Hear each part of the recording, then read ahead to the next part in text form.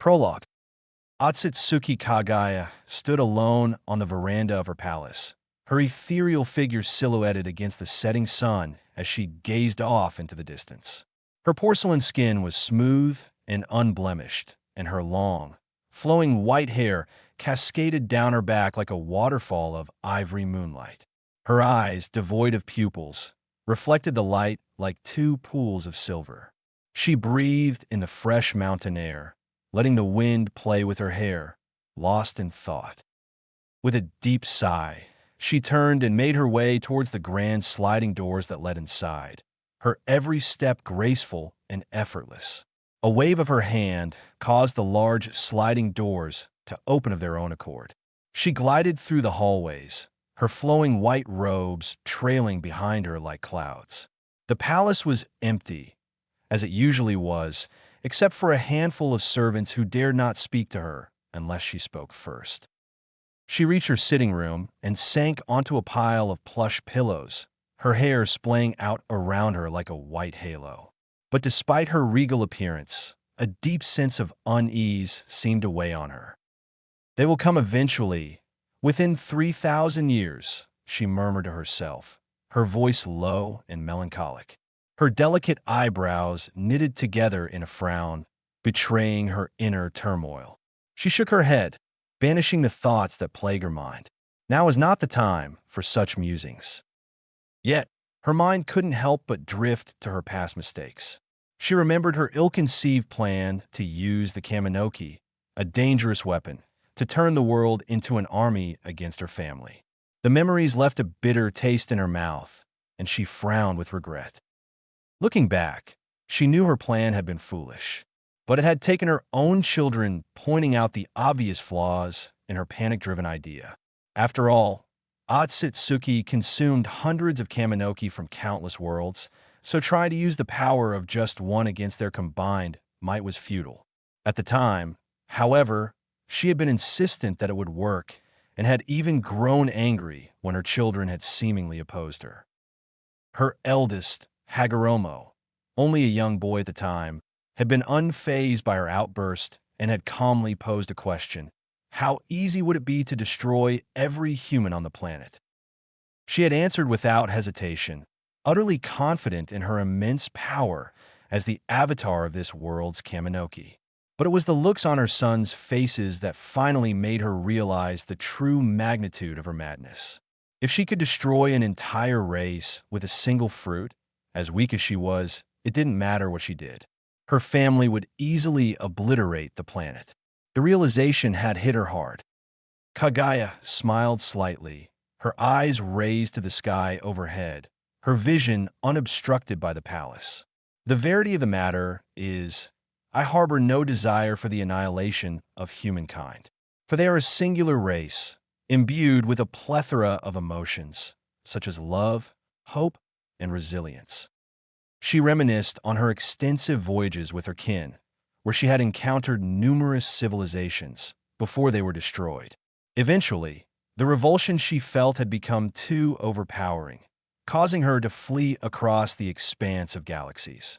Although this world, too, is rife with enmity and suffering, it is the presence of these ills that allows for the emergence of felicity. One cannot bask in the light without first enduring the darkness. A voice came from the other side of the ornate doors. "Mother, may I come in?" Kagaya recognized the voice and smiled. "Yes, my dear," she answered in a gentle tone. The doors opened and her son, Hamura Otsutsuki, walked in and bowed to her. Hamura was an impressive sight to behold, standing tall with his pale skin and distinct features. He had a unique appearance with his hairless brow ridges, white hair, and small, horn-like protrusions on his forehead.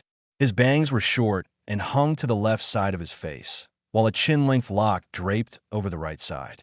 One could not help but notice his piercing gaze, as he inherited his mother's renowned Byakugan in both eyes. Hamura was dressed in a light, full-length kimono with a striking pattern of 6 black magatama around a high collar, which accentuated his pale complexion. His dark pants provided a contrast, completing the ensemble. A sword in its sheath was strapped to his left hip, suggesting his readiness for battle. At just 17 years of age, Kagaya's precious son was already an imposing figure with a commanding presence. "Mother, dinner is ready," Hamura announced. Kagaya raised an eyebrow. "I thought we had servants for such trivialities. Why did you come personally, my son?" Hamura's cheeks reddened with embarrassment as he spoke. I prepared dinner myself," he admitted sheepishly. Kagaya's face lit up with joy and surprise, her radiant beauty shining through. She stood up gracefully and glided across the room to embrace her son, causing him to freeze in shock at her uncharacteristic display of affection. He quickly recovered and hugged her back, basking in the warmth of his mother's embrace. Since her panic due to the impending Otsutsuki attack had been quelled, Kagaya had become more open and attentive to her duties as a mother. They were still working to prepare the world for the future, but they were also spending time together as a family. "Lead the way, my son," Kagaya replied with a soft smile, allowing Hamura to take her hand and guide her towards the dining area. As they entered, they found Hamura's brother, Hagoromo, already seated at the table, engaged in conversation with a small orange frog with a purple bead hanging from its neck. A small white snake sat beside the frog. Upon noticing their arrival, the animals bowed respectfully to Kagaya. Kagaya's smile widened as her son led her to the head of the table, pulling out the chair for her to sit in. She thanked him, but her attention was drawn to the absence of the usual servants. Her senses expanded, confirming that they were alone in the palace except for the animals and people in the room. "Hamura Koendash," she started to ask, but her son interrupted. "Don't worry about it, mother. I dismissed the servants for the day. Just sit back and enjoy," he said confidently, anticipating her question. Kagaya nodded, pleased that her son was taking charge and trying new things. She watched as he walked towards the kitchen and was surprised to see 3 semi-transparent versions of him separate from his body before becoming solid. Together, they disappeared into the kitchen. Kagaya couldn't help but feel proud of her son for his newfound independence. As effectively royals amongst the humans, they had been sheltered from the everyday interactions of regular people, but it seemed that Hamura was determined to change that. She settled back in her chair, reflecting on her past and the fear she used to inspire in the people of the world. But she had changed since then, thanks in part to her son's influence. They had urged her to connect with the people and shed the persona of the rabbit goddess. Her efforts had paid off in a manner of speaking, and now the people loved the goddess for her kindness. As she waited for the meal to be served, Kagaya watched her eldest son chatting with the 2 small creatures, a snake and an orange toad named Gamamaru and Hakuja. It was heartening to see her eldest forming relationships with them. She remembered how she had met them and dubbed them summons. Flashback. Kagaya gracefully floated a few feet above the lush grass, her sons Hamura and Hagoromo walking ahead of her. They were in a hurry to reach the meeting place requested by the leader of the talking toads. It had been a year since Kagaya had come out of her panic, and her sons had been busy exploring the world and discovering new things. One day, Hagoromo had come to her, excitedly telling her that he had found a talking toad that wanted to meet with them. Kagaya was intrigued and decided to join her sons on this adventure. As they hurried towards the meeting place, Kagaya couldn't help but feel a sense of excitement and anticipation. She had always been curious about the world and the creatures that inhabited it, and this meeting promised to be a unique experience. As they reached the meeting place, Kagaya landed gracefully on the ground beside the rock, her 2 sons with her. Hagoromo appeared to be searching for something, while Hamura stood by her side, patiently waiting. Despite her amusement at her eldest son's frantic search, Kagaya felt content just being with her sons. She could sense Hagoromo's thoughts and knew he didn't want to disappoint her by bringing her out here for no reason. But for Kagaya, just spending time with her children was enough. Kagaya smiled and addressed her son affectionately. "Hagoromo-kun, have you tried using your eyes?" She held back a laugh at his perplexed expression while Hamura nearly fell over laughing. Hagoromo clearly didn't understand what she meant and thought she was teasing him. To help him out, Kagaya activated her family's Byakugan with a thought, and the veins around her eyes only lightly pulsed. She grinned at Hagoromo's expression as he realized what she meant and began looking extremely embarrassed for not having thought of that himself. A moment later, Hagoromo's Byakugan pulsed, and he gained near limitless 360 degrees vision. Hamura's Byakugan activated a second later, and they soon found the orange toad leaping toward them from a distance, clearly hurrying as fast as it could. They patiently waited and watched him hop through the trees before coming to a stop on top of a waist-high rock. The frog bowed deeply as he spoke. "My apologies for being late. Please forgive me." Kagaya's brow furrowed, and she said gently, "No need to bow, little one." Gamamaru nodded and introduced himself. "I am Gamamaru, leader of the toads." Curious, Kagaya asked, "How are you able to speak? I have been here for many years and never found creatures that could talk like you." Gamamaru settled into a more comfortable position and explained, "There are many groups of creatures on this planet. We have been here for ages and developed the ability to talk and use nature chakra. We have our own homes and stick mostly with our species. The only interaction we toads have are with the slugs, snakes, hawks, and dragons." Hagoromo interrupted, "Why are we only meeting you now? Why have I never seen any other talking creatures?" Gamamaru replied, "You've never seen us because we hid when your mother ate the fruit of the Kaminoki. We were afraid of her power and feared what she might do with it." Kagaya apologized. "I deeply apologize for that. I'm sure my anger and fear could be felt for hundreds of miles." Gamamaru shook his head, seemingly dismissing Kagaya's apology. "You were afraid of the return of your family. It is only natural." Kagaya was startled. "How could you know that?" Gamamaru revealed, then, that he received a prophecy that concerned Kagaya, her children, and her family's eventual arrival for the Kaminoki. As Gamamaru spoke, the Otsutsuki family hung on his every word, their attention entirely focused on him. The toad had a grave expression on his face, his voice taking on a slight shift as he prepared to deliver the prophecy that pertained to them. "In return for sharing this prophecy with you, as representative of all the groups of speaking creatures, we request that you create us a home, a permanent home away from the world of humans, so that we may expand and grow without infringing on the growth of humans." Kagaya's eyes widened as she quickly processed everything. He has information that can help save this world and the humans. All he wants in return is a home for himself and his kind. "I can do that. I can create such a place." Kagaya spoke, her voice steady and confident. "You will all be moved to another dimension, a habitable place that has its own nature chakra. But to get from that world to this, you will create summoning contracts. Hagoromo will distribute these to the humans, and you will help them when they summon you." Gamamaru agreed to her terms, and Kagaya wasted no time in demanding to know more about the prophecy. Gamamaru quickly obliged, his words sending shockwaves through the family. "You are going to have another son," he began, causing Kagaya and her son's eyes to widen in surprise. "How can I possibly have another son?" Kagaya exclaimed, unable to comprehend this news.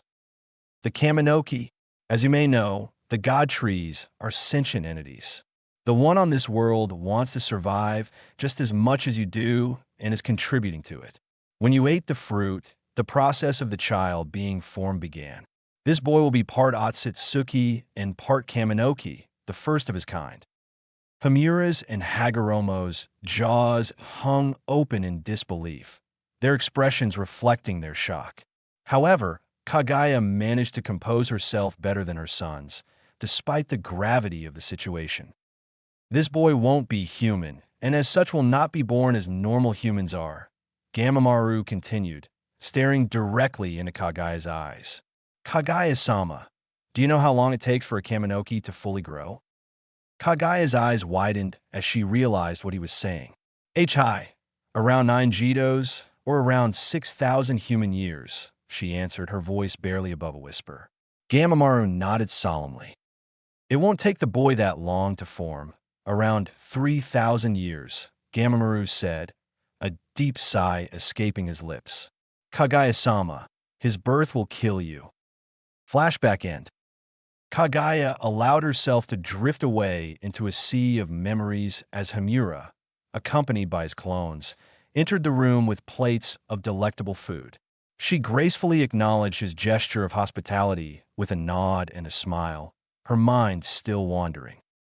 After her conversation with Gamamaru, she had been true to her word. Utilizing the power of her Sasra copy wheel eye, she had teleported all the various talking species to a new and habitable dimension, dubbing them summons and forging contracts that enabled her to summon them whenever she so desired. Hagoromo had taken charge of overseeing their needs, ensuring that they were able to build their homes and flourish in their newfound sanctuary.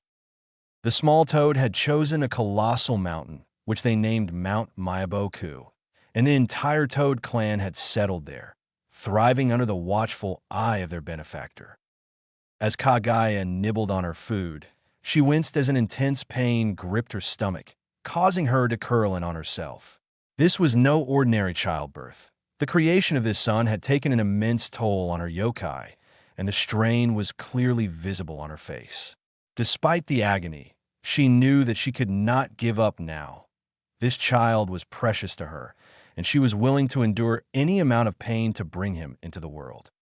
"Mother, are you all right?"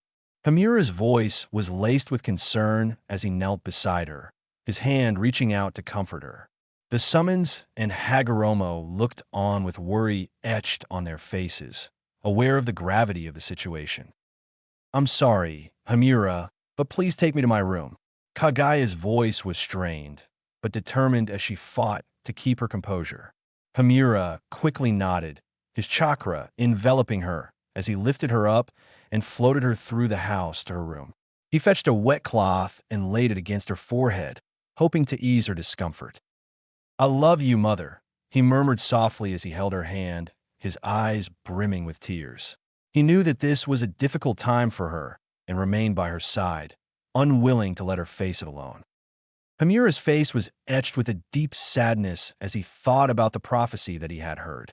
His younger brother, who he would never get the chance to meet, would be born soon, but would not be fully formed for thousands of years. By that time, he and his brother Hagoromo would have long since passed away, leaving no one to care for the child. As he thought about the future, Hamura couldn't help but sigh. Everything had changed after the meeting of the summons. Gamamaru had revealed to them the shocking truth, that the birth of his brother would lead to their mother's death.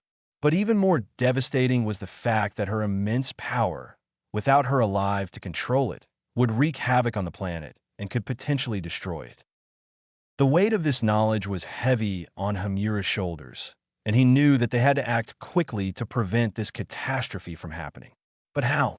How could they possibly stop the power of their mother, who was already so far beyond their comprehension? As he pondered this question, Hamura felt a sense of foreboding settle over him. The fate of the world rested on their shoulders, and failure was not an option. Gamamaru had warned that he and Hagoromo needed to overcome Kagaya's power and seal it away, but the toad was uncertain of the consequences of their actions. As the impending battle loomed, Hamura and his brother trained tirelessly, honing their skills and abilities with their mother's guidance and the toad's instruction in Senjutsu. Kagaya's face contorted in pain, her body racked with agony. Despite it all, she managed to offer her son a reassuring smile. "I love you, my son. Don't worry, I'll be okay," she gasped. Hamura's frustration boiled over, and he shook with anger. "No, you won't be okay. You're going to die," he shouted, his voice raw with emotion. As the contractions subsided slightly, Kagaya managed to compose herself and spoke in a soft, calming voice.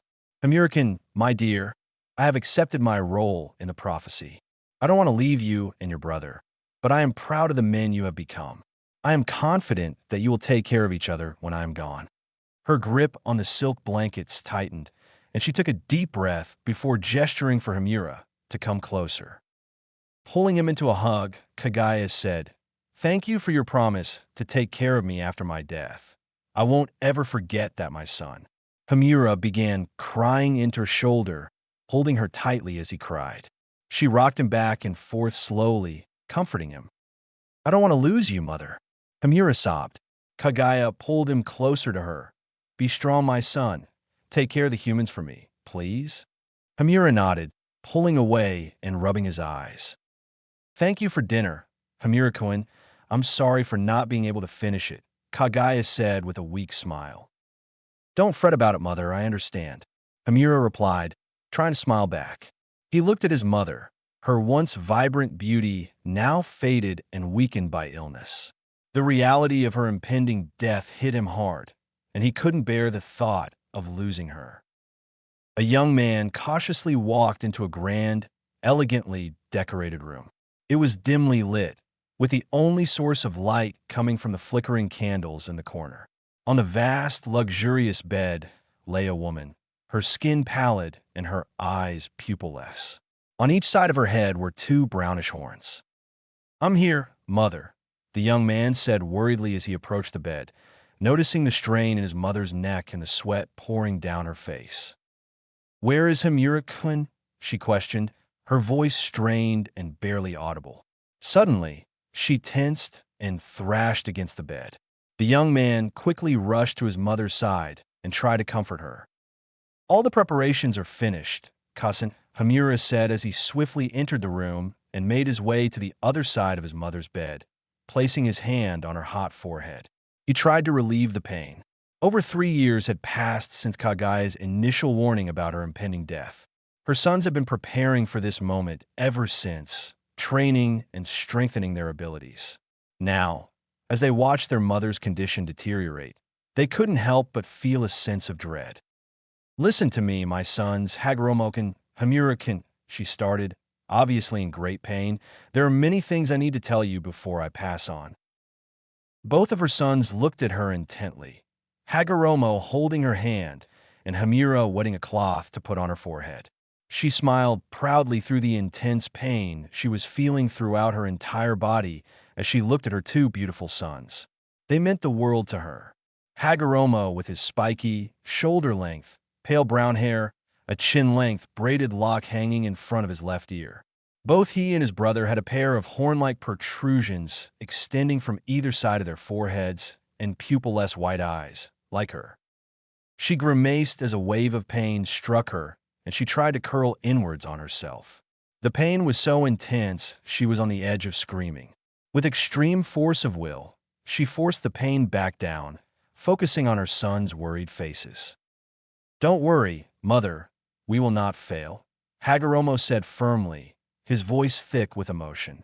He looked at his mother with tears in his eyes, feeling powerless to help her as she suffered in pain. Despite his best efforts, her condition had only worsened, forcing her to stay in bed. He and his brother had done everything in their power to alleviate her pain with the help of their slug summons, but it seemed to be of little use. Hagoromo and Hamura gripped their mother's hands tightly, their faces etched with concern as they watched her struggle with the pain. Hagoromo-kun, complete your dream, spread Ninshu to the world, Kagaya said, her voice strained. And Hamura-kun, don't spend your entire life just protecting my body. I want you to be happy and have a family too. She grinned at the disgusted expression on Hamura's face. He had always been against the idea of getting married, but Kagaya had managed to persuade him otherwise. Don't worry about me, my sons. I haven't told you this, but the Kaminoki has promised to look after me. I'm not going to suffer, she reassured them before another wave of pain hit her. This time, the pain was so intense that Kagaya screamed and thrashed on the bed, her hair whipping around wildly. As she gave birth to her third son, a massive release of chakra exploded from her, causing her to rise off the bed. Hagoromo and Hamura tried to hold her down, but it was no use. The medical ninshu that Hamura attempted to use had no effect, and Kagaya's life force was rapidly fading. With immense effort, Kagaya managed to control her breathing and push the pain back. He is born. I will soon die, and the Jubi will break free. It will attack you, using my body to reclaim its chakra, she said, her voice weak but resolute. She clenched her fists so hard that her fingernails dug into her palms, drawing blood. But the pain eventually subsided, and Kagaya was able to speak again. I have faith in you, my sons. You have trained hard, and you are both strong, she said, looking into their eyes. Hagoromo's eyes were filled with determination, his three tomo shining brightly within his red eyes, while Hamura's pupilless white eyes reflected the same unwavering resolve. Prepare the world for my family's arrival. Lead the humans. I do hope they will not descend into war, she continued, her voice growing weaker by the moment. Suddenly, she coughed up blood, staining her robes and chin. Her two sons rushed to her side, trying desperately to help her. Your brother will defend us all from the Otsutsuki murderers. He shall save us all and lead us to a bright future. His name will be Naruto, Kagaya said, her voice barely above a whisper. She paused for a moment, gathering her strength before bringing her shaking, sweat-covered palms together. With my last breath, I create my fourth and final son and bring him into reality, she exclaimed, her voice strong and filled with determination. Bambutsu Sozo. With that, she roared, pouring every last ounce of her yokai and strength into this ultimate jutsu. Hagoromo and Hamura watched in awe as a black blob with two glowing yellow spots formed between their mother's hands. Suddenly, Kagaya let out a piercing scream and fell back against the pillows. Her skin grew pale, and she slowly began to lose all color, her body expanding until it became a sphere on the bed. Hagoromo and Hamura watched in stunned silence as their mother's body transformed, and they could feel the enormous chakra radiating from the white sphere. Run! She's turning into the Jubi! The urgent warning from the black blob jolted the brothers into action. It bolted across the ground and vanished in a Hagoromo's sleeve. The brothers quickly sprang into action, rushing out of the palace to join the forces they had gathered outside for this very moment. They were greeted by a motley crew of creatures led by Gamamaru and his fighting toads, arranged by size from the smallest to the largest. Joining them were massive slugs, snakes, and three Jinryu, the earth, water, and lightning dragons. The creatures tensed, ready for battle, as they watched the palace with apprehension. It has begun, Gamamaru declared sagely from atop a giant battle toad, his webbed hands forming a seal. The creatures looked on as Hagoromo's black Shikujo materialized in his hands, and his eyes transformed into the Mangekyo Sharingan. Hagoromo was startled by a sudden burst of power by his side. Turning, he was amazed to see his brother wreathed in light blue flames, levitating off the ground with 5 truth-seeking balls floating behind him. Oh ho ho, been hiding something, little brother? Hagoromo teased, his Susanu's dark blue ribcage forming around him. Can't let you have all the fun, can I, brother? Hagoromo's brother chuckled before refocusing on the palace. Suddenly, the ground trembled with incredible force. The roof of the palace was hurled into the air, and a giant, earthen-colored humanoid emerged from the dust, appearing to be decaying.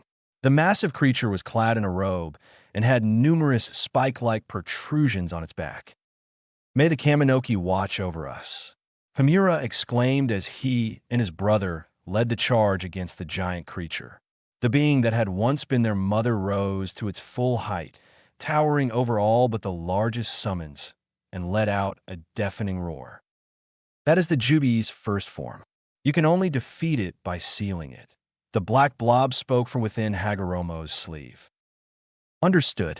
Little brother, if you can contribute to this battle, do so. Otherwise, stay safe, Hagoromo commanded as he leaped into the air and unleashed an 8-story-tall fireball at the beast. The battle that ensued was nothing short of cataclysmic. The sheer force of the opposing sides shattered the ground, sending massive boulders and debris flying in all directions. The air crackled with electricity, and the sky was filled with smoke and fire. The toads, slugs, snakes, and dragons fought valiantly, their roars and screeches echoing across the land. For 7 long days, the battle raged on. Summons fell left and right, their bodies battered and broken. Himura himself came close to death, but it was this brush with mortality that sparked something within his brother. Hagoromo's eyes, once Sharingan, now evolved into the Rinnegan, the most powerful dojutsu in existence. With this new power, he unleashed a flurry of devastating attacks that turned the tide of the battle. His chakra swirled and pulsed with an otherworldly energy, and the summons fought with renewed vigor. Finally, after what seemed like an eternity, the beast was defeated. With a mighty roar, it collapsed to the ground, defeated and spent. Hagoromo knew what he had to do next. With a single hand gesture, he sealed the beast's essence within himself, the weight of its power almost too much to bear. But what to do with the body of the beast? Himura had originally planned to bury it and build a temple above it, but now he had a different idea. He would create a new world, one where he could live with his family in peace. With his own powerful dojutsu, the Tensigen, he created a livable atmosphere on the moon, and he and his family eventually moved there to start new. From there, he vowed to watch over the earth, to create a race of pure Otsutsuki who would keep a vigilant eye on the Gedomazo and wait for the inevitable invasion of the Otsutsuki from space. Hagoromo and Zetsu agreed to this plan, and so it was done. The newly christened moon became a symbol of hope, a shining beacon in the sky that would forever remind the people of the sacrifices made in the great battle. A lifetime later, Hagoromo lay on his bed, his once powerful body now frail and weak. His left eye was yellow and his skin was pale, indicating the severity of his condition. Zetsu, his faithful brother, was by his side, using his chakra to keep Hagoromo alive long enough for him to deliver his final message to his children. The Biju that Hagoromo had created from his mother's chakra, along with Himura, gathered around his bed, their concern for the legendary sage of 6 paths evident on their faces. "I am not long for this world," Hagoromo said weakly, his Rinnegan fixed on his children. "I have one final request for you all." Saiken's voice was filled with concern as she asked, "What is it, Otasama?" "I was given a prophecy," Hagoromo said, his voice barely above a whisper. "I wish to share it with you all before I go to the Jodo. Come closer." Hitomi and her siblings moved closer to their father's bed, while the Gobi hopped onto the foot of the bed so that Saiken could get closer. Himura stood by the head of the bed, switching out the wet cloth on his brother's forehead, while on the right side were Hagoromo's 2 human-born sons, Indra and Azura, watching silently. "My mother had 4 children," Hagoromo said, causing confusion among the Biju. "Her 3rd son, Naruto, is the child of her and the Kaminoki. His birth killed my mother, but we knew that it would." The Biju looked at each other, stunned. They had no idea that Kaguya had given birth to another child. "Because he is the son of the Kaminoki, it will take him thousands of years to form," Hagoromo continued. "My children, all of you in Zetsu are immortal, and I want you to watch for my brother. Find him, care for him, and train him, for he will protect us against the arrival of the Otsutsuki. Do this for me, my children." The tailed beasts nodded in unison, lowering their heads in respect to their father. "Hyotosen," they said in unison. Hagoromo smiled weakly at them before breaking out into a coughing fit. "Wait for him, for he shall take care of you, my children." "Good luck," Hagoromo said quietly before his one visible eye closed, and his body relaxed. Zetsu slowly slid off Hagoromo's body and formed into a blob on the bed. "He has gone to the Jodo," Zetsu said quietly. "Junsuna tochi da haiwa omitsukuru kodo je dekamasuka," everyone said in unison, paying their respects to the passing of the legendary sage of 6 paths. Thousands of years later, the harsh desert winds whipped sand into the faces of the couple as they trudged wearily through the endless expanse of barren terrain. Their home lay just beyond the horizon, a faint glimmer of hope in an otherwise bleak an unforgiving landscape. As they walked, the woman suddenly stopped in her tracks, her ears perking up to the sound of a faint wail carried on the wind. "Do you hear that?" she asked her companion, turning her head in the direction of the sound. It sounded like a child crying. Following the sound, they stumbled upon a scene that left them both stunned. A small infant, with pale skin and horn-like protrusions emerging from his forehead, sat abandoned in the scorching sand. His eyes were pale, almost pupilless, and his frail frame trembled in the relentless heat. The woman felt a pang of compassion for the helpless child. "Who would abandon a child in the desert like this?" she questioned, her voice full of emotion. "He's sick, and he's all alone. We can't just leave him here to die. No matter how strange he looks, he deserves a chance to live." The man hesitated at first, taken aback by the child's peculiar appearance, but he could not ignore the pleading look in his wife's eyes. They scooped up the infant, cradling him close to their chests, and continued on their journey towards home.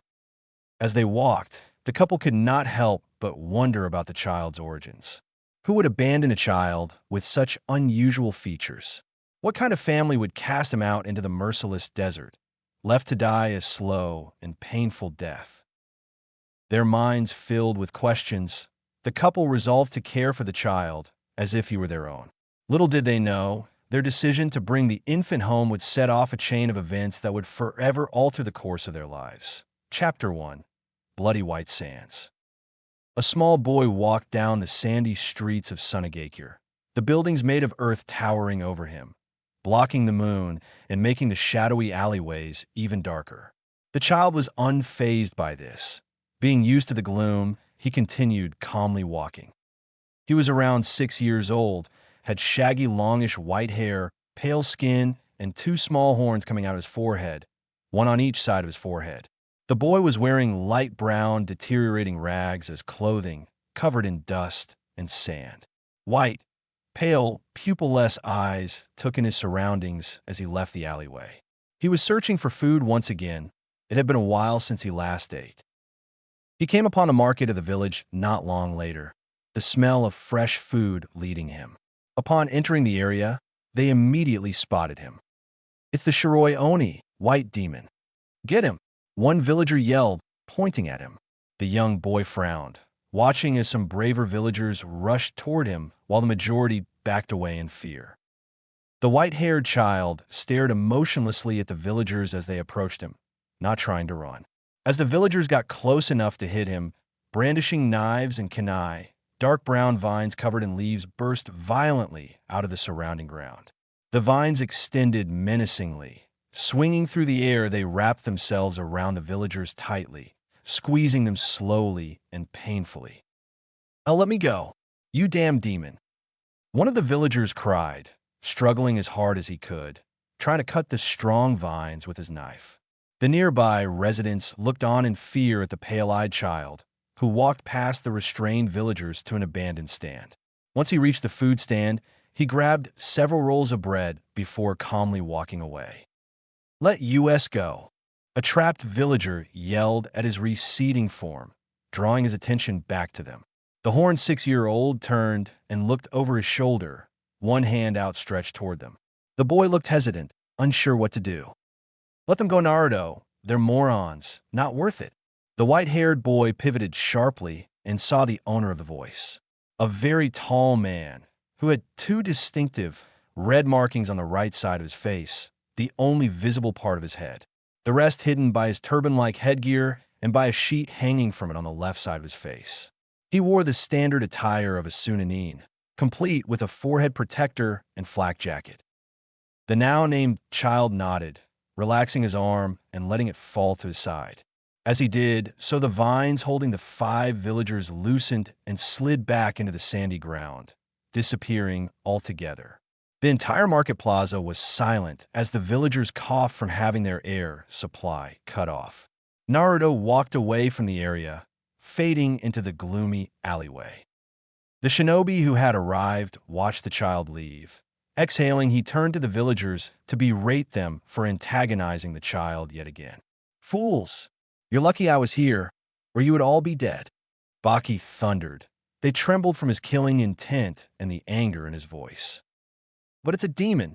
One of them apparently didn't care about his killing intent, yelling back at him in outrage. He may well be one, and if he is, do you honestly think you can kill him? Baki deadpanned, glaring into the foolish villager's eyes. The man faltered as he realized his own idiocy. Morons! Even we shinobi can't kill the boy. Some have tried. Besides, the Kazekage has ordered for the boy to be left alone. Do you understand? Baki yelled at everyone present, who all nodded in fear at the killing intent he was leaking. Good. Baki disappeared in a swirl of sand to report this newest incident to his leader. With Naruto, one could see a boy sitting on one of the many rocks that stuck out from the village's massive sand and rock walls, slowly eating the bread he stole. Naruto's pale eyes gazed over the sandy and usually hot village. It was late at night, and Naruto needed to find a safe place to sleep again, the last spot discovered a few days ago and booby-trapped in an attempt to kill him. Naruto cringed as he remembered his life, what his purpose was. Who were his parents? Why did the plants protect him? Why did he look so different from everybody else? No one else in the village had white eyes, white hair, or had horns growing from their head. He also had unusually pale skin no one else in the town did. And besides growing up in the hot desert sun, he never tanned like everyone else. Regardless, Naruto was grateful for the plants that protected him from harm. They hadn't always been there, but since that day, they had been around keeping anyone from harming him. Flashback. Naruto was 3 years old, playing in the living room of his family's house. His Ka-san was at the kitchen stove preparing lunch. He watched her with joy in his heart as she stirred the pot. Her long, sandy brown hair flowed over her shoulders and down her back. He grinned as she looked over at him with her light brown, affectionate eyes. "Go wash your hands, Naruto-kun," she ordered. He nodded hastily, setting down his toys and rushing off to the bathroom. She smiled as she saw him go. Even though he differed significantly from all other children, she cared about him passionately. His pale eyes and horns had terrified her in the beginning. They'd been walking home from a visit with the family in a nearby village when they found baby Naruto laying naked in the sand crying. She decided that she would keep him and adopt him, as he was evidently abandoned. Curious as to why he had such pale skin, horns, and weird white hair, but it didn't matter to her. Both she and her husband were concerned about Naruto being seen negatively in the village. Because of this, they didn't let the boy play outside, and he didn't have any friends. They were still debating what was to be done. She grimaced. Okay, sometimes they did take Naruto out in the village. 2 weeks ago, she had taken Naruto with her to the market like usual, making sure he wore a hood to cover his features. Naruto had excitedly walked along beside her holding her hand and asking questions about everything. It had surprised them when he could talk, read, and write from a young age. As they walked down the market area to get food, a boy ran past them, possibly to his mother with something he wanted to buy, and tumbled into Naruto, knocking him over, and his hood slipped off. Everyone nearby had frozen as they took in Naruto's strange features, the horns and white eyes, the uncharacteristic pale skin. She had swiftly put his hood back on and left the square, dashing home. Since then, she hadn't taken Naruto back out, but rumors about how he was a demon and evil moved about the village. She was frightened for her boy, but as long as she kept him inside, he should be safe. "I'm done, Ka-san," Naruto called as he rushed down the hall to the dining table and hopped into his seat. His pupil-less pale eyes showed his joy at getting to eat, and she chuckled at his ecstatic expression. He's always loved eating. She mused with a smile. "Here you go, Naruto-kun. Eat up. Two-san should be home soon," she said, putting a plate of food in front of him that he dug into with gusto. She sat down in her own seat and began eating. A couple of moments later, there was a loud crash at the front door and indistinct yelling. "Stay here, Naruto," Maeabe ordered sternly, getting up and moving to the door. As she got closer, she could make out what was being said. "Let us in. We know the demon's in there." Someone yelled in anger loudly. She heard another pounding sound. "No, go away." Her eyes widened as she heard her husband respond. Shooting to the door, she opened it. She could see her husband's back and 4 angry villagers brandishing weapons standing on their doorstep. Opening the door had been the wrong thing to do, for as soon as she did, the foremost villager punched her husband in the face, knocking him into her and both of them onto the ground. "Let's go, boys!" One cheered as they filed into the house. Maebe tried to stop them, but received a kick to the face. "Kesn!" Naruto's distraught voice cried out. She looked up at the entrance to the living room and saw Naruto standing there, eyes wide in fear and shock. "Run, Naruto!" She yelled at him, but it was too late. One villager grabbed the boy and hurled him into a wall. "Kill the demon!" one shouted as he stabbed a knife into the child. Oyakawa was dazed from the punch, but fought through it when he heard Naruto's scream.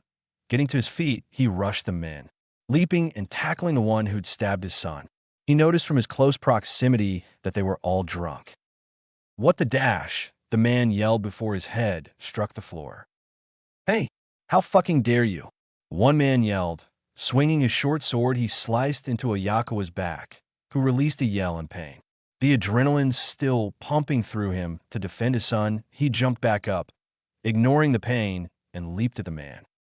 It was the wrong move. The drunk man moved the sword between them, and Oyakawa impaled himself on the sword. "Tousn. Inlo!" Naruto cried as his father coughed up a ton of blood.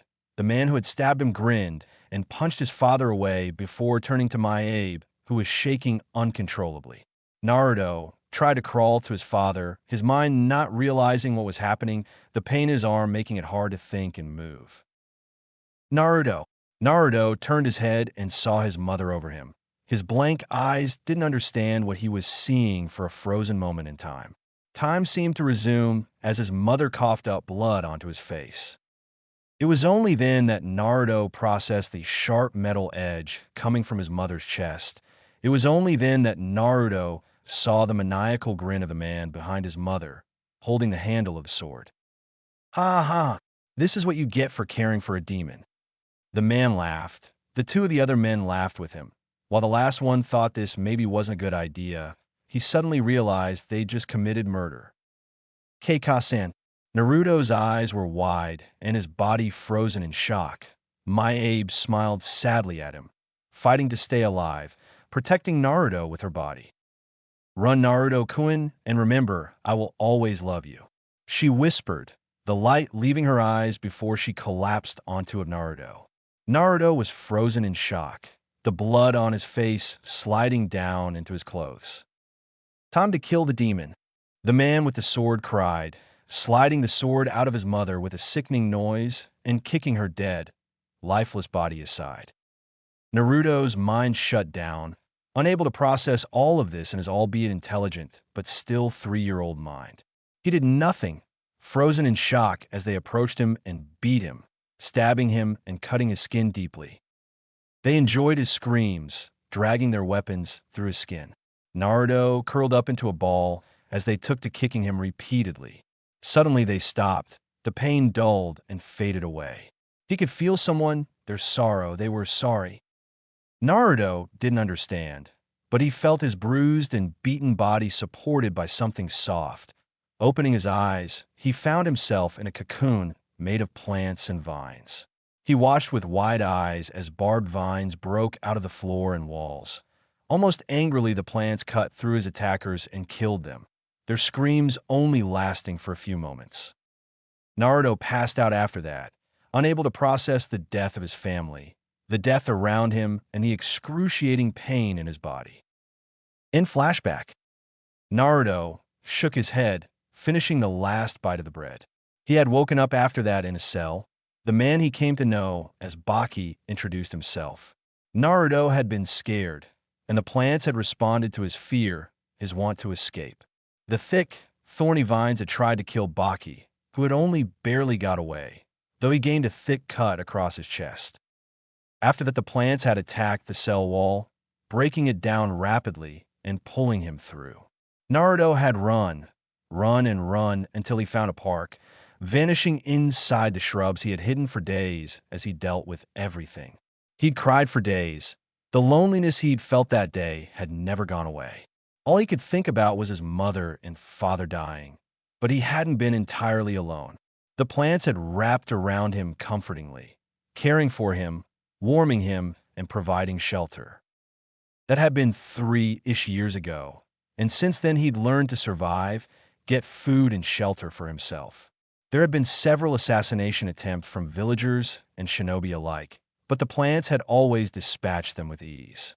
The Kazekage, leader of the village, had noticed him and ordered his men to stop attacking him, though it didn't really prevent the villagers. Naruto sighed, hopping off the rocky ledge tens of feet from the ground.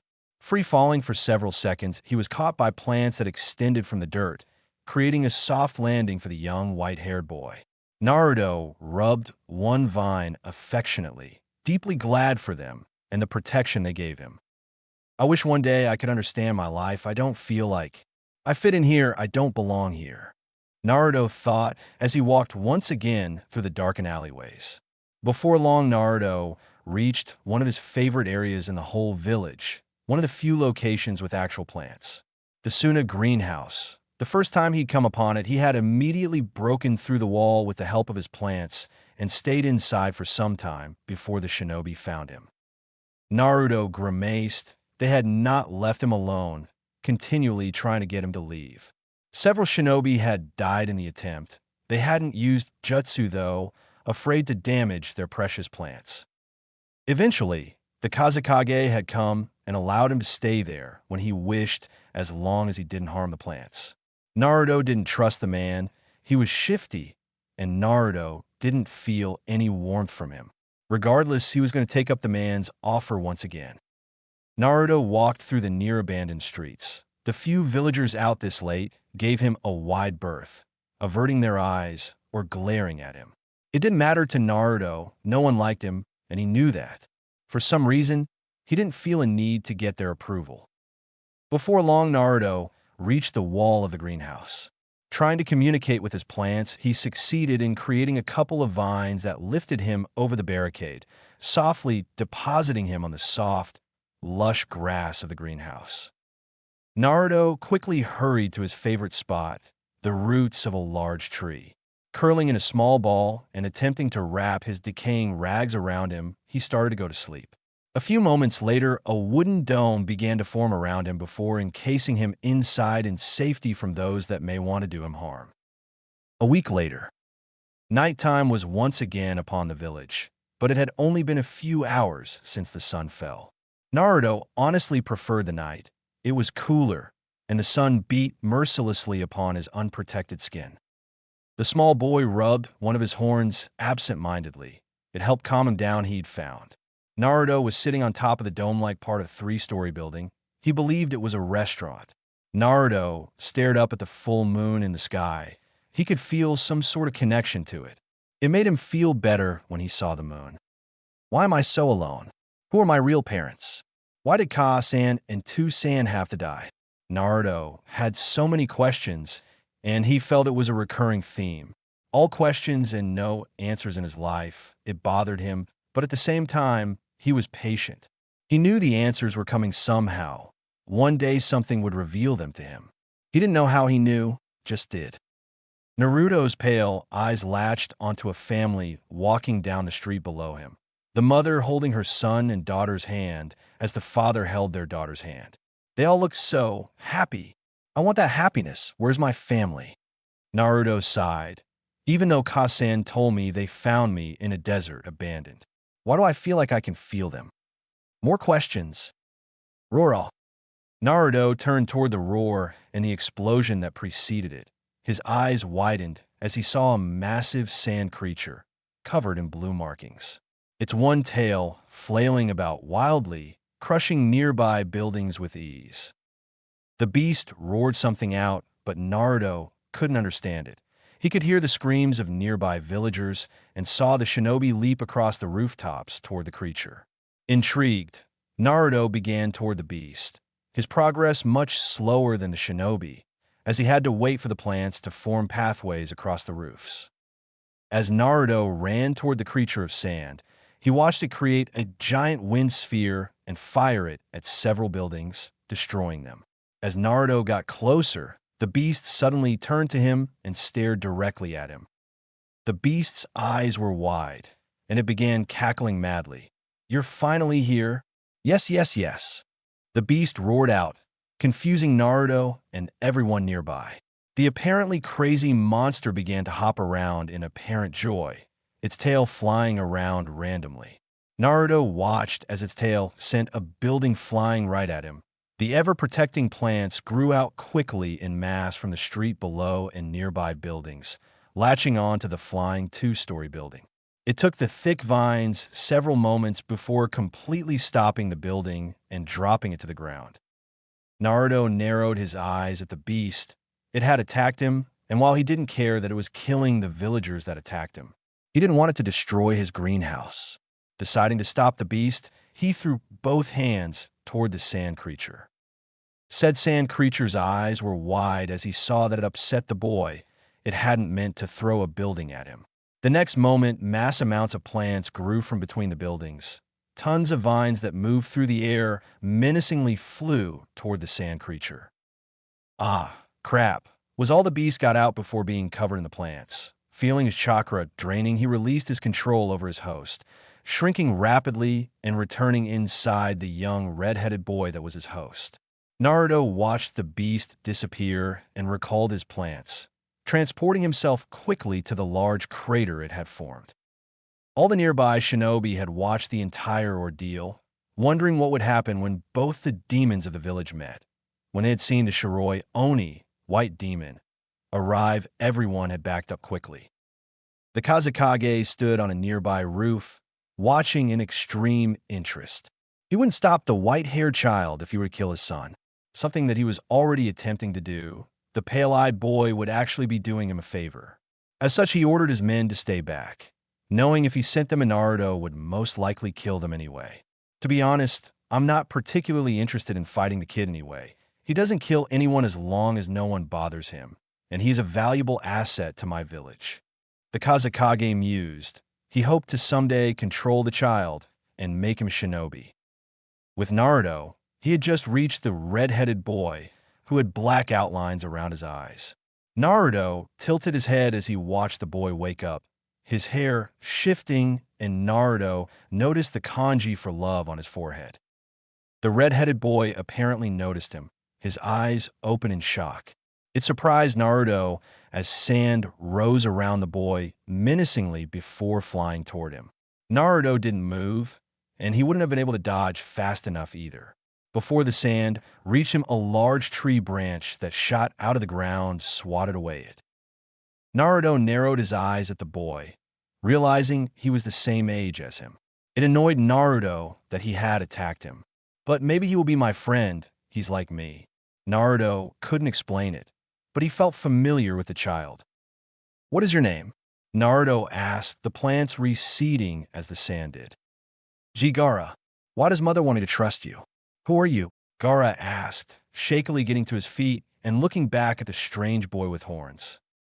Naruto's face showed his confusion. "Who is mother?" "And I am Naruto. Mother is inside my head. She protects me from the people who try to kill me," Gaara stated, color starting to come back into his face. "Do you want to be friends? You're like me. I don't know how, but you just are. I feel like I know you." Naruto trailed off, staring into Gaara's eyes. Friends?" Gaara asked in shock, the restless sand around him finally settling down. "Yeah," Naruto said brightly, walking toward Gaara. Scared of the boy, he backed up, but what astonished him was how the sand didn't attack Naruto. It seemed to even move out of his way. "Trust him, Gaara. He will help you. He will be your friend. You don't have to be alone anymore." A voice reverberated in Gaara's head. "Mother." Naruto reached out his hand, patiently standing in front of the red-headed boy. Gaara stared at him for a moment before shakily lifting his, and they shook hands. "I don't know what being friends means, but I'm sure I can learn," Gaara stated as they both observed each other, a small smile on both their faces. Gaara could feel a connection to Naruto. He couldn't describe it, but he somehow knew he'd found someone who would be his friend, someone he could trust. I don't know either. I've never had one. But let's learn together, Gaara, Naruto said with a growing smile. Within Gaara's seal, the Tanuki grinned. He's finally here. Am I the first one to find him? I'm awesome. He laughed happily.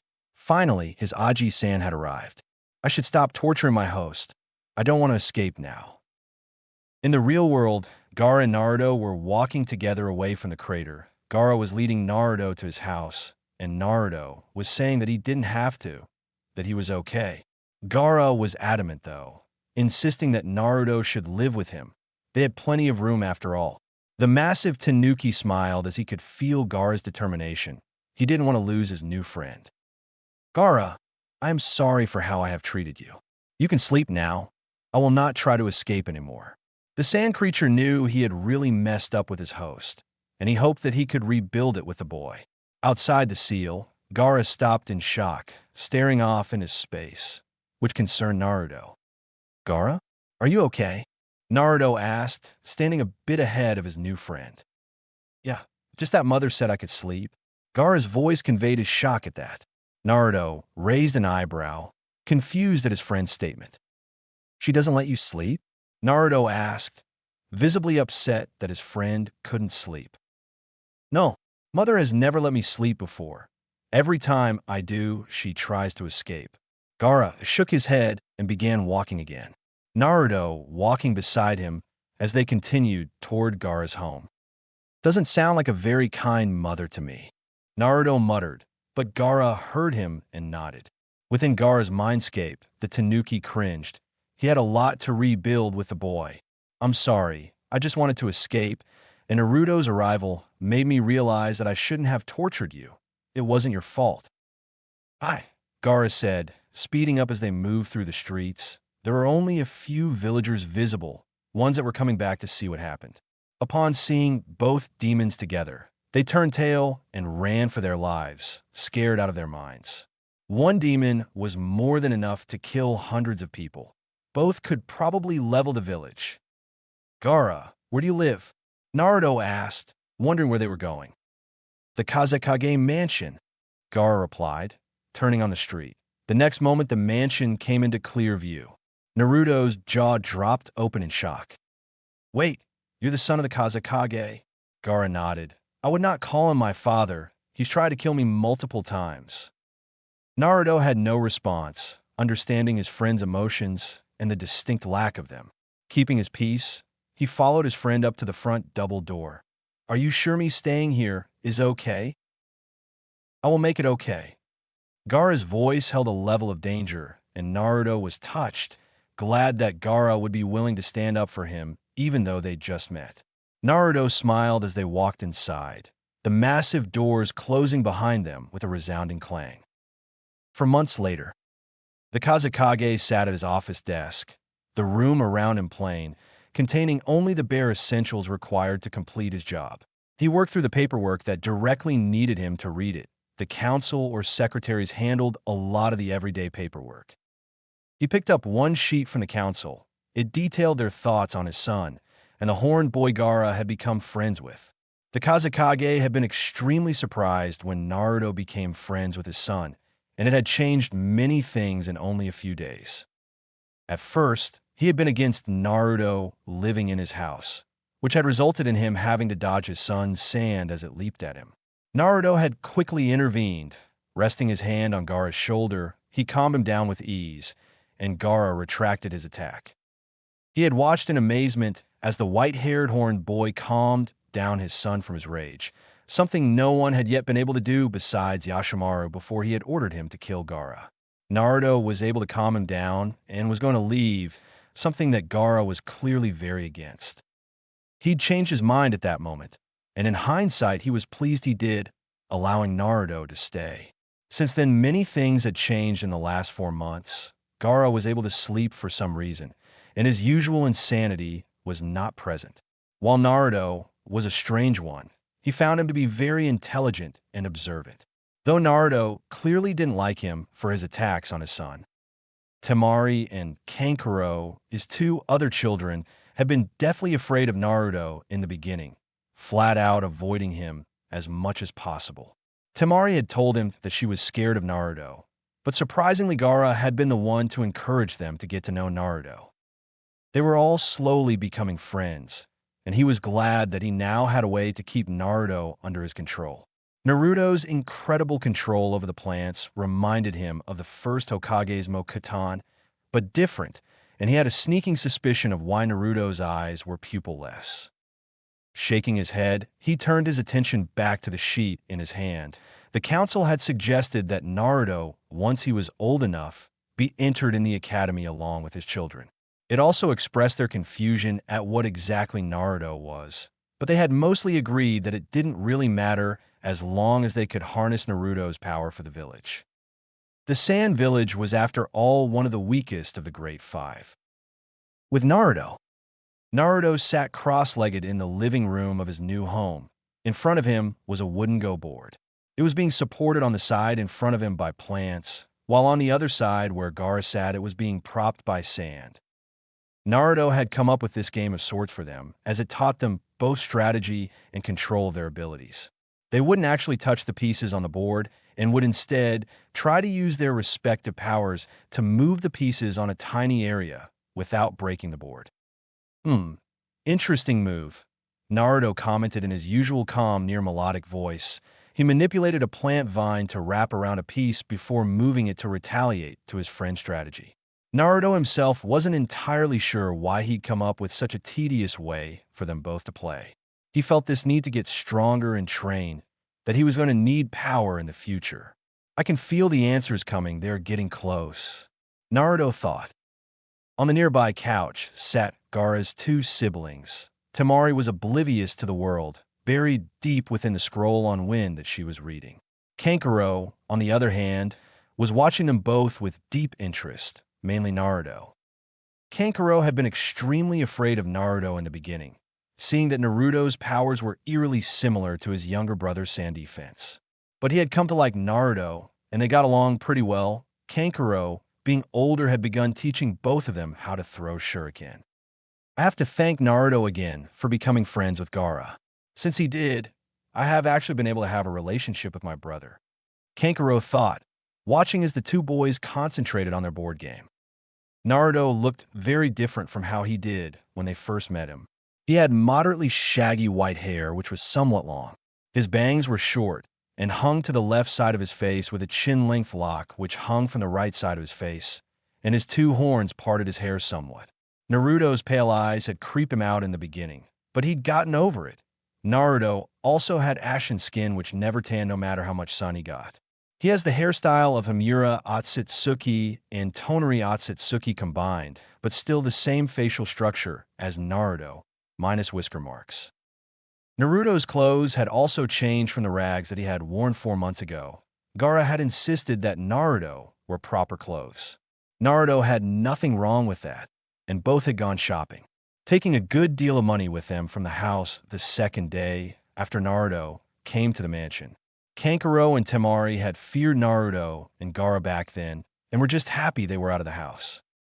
I'm willing to bet they probably had to threaten someone to give them Naruto's new clothes, Kankuro mused, as people were still terrified of them, now calling them the Demondu, demon duo. Naruto had chosen clothes that were similar to the garb worn in Suna, but with his own style, he had selected a white kimono, pale green sash, and black sandals. Kankuro honestly thought he looked pretty good in it. "Ah, I win again, Gun," Naruto said, laughing at Gaara's annoyed expression, having lost yet another game to his friend/brother. Gaara and Naruto had decided to become brothers as they felt this unexplainable bond between each other. "Want to go again?" Naruto asked, and before Gaara could answer, Kankuro cut in. "You guys want to go out and eat? I'm hungry, what about you?" he asked. "I'm fine with that. What about you, Gaara?" Naruto stood up and stretched, the plants holding up the board sliding back into the ground. "Let us go," Gaara replied in his usual straight-to-the-point tone, lacking its usually threatening undertone. Naruto had helped Gaara deal with the insanity that had been slowly consuming him, and being able to sleep probably helped too. Kankuro nodded, and they left the room, leaving Temari engrossed in her scroll. They quickly left the large mansion, arriving on the street outside. People spotted them and backed away, scared of the two demons with their brother. No one dared threaten them. The demons were perfectly capable of defending themselves, and it was now illegal to bother either of them. The trio ignored the looks and made their way to one of the more popular restaurants in town. So Naruto, what are you planning to do later on in life? I know me and Gaara, as well as Temari, will be enrolling in the academy. Kankuro said, turning toward Naruto as they walked. Naruto's pale eyes turned to him, and Gaara was paying attention, wanting to know what his friend planned to do. When does the academy start? Naruto questioned, at 8 years old, was Kankuro's reply. Most likely I will join you at the academy, unless something changes. Naruto trailed off, gaining a thoughtful look on his face. Naruto and Ai-san, can you please explain why you seem to think something is coming? You keep referring to something, Gaara asked, his curiosity evident in his voice. I don't really understand it myself, Gaara. I have this feeling that the answers to my questions are coming. I don't know how else to explain it. Naruto replied. How is Shikaku today? Naruto asked, looking toward Gaara. Sleeping again. It's almost all the lazy raccoon does, Gaara said and suddenly winced. Okay, he's awake. Naruto grinned, yelling again. Yeah, Gaara replied, holding a hand to his head. Gaara's relationship to the tanuki within his head had improved dramatically. Shikaku had pulled him into his head a week after meeting Naruto and introduced himself, apologizing for trying to break out all the time and torturing him. Shikaku had explained that he wasn't his mother and had gone on to tell Gaara the true story of his mother and how she loved him. Gaara had gone into a rage, wanting to kill his father for lying to him and genuinely losing any sort of caring he had for his father. Naruto had been the only thing that prevented him from attempting to kill his father, which he was grateful for, not wanting to lose himself to his emotions, as well as possibly dying. He wasn't strong enough to kill his own father after all. Shikaku had told Gaara his name and promised to take care of him. Gaara had surprised the Tanuki that day, asking if they could be friends. Gaara at the time still didn't fully understand the meaning of friends, but he wanted to be friends with the beast regardless. Do you have to yell all the time, Shikaku? Gaara complained, only causing the mischievous raccoon to grin and yell louder about absolutely nothing. Arg, Gaara muttered, holding his head with both hands now in a way that was reminiscent of his insane rages. Naruto raised an eyebrow. You know you can cut the connection to Shikaku, right? He did say you could do that. Gaara face-bombed before cutting the connection to his insane inner demon. Thanks. Naruto nodded. Ah, we are here, Kankuro said, and so they had. Reaching the front doors of the restaurant, they walked in and found a table. The villagers within saw them, but kept quiet, letting them be. It was a couple of moments before a waiter came to their table and quietly laid out menus for them. Naruto picked up his and browsed, ultimately settling on barbecue. Gaara got rice, and Kankuro had some ramen. Giving their orders to the silent waiter, they waited patiently for their food to arrive. So, Kankuro, how is training with puppets going? Naruto asked, gaining Kankuro's attention. The young boy's expression became excited. Awesome. Puppets are so cool. Lady Chiyo is training me, and while I'm rather bad at some things, I think I'll become a great puppet master one day. Kankuro replied ecstatically. Naruto smiled. You said you were learning to connect chakra to the puppets? Naruto asked, the grin on his face. Oh yeah. Can you connect one to that lady's drink? Kankuro smirked as he caught on to Naruto's plan. Oh yeah, easy. Do it. A nearly invisible string shot out of Kankuro's finger and flew through the air until it latched onto the glass of the lady a couple of tables over. Kankuro waited until the lady went to grab her drink before moving it out of the way. Naruto and Gaara to an extent burst out laughing while Kankuro fought to keep down his laughter at the lady's shocked expression. He needed to concentrate on keeping the connection to the glass. The lady went for her drink again, and he moved it just out of the way once more. Her expression became angry, and she continued to grab for the glass. By the time she realized it was Kankaros doing Naruto and Gaara were laughing hard, Kankaro could see her rage at the prank in her face. It was amusing to see it quickly disappear as the woman realized just who was sitting at the table. Two of the Kazakage's children and the boy who had killed countless villagers is enough to stop anyone in their tracks. Kankaro turned back to the table as the waiter arrived with their food, and they dug in with gusto. 1 week later. "Hey Naruto, here are the scrolls you asked for," Temari said, handing the horned boy a bag full of scrolls. "Thank you, Temari," Naruto replied, taking the bag from her and sitting down on the couch. Naruto had decided he needed to have at least a basic understanding of chakra and shinobi life before he enrolled in the academy. He had the free time, and this was a productive way to spend it. Gaara sat in the middle of the living room mat a few feet off, sand swirling in a mesmerizing pattern around him. He had his hands held apart as he attempted to form his sand into different complex shapes as fast as possible, finding it immensely entertaining. At first, he created a sphere, then a square, triangle, kunai, shuriken, sword, book, bowl, knife, and then a spoon. Temari smiled as she watched her sibling and his friend go about their activities.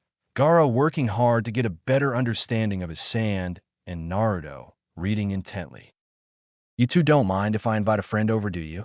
Naruto looked up from his scroll at Temari, seeing her unsure expression. "I'm fine with it," Naruto replied before returning to the scroll. Gaara stared at her oddly for a moment before a small smile came to his face. "Sure, Temari One-san," he said, before returning to shaping his sand into a castle bit by bit. Temari smiled at the irony, Gaara making a sand castle. He'd have never even thought of something like that 4 months ago. Nodding, she made her exit, heading toward her friend's house to invite her over. A couple of hours passed as Naruto continued to read his scrolls. Gaara eventually moved outside and practiced throwing shuriken at the targets in the backyard. Naruto was distracted from his reading by the sound of the front doors opening. Laying down the scroll, he stood and moved through the halls. He was curious as to who Temari had brought into the mansion. Usually, no one beside him and Gaara's siblings were in the estate. Yes, Gaara's father was here, but they rarely saw him. Walking through the doorway into the entrance hall, Naruto spotted Temari talking to her friend who looked somewhat scared. It was a girl around their age with dark brown hair, almost black. Her hair was shoulder length, and she had hazel eyes. She was wearing a kimono similar to Temari's. Upon seeing him, the girl froze and stared at him, taking in his strange features. Naruto stood calmly, watching as Temari reassured the girl that he wasn't dangerous. Once she had calmed down, he spoke. "Hello, my name is Naruto. Nice to meet you." He gave a small bow to the girl. "Hi, my name is Chinami Koki, and nice to meet you." The girl replied, much calmer than she was before, but still scared of the pale boy. Naruto nodded before walking in his normal, almost royal gait across the hall toward the kitchen and disappearing in the doorway. "See, he's not that bad. Gaara is much better too," Temari said. Her friend shakily nodded. "He's much nicer than I thought he would be." Kasen said he was a demon who wanted to kill everyone. She replied, "Stronger now." "Told you they are wrong. Naruto-san is just misunderstood. He only defended himself against people who attacked him for being different." Temari said, "Come on, let's go play." "Hi." With that, they both rushed up the stairs to Temari's room. With Naruto. "Oh, hi, Kankaro," Naruto said, seeing Kankaro eating some snacks at the kitchen table. "Hi, Naruto. Just came back for some lunch since Lady Chiyo gave me a break," Kankaro replied, stuffing some more food in his mouth. "You still gonna wear that silly cat uniform?" "It's not a cat uniform." Naruto said, moving to the fridge and getting out some food to eat. Naruto sat down beside Kankaro and continued to tease the boy about his fashion choices for the rest of the time Kankaro was there. After Kankaro left, Naruto returned to his scrolls and continued reading, finding Gaara napping once again on the living room couch, the sand wrapped around him like a blanket. Naruto chuckled. Gaara loved sleeping like nothing else after not being able to sleep for so long. In fact, Gaara was usually violent if woken up before he wanted to. When Temari had tried it once, Gaara's sand had pushed her away, wanting to stay asleep longer. Naruto grinned as he remembered that day. They had an outing planned at the park, and it was time to go. Temari had asked for his help, and he'd slid a vine through the covers, slipping past Gaara's sand and tickling Gaara mercilessly until he woke up. Naruto chuckled. Leaning back on the couch, he picked up where he left off in the scroll. Chakra is created when two other forms of energy, known collectively as one's stamina, are molded together. Chapter 2. The World Must Spin On. Roughly 6 years ago, Konoha. Namake's Minato stood by the bedside of his wife, who was thrashing on the bed in the throes of giving birth. Minato squeezed her hand and placed his other against the clearly weakened seal on her stomach. Channeling chakra into the seal, he held it together for a while longer. They had been at this for 5 hours so far, and he was struggling to keep the Kyuubi sealed. They were in the Namake's estate that was a ways off from Konoha, deeper into the Land of Fire. It was just him and his wife, Uzumaki Kushina, here in the building, which was a large 3-story compound, looking like a smaller feudal lord home. He had surrounded the building in many powerful seals to prevent those within the village of Konoha from feeling the evil chakra that was the Kyuubi's, as well as to keep people out. Minato was the Yondaime Hokage of the village hidden in the leaves. He had married his wife, Kushina, in secret to prevent her from being used as a way to get to him. The only people that knew were a couple of Kushina's friends, Minato's sensei Jiraiya and Sarutobi, the last Hokage. Minato had a sense of foreboding, and he offered a quick prayer to Kami in hopes nothing went wrong with the birth of his son. He focused more chakra into the seal, squeezing Kushina's hand in support. "I'm going to kill you, Minato. I'll neuter you with a freaking spoon." Kushina screamed, nearly crushing her husband's hand. Minato's sweat dropped at his wife's yell, but he didn't respond. Instead, he stroked her hair as she continued to work to bring their son into the world. "You're doing good, Heim, princess." "Almost there," Minato reassured his wife. H. The fiery redhead screamed as she gave one final push. Minato released his wife's grasp and used both hands to lift up their child. Minato held the frail infant gently as he grabbed a blanket and wrapped the surprisingly silent child in it. As Minato slowly rocked the small boy, he noticed the 6 whisker marks, 3 on each cheek. "It must be from Kushina being the Kyuubi Jinchuriki," he mused.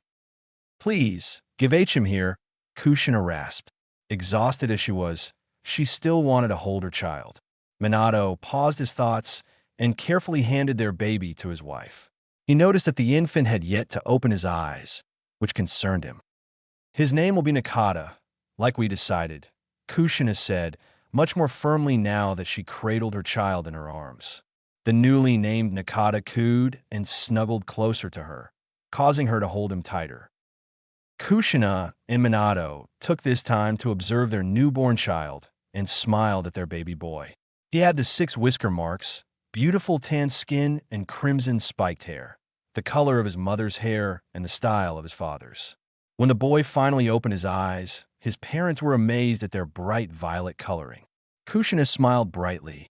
"Haha, Minato-kun, he looks more like me than you," she yelled loudly, having won the bet with her husband. Minato smiled happily, uncaring that he lost. "I now have a son, something I thought I would never have." "He has my face, though," Minato countered, but Kushina wasn't paying attention anymore. Kushina tickled her son lightly. "I'm so happy to have my son in my arms," Kushina rejoiced. Pulling her son closer, she rubbed noses with her child, eliciting a soft giggle from the small boy. "Congratulations, Kushina. You have brought our son into the world," Minato said, leaning on the bed next to his wife and smiling as he caressed the top of Nakata's head.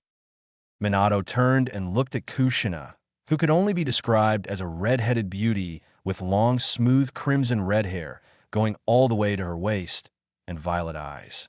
She smiled at Minato as she slowly rocked their son back and forth. "Hello, Sochi," Kushina said to Nakata as she stared into his intelligent violet eyes. Minato turned to his son, pride clear on his face. Welcome to our family, Nakata. Rest Kushinaheim. I'll go wash Nakata and check to make sure that he's okay, Minato said. He reached for the newborn to go give him his first bath. As he carried his son toward the door, Kushina smiled as she watched them go and then laid back exhausted against the bed. The fiery redhead stared up at the ceiling, a peaceful, delighted smile on her face. Things had been rough up to this point in her life, but she finally had the family she had always wanted. Her precious Nakata was here in the world, and she would take care of him.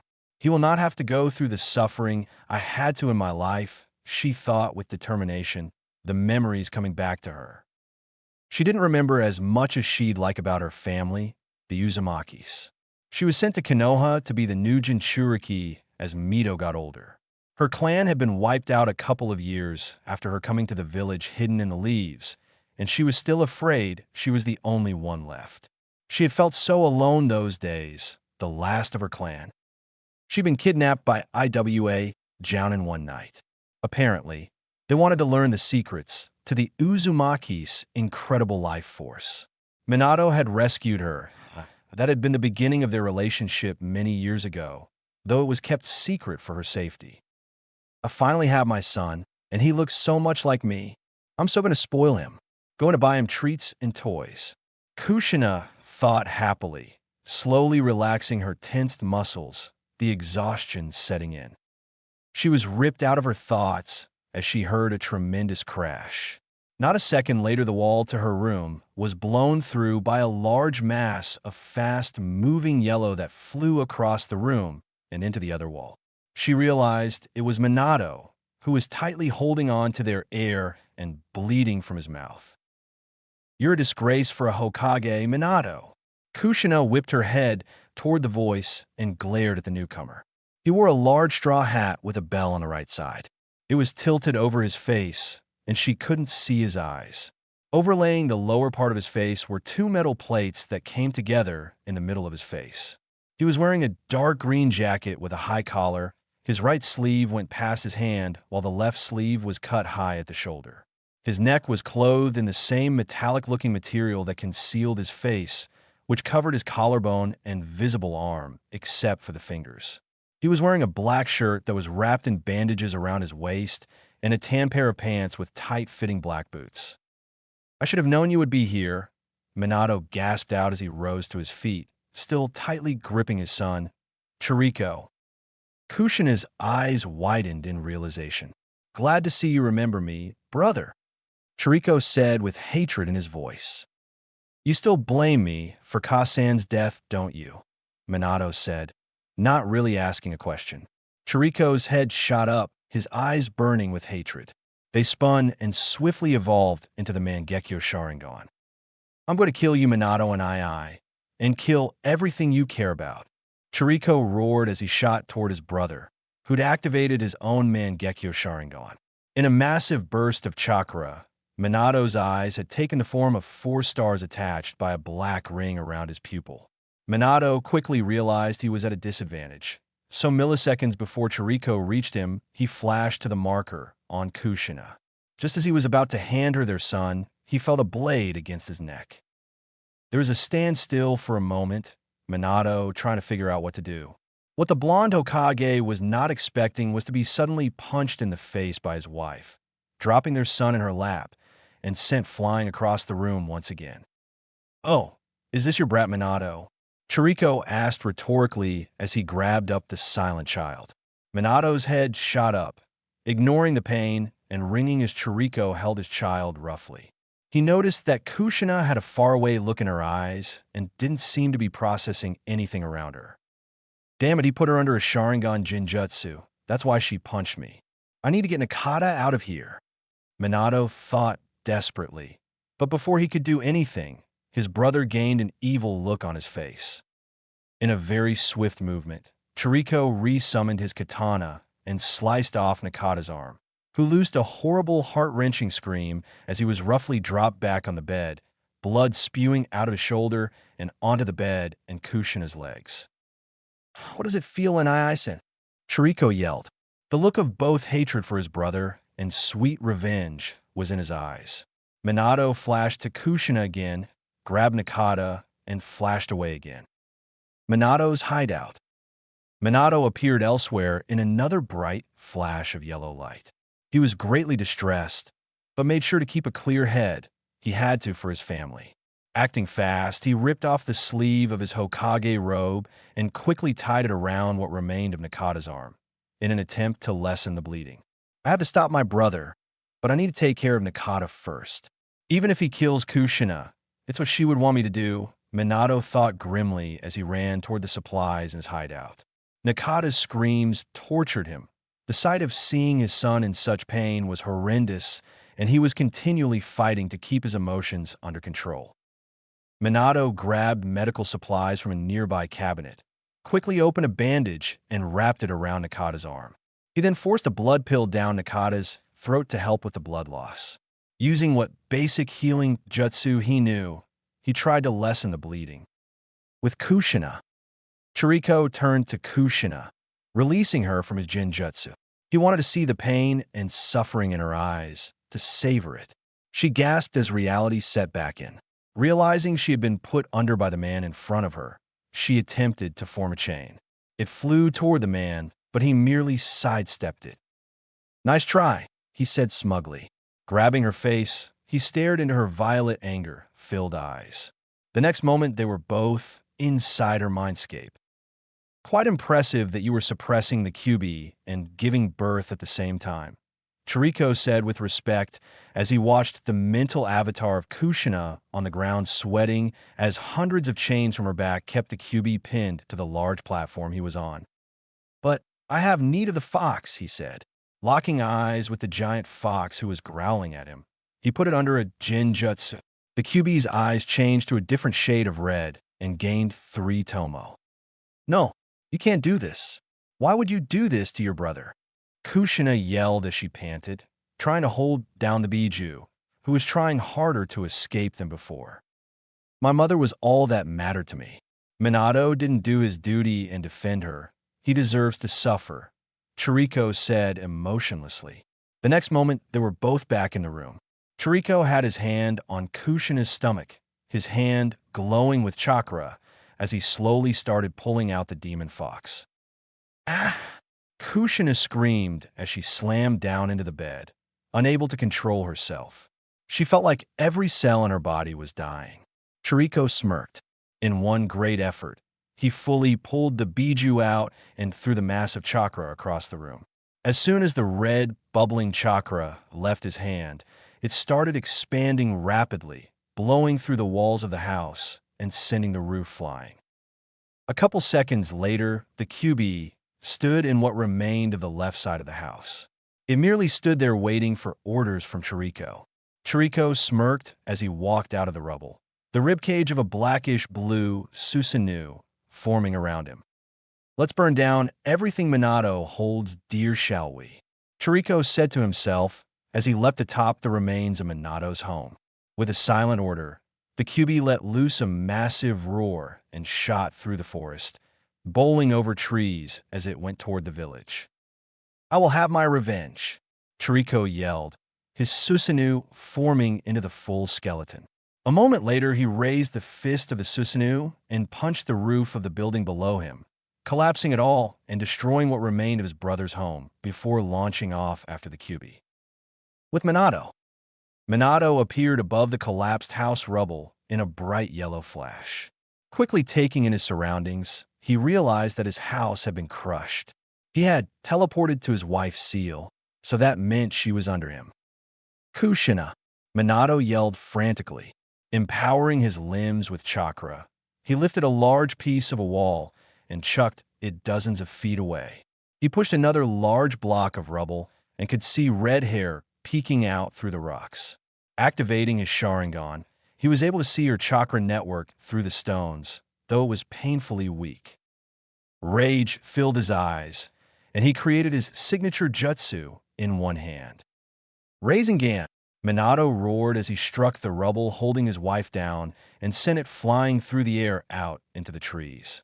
There lay Kushina, one arm crushed, bleeding and impaled in multiple places, but thankfully still alive even after all she had been through.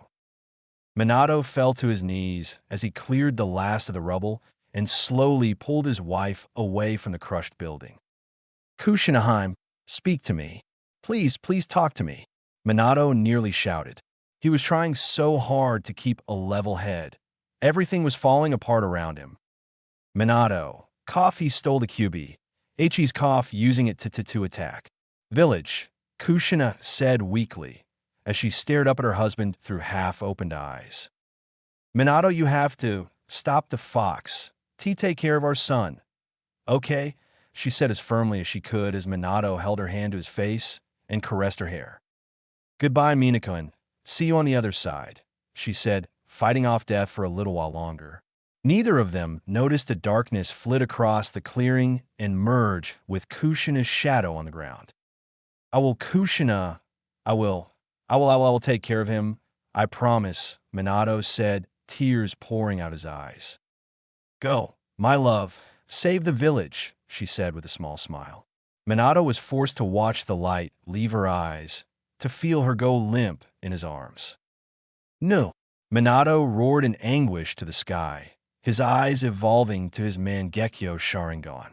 His chakra flared violently around him as his eyes started bleeding and gained a dangerous look. His Susanoo formed around him, a bright yellow skeleton. Minato fought against his own emotions.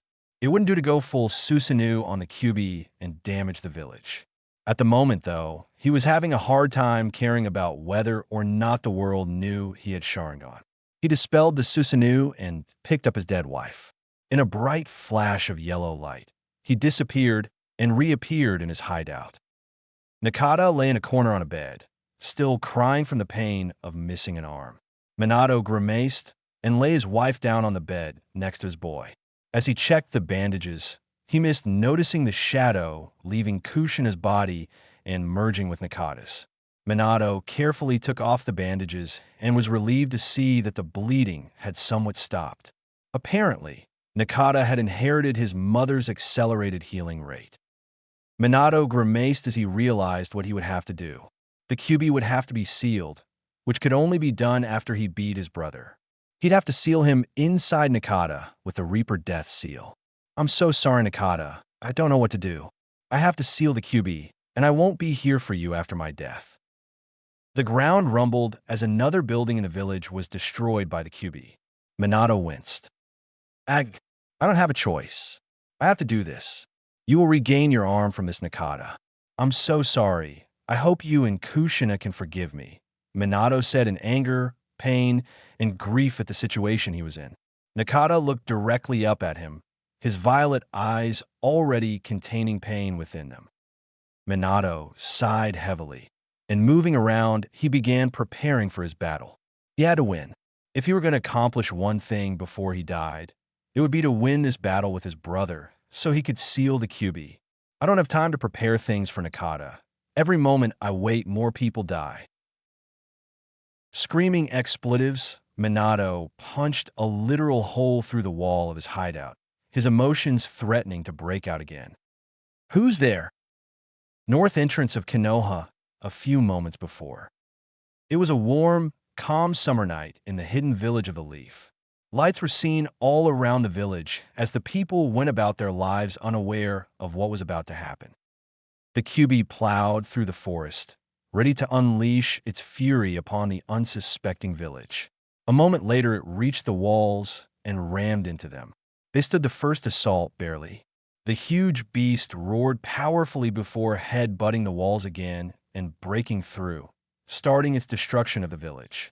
Swinging its tails and using its paws, the QB laid havoc to the nearest buildings, rapidly moving through the town. An eye for an eye is never enough. Never, never, never, Chiriko said to himself as he alighted on the walls, watching the Biju charge into the village, destroying everything in its path. Sarutobi. Sandame-sama, the QB has appeared in the north part of the village, and Ambu said as he bowed to the Sandame Hokage. Yes, I heard it. Summon the forces and evacuate the civilians.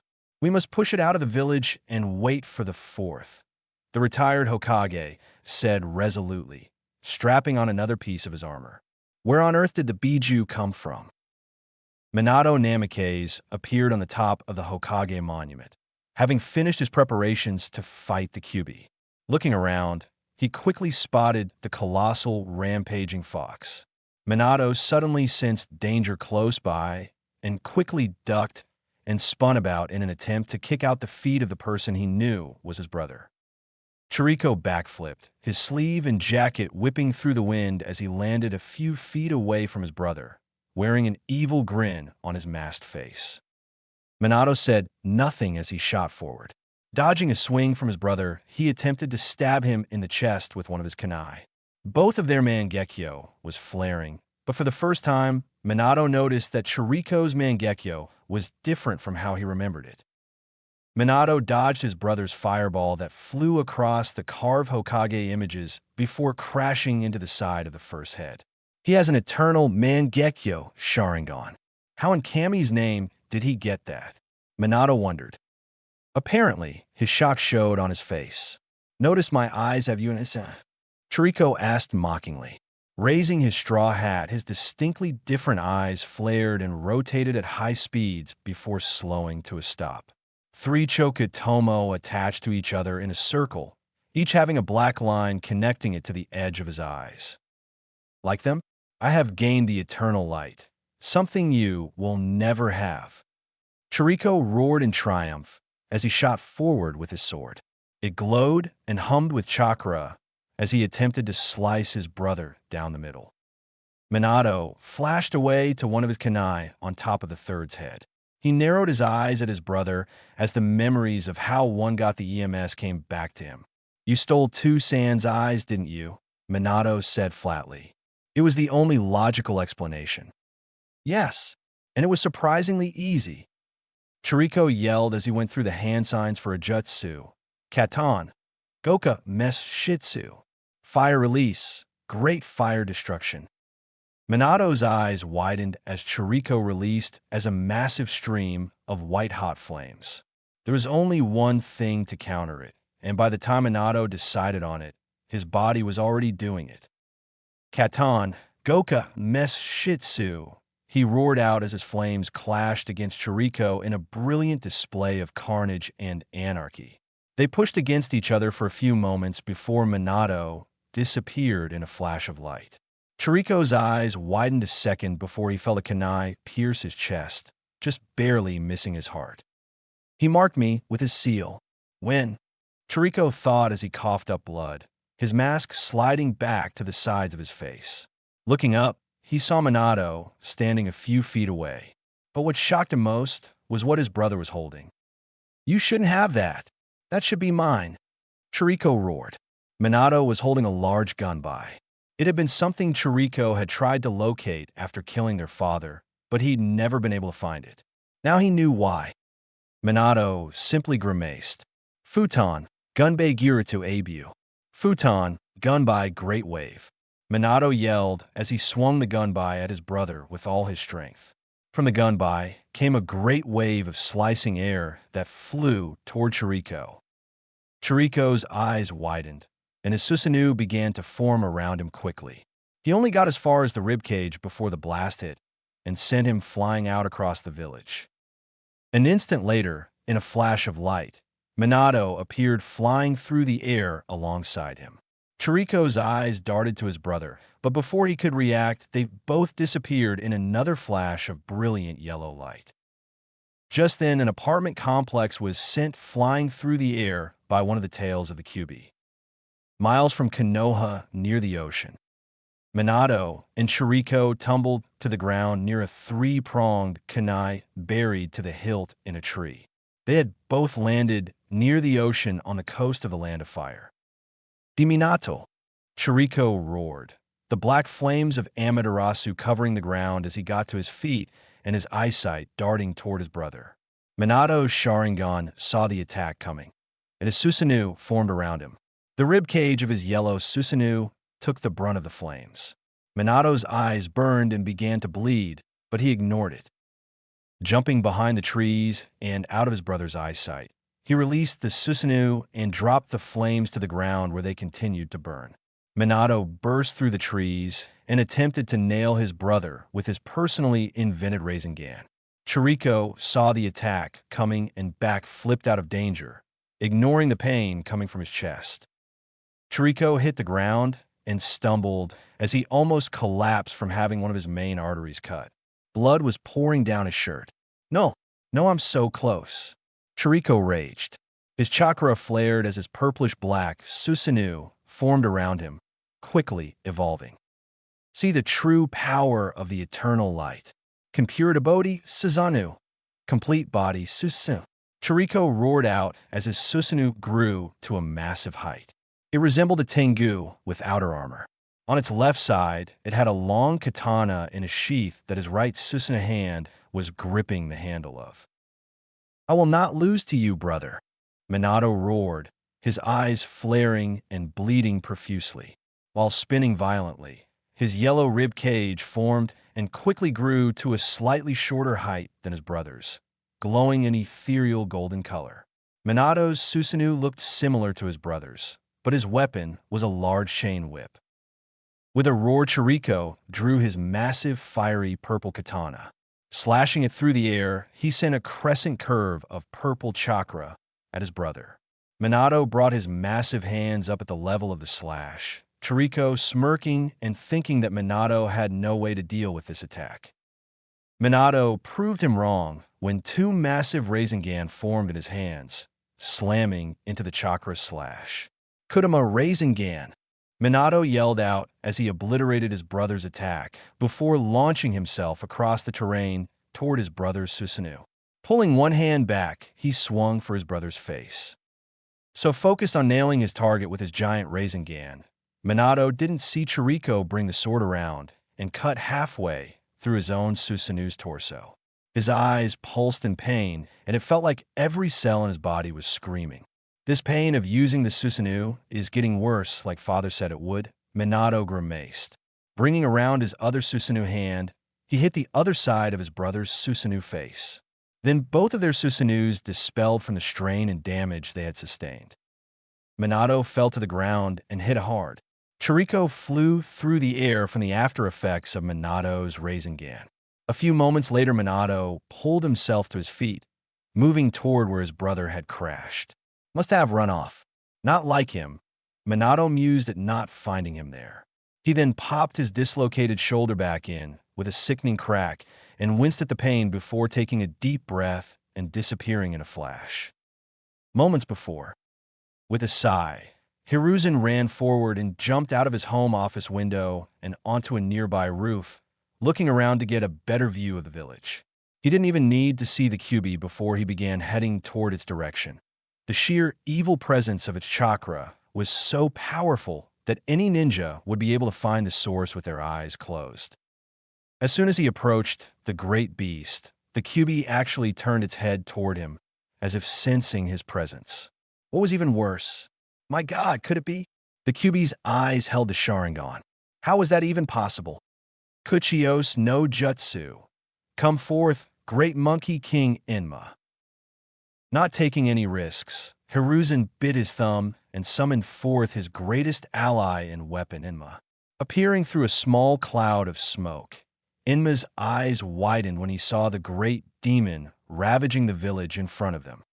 Good Lord, it's the Nine Tails, he exclaimed, turning back to look at Hiruzen. What is going on, Sarutobi? The Kyuubi has appeared within the village, and it looks like the beast somehow has a Kekii Genkai. Hiruzen quickly explained, pointing back to the giant fox. Look, the Kyuubi has the Sharingan. Sure enough, with a closer look, Enma was able to spot the 3 Tomo eyes of the beast. I think the Kyuubi might be being controlled, Sarutobi. Biju cannot have Kekii Genkai, Enma said as he winced from the crash of a flying building hitting the ground. Let's not waste any time, Enma, Hiruzen shouted out to his companion, completely not hearing what his partner said over the crash of another building. Transform and help me push the fox out of the village. Right, here I go, Sarutobi. In another blast of smoke, Emma transformed into the famed Black Diamond Staff and flew towards Hiruzen, who caught it out of the air and spun it around to face the Nine Tails. "Here we go," he shouted while pushing his chakra into the staff. Instantly, the staff expanded outwards at an incredible rate, shooting forth hundreds of yards in a second all, while growing as it went. By the time it reached the QB, the end of the staff was bigger than a house. It slammed into the beast with so much force that it actually managed to push it back, sending it flying backward and outside of the village's perimeter. A massive cheer arose from the shinobi who had been in the area to see this incredible feat. Seconds later, Shikaku, the head ninja under the fourth Hokage, landed next to Hiruzen. All around them, Jonin and AMBU ninja sped toward the QB. "Lord Third," Shikaku called out, "I've briefed the high-level ninja. They're to keep fighting the QB and keep it out of the village now.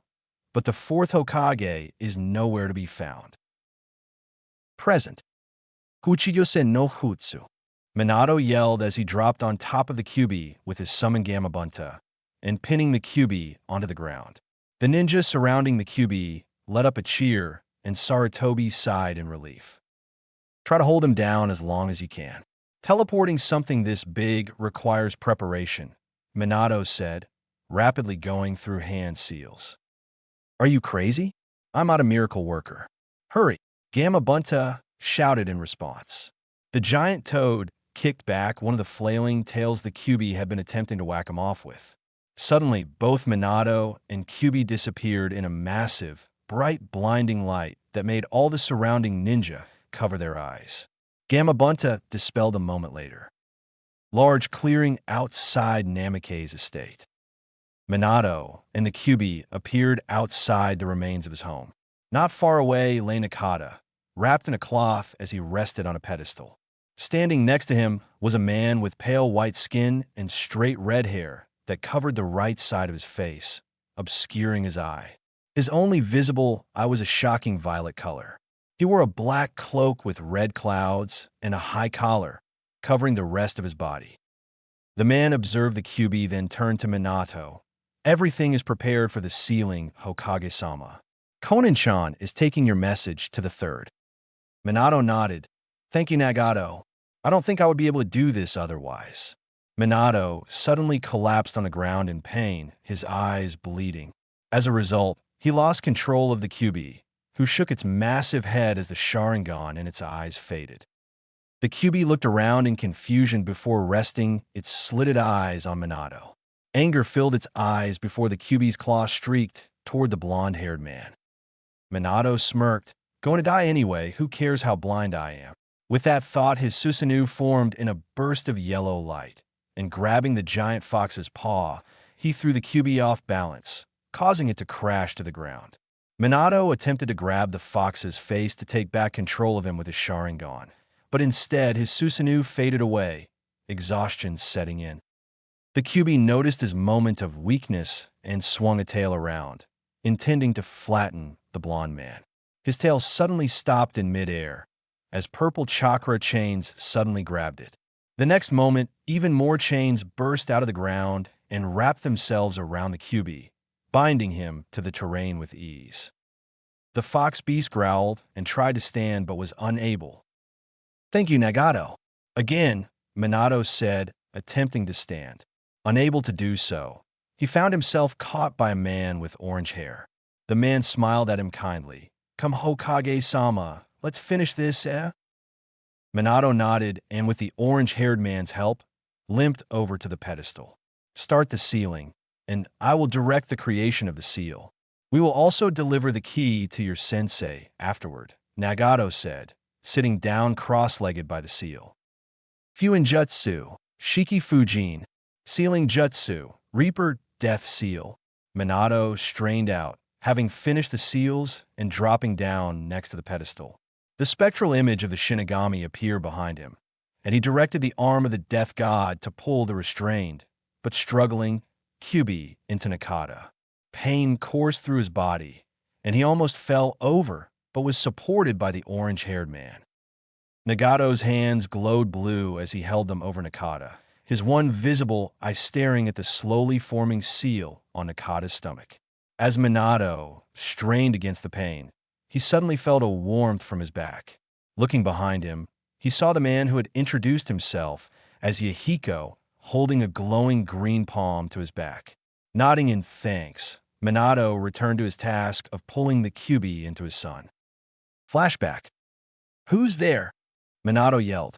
Turning around with a Rinnegan formed in his hands, he glared at the three shadowy figures in the darkness of his hideout. "We mean you no harm, Yondaime," one said, sounding distinctly feminine. The middle one stepped out of the darkness, his features becoming visible. He had red hair and one visible purple eye, the other covered by his hair. The other two stepped out, and Minato noticed they all wore the same cloak, black with red clouds and high collars. "Who are you and what you want?" Minato moved slowly between them and his wife's body and son. "My name is Nagato. I am one of the students of your father." Minato's eyes widened majorly, staring at Nagato in shock. "After your father took you to Konoha, he traveled the nations. He eventually ran into my friends and me when we were but weak war-suffering orphans from the war in the land of rain."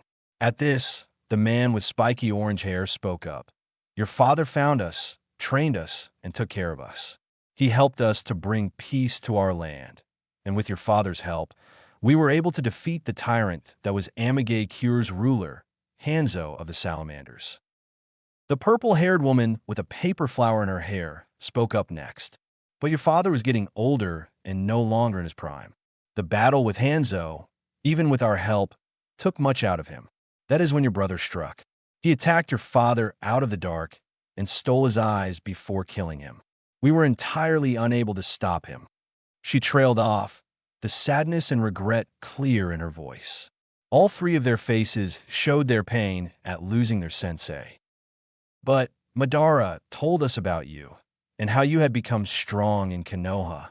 We kept tabs on you over the years as I eventually became the leader of Amagekyure. In fact, we were on our way here to introduce ourselves to you when we sensed the Kyuubi. Your father gave us a way to track you, and thus we found your hideout here." Nagato explained, his one visible eye looking past Minato at his bandaged son. "We wish to help you seal the Biju. I am extremely proficient in the sealing arts and can be of help. Conan here is very talented in a range of paper-style jutsu, and Yahiko is talented mostly in water-style jutsu," Nagato said, returning his gaze to the visibly relaxed Minato. "You're an Uzumaki, aren't you, Nagato?" Minato asked, surprising the red-headed man. He nodded. "But I didn't know about my heritage until recently." Minato smiled. "Which means you are related to my son, my wife." Minato suddenly trailed off, but Conan understood and changed the subject. "Hokage-sama, do you have a way to seal the Biju? Presumably into your son." Minato nodded in response. "I plan to use the Reaper Death Seal." Nagato nodded in understanding. "If you wish, we could deliver a message to the third so that he understand what happened." "Yes, I believe that would be best," Minato said, quickly pulling out paper and writing a letter to the third who most likely would take back up the hat after his death. "Go to my mansion with Nakata and prepare for the sealing. After I defeat my brother, I will teleport the Kyuubi there. Thank you for your help." Minato still had some misgivings about the trio, but he felt that he could trust them. "Understood. Conan will deliver the letter," Nagato said. Taking Nakata from Minato, they quickly made their exit, heading toward the Hokage's mansion. "Here we go. Forgive me, Kushinaheim." Minato sighed before disappearing in a bright flash of light. In flashback. "Minato, what do you want us to do with Nakata?" Nagato started, pulling Minato out of his thoughts and back to the task at hand. "I hope that the village will see him as a hero. I explained it to Sarutobi in my letter. All I ask is that you take him to Sarutobi. He will know what to do and take care of Nakata." Minato groaned in pain, and Yahiko poured more chakra into Minato. "Understood. We will come and check on Naruto after a few years. I will look after my Oiko-san after all." Nagato chuckled, watching as Nakata's arm began to regenerate from the Kyuubi's chakra. It was the first thing he had directed it to do upon entering the boys' system. Nagato was glad that they had put the small child to sleep so that he could not feel the pain of having the strongest Biju forced into his body. Thank you. I have to go now, Minato said, calm settling over him as he felt the Shinigami reach for him from behind him. You did the best you could, Hokage-sama. Perhaps we will see each other again in the next world, Yahiko said from behind him, stepping away as Minato's soul was removed from his body. Nagato and Yahiko saw his soul smiling before disappearing entirely. It is done. Let us go, Nagato said, standing and picking up the red-headed whiskered boy. Yahiko nodded, and a moment later 4 chains shot out of Nagato's back. Slamming into the surrounding ground, they lifted him up, and he began moving through the trees, the chains acting as legs while he floated in the middle of them, carrying Nakata Uzumaki. Yahiko warped water chakra around him, and moving it under him, he stood on the surface of the water, making the water in a wave through the trees. He forced the water to follow after his childhood friend toward the Hokage Tower. With Sarutobi, we have not found the 4th Hokage, Lord Third. Our best guess is that he was killed when he killed the Kyuubi, a Jonin stated as he stood next to the retired Hokage. Biju cannot be killed. He must have sealed it somehow. Until we find Minato, and this is all worked out, I will return to the mantle of Hokage. Understood, Sarutobi said firmly, his face serious as he stared out across the destruction of the village. Not all of it was destroyed, but there was a giant trampled pathway from the north gate toward the center. Hi, Hokage-sama. All the ninja responded and saluted the professor. Sarutobi nodded. Continue searching for the 4th. Also begin rebuilding and relocation. Look for survivors in the pathway of the Kyuubi, he ordered, then disappeared in a shunshin. The shinobi all nodded and vanished toward their respective groups to transmit and follow the Third's orders. The Third appeared in the Hokage office in a swirl of leaves. He didn't think he would ever be taking back up the hat, but for now, it was what was needed. Sarutobi grimaced as he thought about how many shinobi died today protecting their village against the Biju. Sarutobi made a mental note to check at Minato's house. Wait, where is Kushina? Sarutobi's mind clicked into place, the direction of destruction, Kushina being the container, pregnant. Oh no. Sarutobi left the village faster than he had ever before in his life, almost flying toward Minato's mansion, following the massive path of destruction made by the Kyuubi. She wasn't supposed to deliver for another month. Sarutobi nearly freaked. It all made sense now. Only a couple of moments later did he arrive at the decimated house that used to be Minato's mansion. Landing on top of the rubble, he searched around frantically, and a moment later he found a clearing. He saw a small pedestal with still burning candles on it. Confusion was written all over his face as he tried to understand what happened. Lord Third, my name is Conan. I'm a friend of Minato's. Sarutobi turned quickly toward the voice, seeing a lady appearing in mid-air, paper coming together to form her body before she alighted on the ground. Her orange eyes stared at him as he took in her features, purple hair with a paper flower and wrapped in a black cloak with red clouds. Much has happened. All will be explained.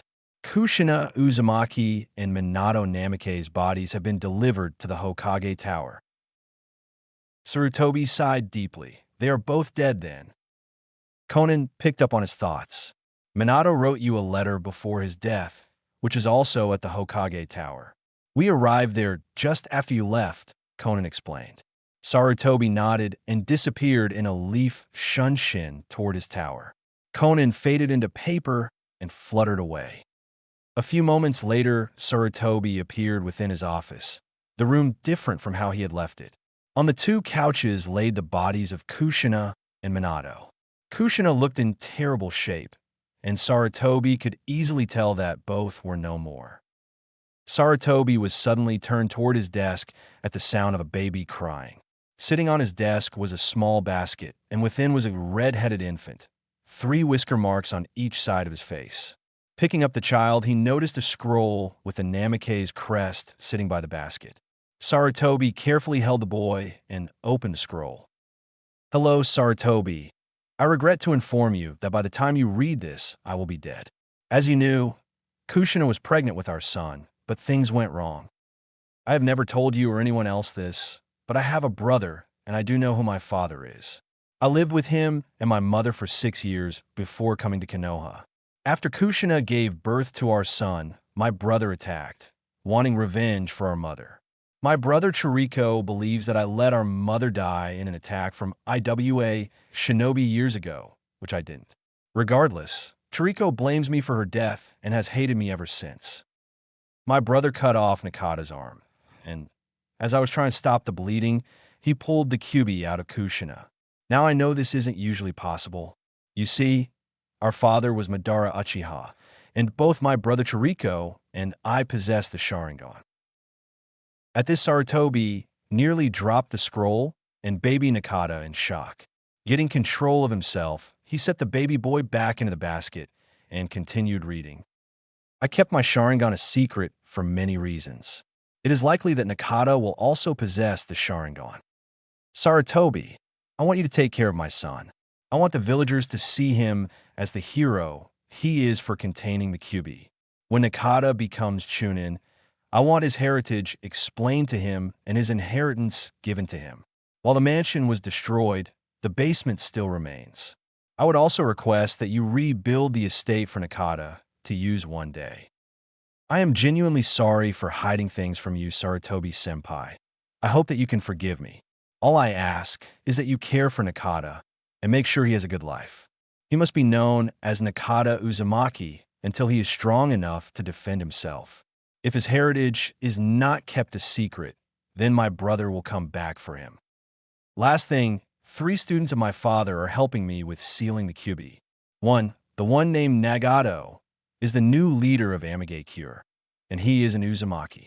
He will be returning to the village in a few years to check in and introduce himself to Nakata.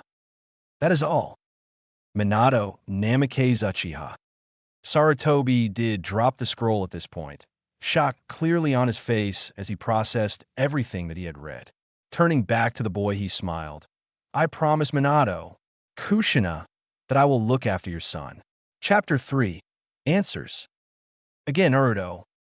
Naruto nodded and began running around the training course as fast as he could. Nearby in the training field, the children of the Kazekage were practicing. Temari was working on low-level wind jutsu with her new fan. Kankuro was practicing with his puppets, and Gaara was figuring out how to make sand armor a workable concept. Baki stood watching over them all, and Naruto was sprinting around the outskirts of the training field. All of them had switched into training clothes, and they'd been training for several hours. They were all determined to get stronger, and Baki was struggling to come up with lessons fast enough. Baki had been uneasy about training them all when Temari had first requested it to her father. Baki had been in the office at the time, and he knew he would get assigned this job. Training the children of the Kazekage was a great honor, but it also meant he had to be wary of dying. 2 out of the 4 children could kill him if they really wanted to. Both had killed hundreds of civilians and shinobi. The Kazekage had agreed to the request, predictably assigning him as their teacher until they entered the academy. That was 6 months ago, and all 4 of them had since grown much stronger. Baki had taught them how to channel chakra to their ears, eyes, and muscles to improve them. That had been when Naruto activated his dojutsu, which was, in fact, the Byakugan. The Kazekage had been ecstatic when he read Baki's report on their training. Naruto was definitely a significant asset to the village's military. Naruto's Byakugan didn't pulse out the veins around his eye like the Hyuga's clan Byakugan, surprisingly. The Kazekage had made the fact that Naruto's eyes were the Byakugan an S-class secret in the village. Only a few people knew this because the Kazekage didn't want spies from Konoha, or worse. Naruto, enough. Take a breather, and then you'll spar with Kankuro, then Temari with Gaara, Baki ordered, getting acknowledgments from his students. Aye, Baki-sensei, Naruto replied, his voice flat and monotone. Baki kept his composure. used to Naruto's dislike of him. He didn't understand why Naruto seemed to dislike him, but it didn't worry him. Naruto followed orders without objection in regards to training, and nothing more was required of him for now. Naruto moved to a tree and sat down, the shade around him expanding as the tree literally bent over him. Naruto's control over all plant life still amazed Baki. The plants themselves seemed to want to protect him and would defend him from harm without him even being aware there was a danger. It was very similar to Gaara's automatic sand defense. Naruto leaned back against the tree trunk, staring into the crisp, clear blue sky, no clouds at all visible.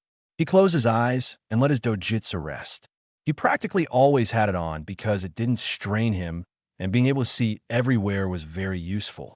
The beauty of it was that no one could tell that he'd activated it unless they looked closely and knew what to look for. Naruto let a faint smile come to his lips. He somehow knew that there was a specific reason for this. His sensei had given him what scrolls Suna had on the Hyuga clan, in which one stated that most beginner Byakugan users had to practice to extend their range past 100 meters. He found that his first day using it, he could almost see all of Suna. With training, he could see the gate guards. I can feel it, Naruto thought. Since the night he lost his parents, he could sense this being out in the far distance. Over time, it kept getting closer to him, and he felt more at peace and calm as it got closer. Naruto awaited its arrival with open arms, knowing it would answer all his questions. Taking a deep breath, he relaxed further against the tree, letting his aching muscles calm down. Naruto let down his guard, something that Baki's sensei had drilled into them never to do. But my guard is never down. Even if I'm asleep, the plants protect me, he mused. I wonder if I can get the plants to not defend me without having to constantly order them not to. I can only get so strong if they're always defending me, Naruto thought after a few moments. He loved the plants dearly, but it would be hard to grow if they would always save him from getting punched, even though he had messed up. Naruto, come to the center for your spar, Baki called.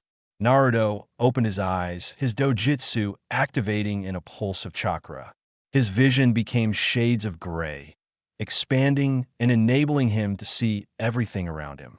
His vision darted over to Kankuro as he stood up, rotating his view around the boy, looking for anything unusual he would need to know in the fight.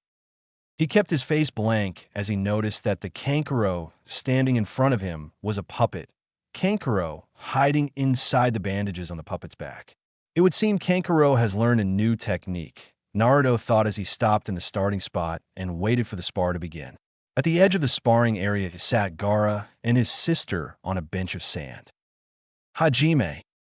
Both Naruto and Kankuro didn't move. Naruto, seemingly staring at nothing while in truth, he was analyzing Kankuro from all angles and even from within the puppet, seeking to find all the new hidden traps. Kankuro, meanwhile, was preparing to attack.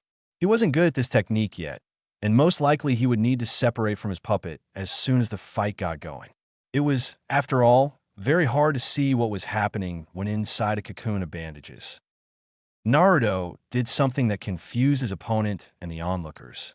Bored from waiting for Kankuro to attack, he sat down cross-legged, his hands in his lap.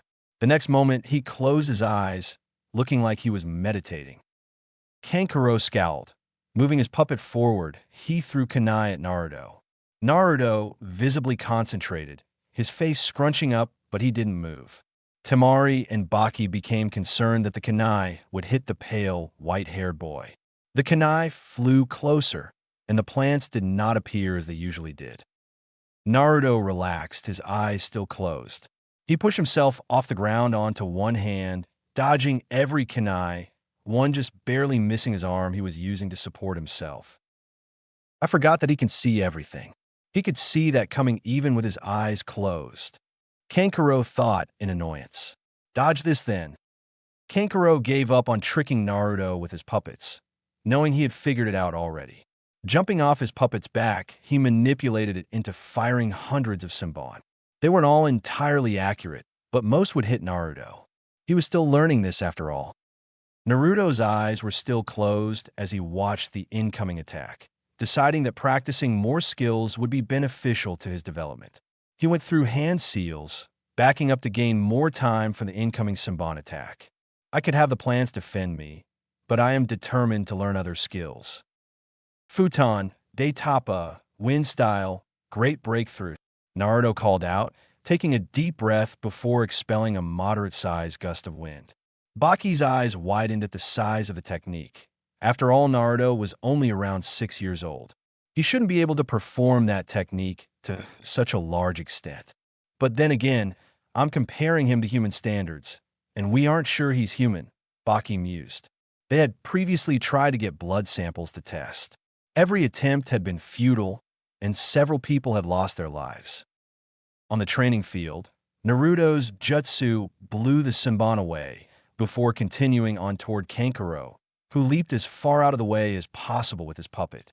The wind burst continued on before impacting with the sturdy walls of the training field and dissipating.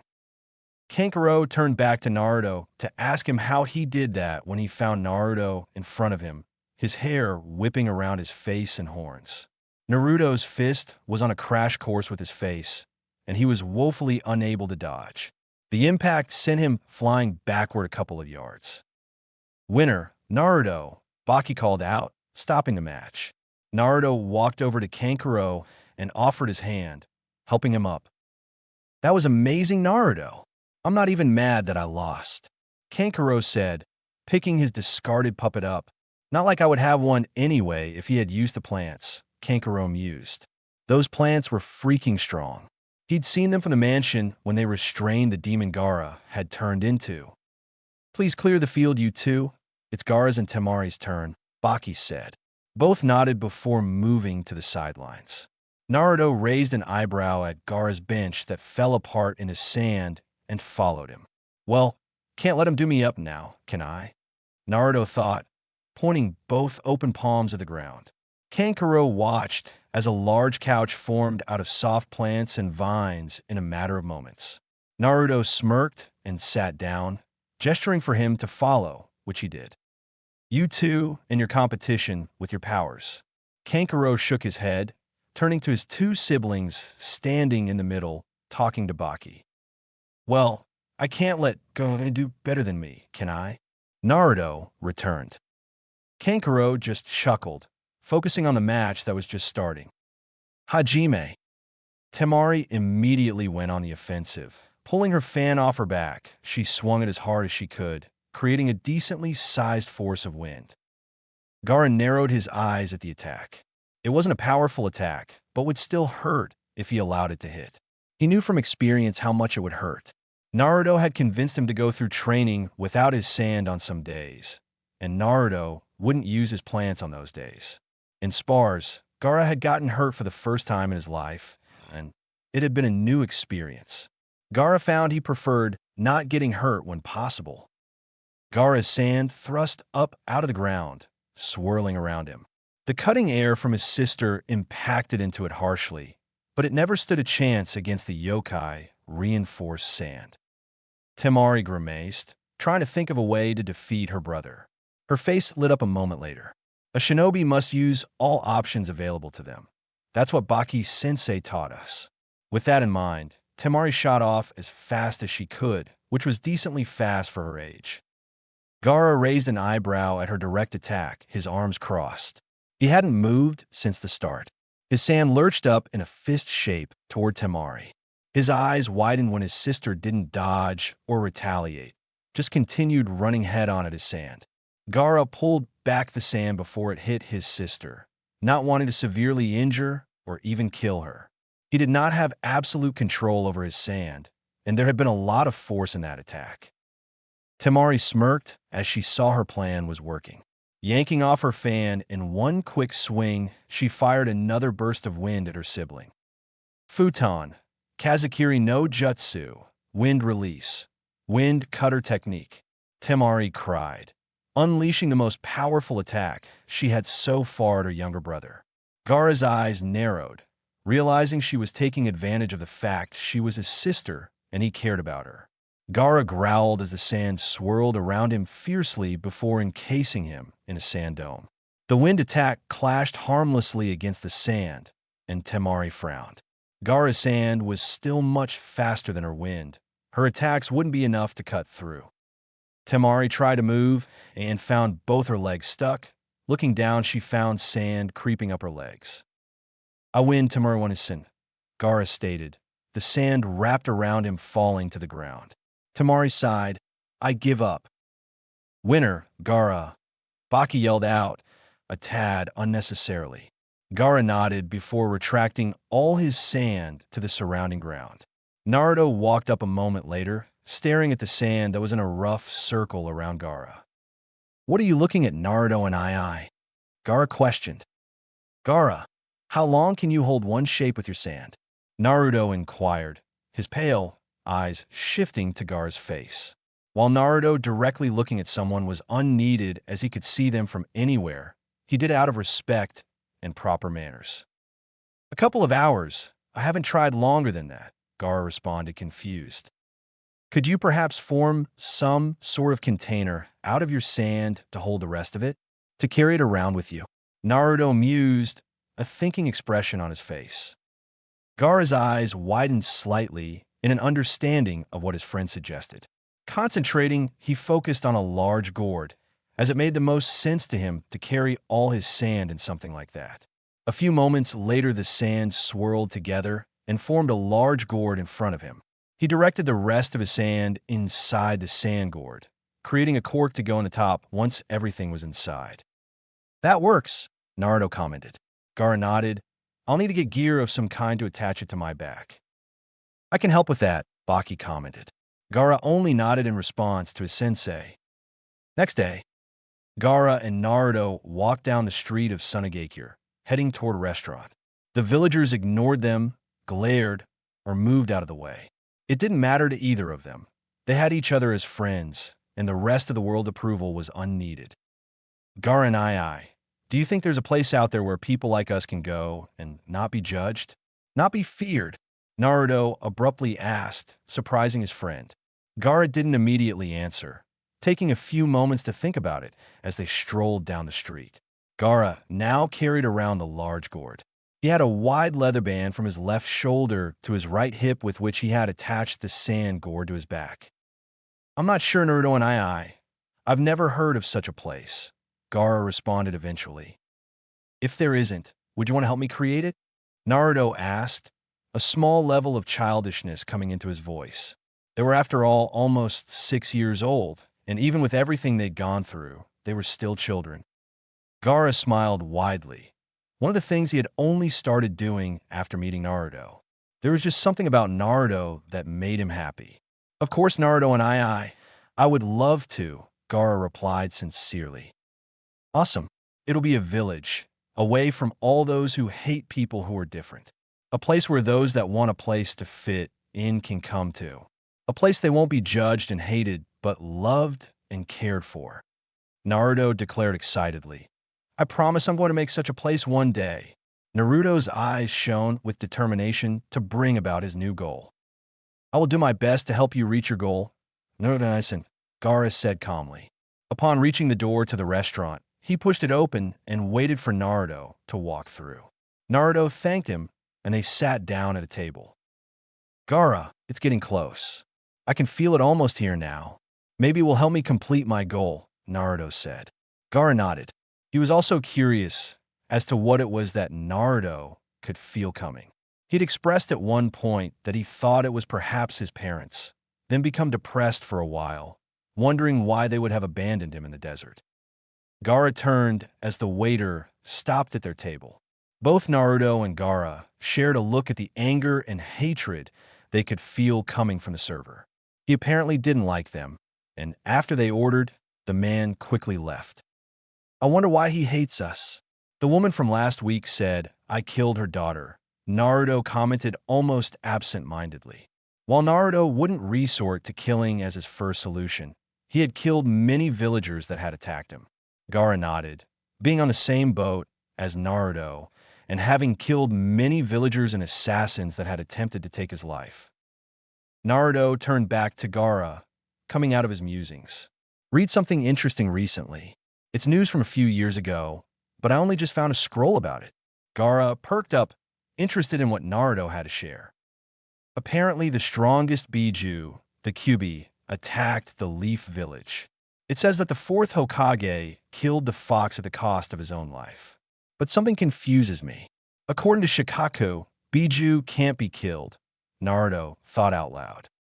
That's true, we can't be killed. Most likely Hitomi Wani-san was sealed. They would have had to use a baby, as her yokai is too potent to be sealed into anything else. Shikaku's cackling voice rang out in Gaara's head. I thought you were asleep, Gaara mentally replied. Conversation is exciting. Besides listening to the Ki no Ko, Tree Child, is interesting, Shikaku replied from within the mindscape of Gaara's mind.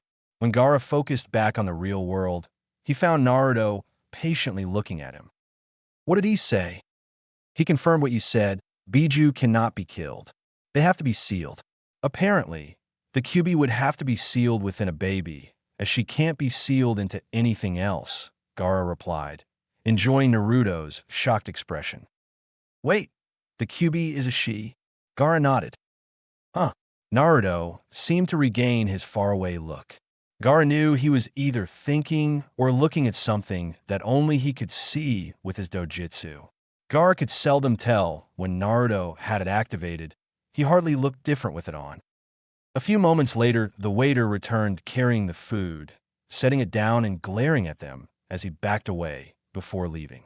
Gaara ignored the man with ease, and Naruto's attention was entirely on the food in front of him. Itadikamasu, they both said calmly before digging in. Neither said anything as they eat, preferring to thoroughly enjoy their food. Gaara, the food is poisoned. Stop eating it. I'm working to get it out of your system now. Gaara immediately spit out the food, turning to warn Naruto only to find him scrunching up in pain. The next instant, Naruto let loose a tremendous scream of pain. Gaara's eyes widened majorly, shock and confusion overwhelming him. Gaara, the waiter poisoned you and Naruto. The raccoon was cut off as Gaara's chakra spiked dangerously, and strong killing intent flowed in thick waves from the boy, choking everyone in the vicinity. His sand started to quickly rush out of the gourd, heading toward the waiter, intent on crushing him. Gaara, now is not the time. Later, you have to get Naruto to a hospital. Shikaku yelled, cutting through the red haze enveloping his Jinchuriki. He shook his head, realizing the danger his friend was in. Even if Naruto wasn't human, he didn't have a Biju inside of him to heal him from poison. Gaara sent his sand out and wrapped it around Naruto quickly, the killing intent fading only slightly. Picking up his friend, he hurried across the room, sand flowing out from him in waves and moving people, tables, and chairs out of the way. He reached the front doors and blew them off their hinges and into the street without a second thought. Right before he left, he shot the waiter a glare. You will die, Gaara snarled, his voice dangerous and demonic. The waiter, just about near, fainted from the killing intent and terror. The next moment, Gaara turned and disappeared from view. Soon a hospital. Naruto lay on a hospital bed, Gaara standing right beside him as a medic ran his glowing hands over his friend.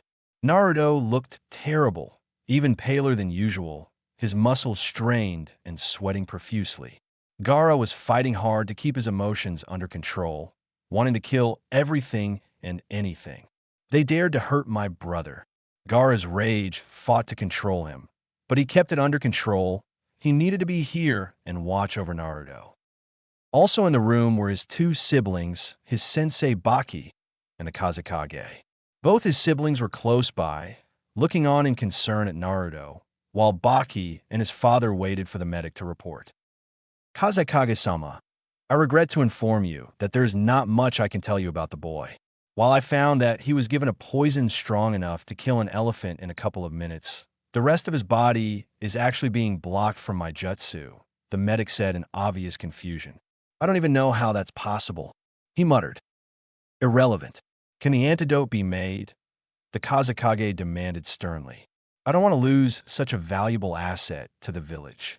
Not only that, but Naruto kept Gaara sane and in control. Yes, Kazekage-sama, but it's unneeded. His body seems to be rejecting the poison slowly by itself.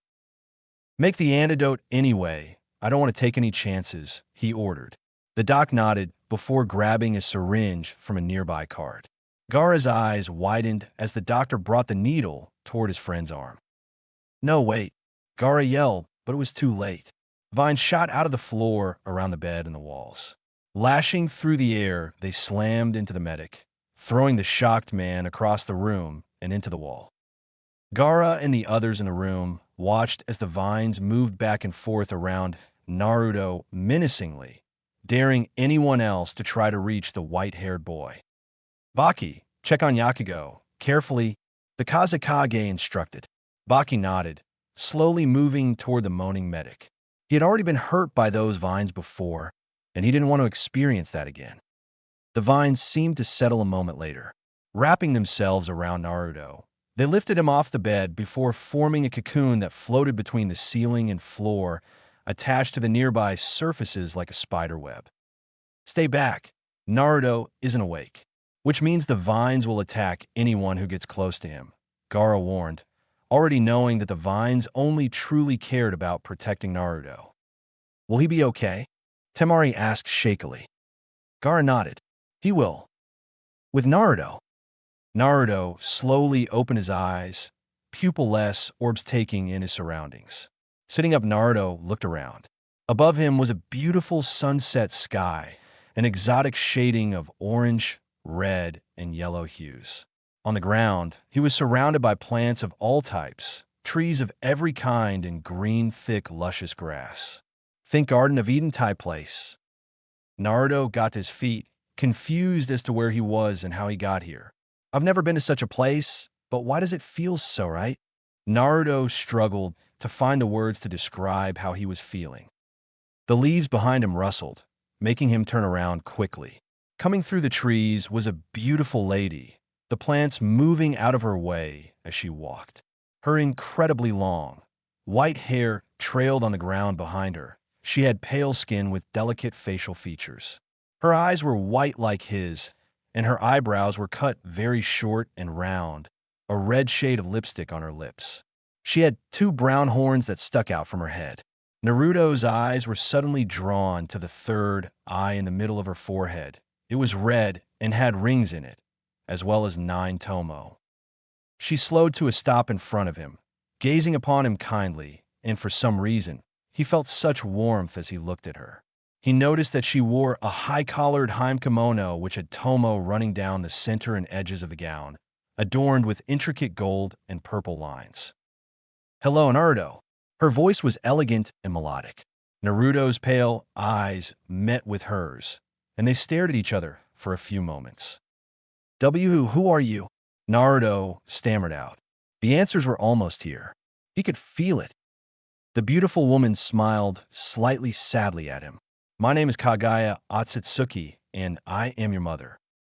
Naruto finally snapped, his mouth dropping open in shock as he stared at the woman claiming to be his mother.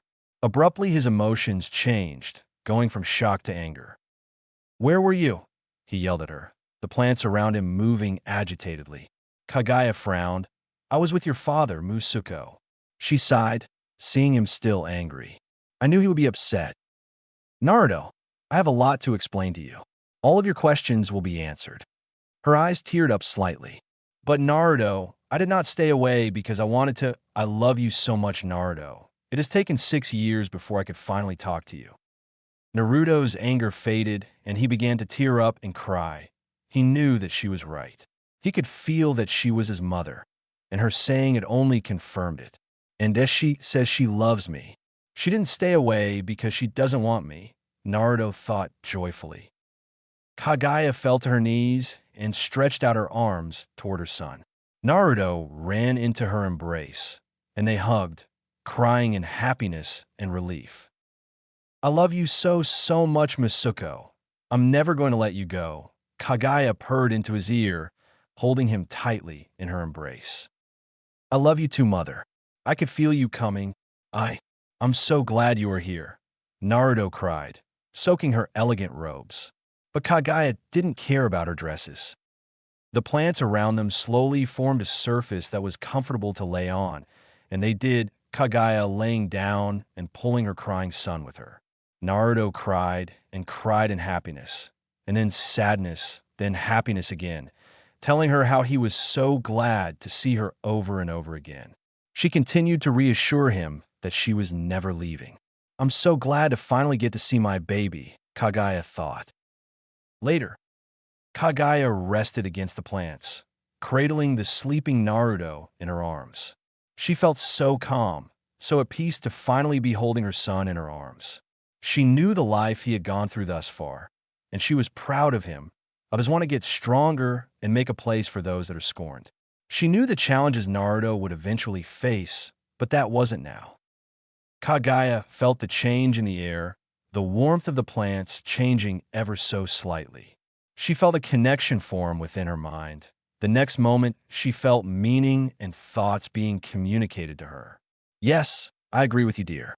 Our son is going to be very strong. I'm so proud of him, and I know you are too, Kagaya thought. Her response was a definite feeling across the connection. She smiled, knowing her husband was happy that he had finally been able to move her entire essence inside Naruto.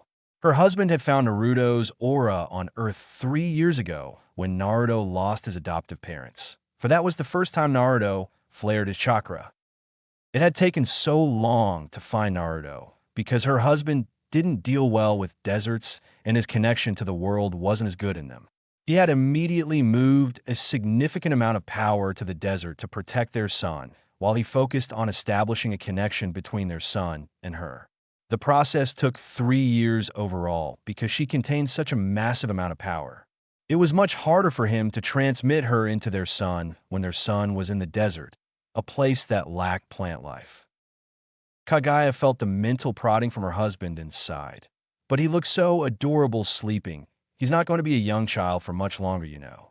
She received a feeling of understanding from her husband. Kagaya pulled Naruto closer as he subconsciously snuggled into her robes. She cooed to him in his sleep, stroking his white hair and running her hand over his horns. His horns are so big for his age, Kagaya said proudly. Okay, I'll wake him up. You're so impatient, dear. Kagaya chuckled at the excited prodding from her husband. Sitting up, she pulled Naruto with her. Wake up, Masuko. We have much to talk about, Kagaya said softly, running her hand through Naruto's somewhat long hair. Naruto murmured, curling up into a smaller ball close to her. Help me out, love, Kagaya thought, smiling at her son. A second later, a fuzzy vine grew out of the ground and wrapped around Naruto before beginning to tickle him. Ha ha ha! Stop it! Make it stop, ha ha ha! Naruto laughed as he began to wake up, trying to get the tickling vine off of himself. Once he was fully awake, the vine retracted back into the ground. Naruto rubbed his eyes and looked at his smiling mother peacefully. It wasn't a dream then, Naruto said, his voice underlaid with happiness. Kagaya smiled warmly. She just couldn't help it. He's just so cute and adorable, Kagaya thought, receiving her husband's mental agreement and excitement. Naruto-kun, I know you have questions. Please ask them. Kagaya's harmonic voice flowed over Naruto, relaxing him and filling him with happiness. Kasan, what am I? Naruto asked quietly. He had so many questions, but that was what came to mind first. I think that would be best explained by explaining what I am. I'm not human, and neither is your father. Naruto nodded, getting comfortable on the soft ground. Kagaya put her hands together eloquently in her lap, collecting her thoughts before beginning. I'm a part of a species from another world. We are called Otsutsuki, world eaters. I grew up with my family there for the first 56 years, or 80 human years of my life. I became disgusted with what my family did to worlds. We would find the kaminoki of each world and consume it, adding to our own power and causing the destruction of those worlds. Kagaya stopped, being interrupted by Naruto. What is a kaminoki? The pale-eyed boy asked his mother, confusion on his adorable face. At least Kagaya thought so, but she faked annoyance. Hang on, hang on, I'll explain that in a minute, giving him a playful glare before continuing. Where was I? Oh yes, I left my family, traveling across the stars I came to this world. Finding another Kaminoki here, I decided to protect this world for my family. I began to know the inhabitants of this planet, humans. I fell in love with an emperor, and we worked toward peace in the human world together. Kagaya sighed sadly here, and Naruto looked concerned, not wanting to see his mother unhappy. Plants came out of the ground and did their best to comfort the pale-skinned woman. She eventually got herself back under control, stifling the tears that wanted to fall. His name was Tenji, and he was the first person to ever show me love. But it didn't last anywhere near as long as I wanted it to. A neighboring emperor tried to kidnap me, and I killed many of their soldiers in self-defense. Tenji was horrified of my powers and decided to betray me to prevent a war from breaking out. As Kagaya fought back tears, Naruto moved to her side and hugged her, trying to comfort his mother. Kagaya took a moment to get herself under control once more. Tenji had meant so much to her. He'd never gotten to see his two sons grow up. She sighed before continuing. However, when Tenji's forces and the enemies attempted to capture me, I fled to the Kaminoki. As they converged on me to kill me, I ate the fruit of the god tree, gaining powers beyond my imagination. She chuckled bitterly here. I felt so powerful. I used my power to wipe out the entire army with ease. With my new power, I foolishly thought that I could stop my family from consuming this world. Naruto patiently waited for her to continue, things starting to make sense to him, but he still had many questions. I was blinded by fear of my family and the pain of Tenji's betrayal, but I was overjoyed when I found that I was pregnant with twins, Tenji being the father. Years passed, and my sons were born. I named them Hagoromo and Hamira. They both gained the power of chakra from me. Kagaya turned and looked directly at Naruto. They are your brothers, Naruto, and they convinced me to not go on with my foolish plan. Naruto's eyes widened, but he kept silent. I want to turn the world into an army using the tree against my family. But your brother showed me that I only had the power of one Kaminoki, while my family has consumed hundreds of worlds. I would never stand a chance. She smiled kindly at this. I lost my fear and stress. I didn't have a plan, but I was finally at peace. I began to spend time with my children and the humans, getting to know them and understanding them. It was a year later that I was told I was pregnant with you, and that your birth would kill me. Naruto's eyes widened suddenly, and he looked at her in a mixture of horror and confusion. She did her best to reassure him. Naruto, I did die when you were born, but your father caught my soul and kept me with him over the thousands of years that we waited for you to form. Naruto visibly calmed down, but his confusion was evident. Naruto, you know how the plants protect you? Kagaya asked, and Naruto shakily nodded. That's your father protecting you, Naruto. You see, your father is the Kaminoki, the god tree of this world. Naruto's jaw dropped clean open at that, and she chuckled at his baffled expression. I think I ought to let him explain this. He wants to. Don't freak, okay? She said, holding and rubbing his hand. He nodded at her and gulped, looking around and expecting someone to appear. Naruto nearly fell over backward as he suddenly felt like a part of his mind opened. He could feel things coming through the opening. He could feel memories and warmth, pride directed at him. It took him a bit to understand, but he realized that this was his father. Tusan, Naruto thought, and received a mental feeling of positivity. Naruto turned to his mother, still somewhat confused. Why isn't Tusan talking?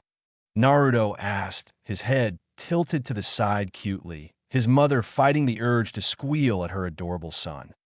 Kaminoki don't communicate the same way humans and we do, Naruto. They use emotions, thoughts, memories, and feelings to communicate with one another. I believe that you'll be able to form such connections with others as well, she said, receiving a nod from Naruto. Naruto focused back on the entity he had identified as his father, asking him to explain. The next instant, he received an influx of information, feeling, emotion.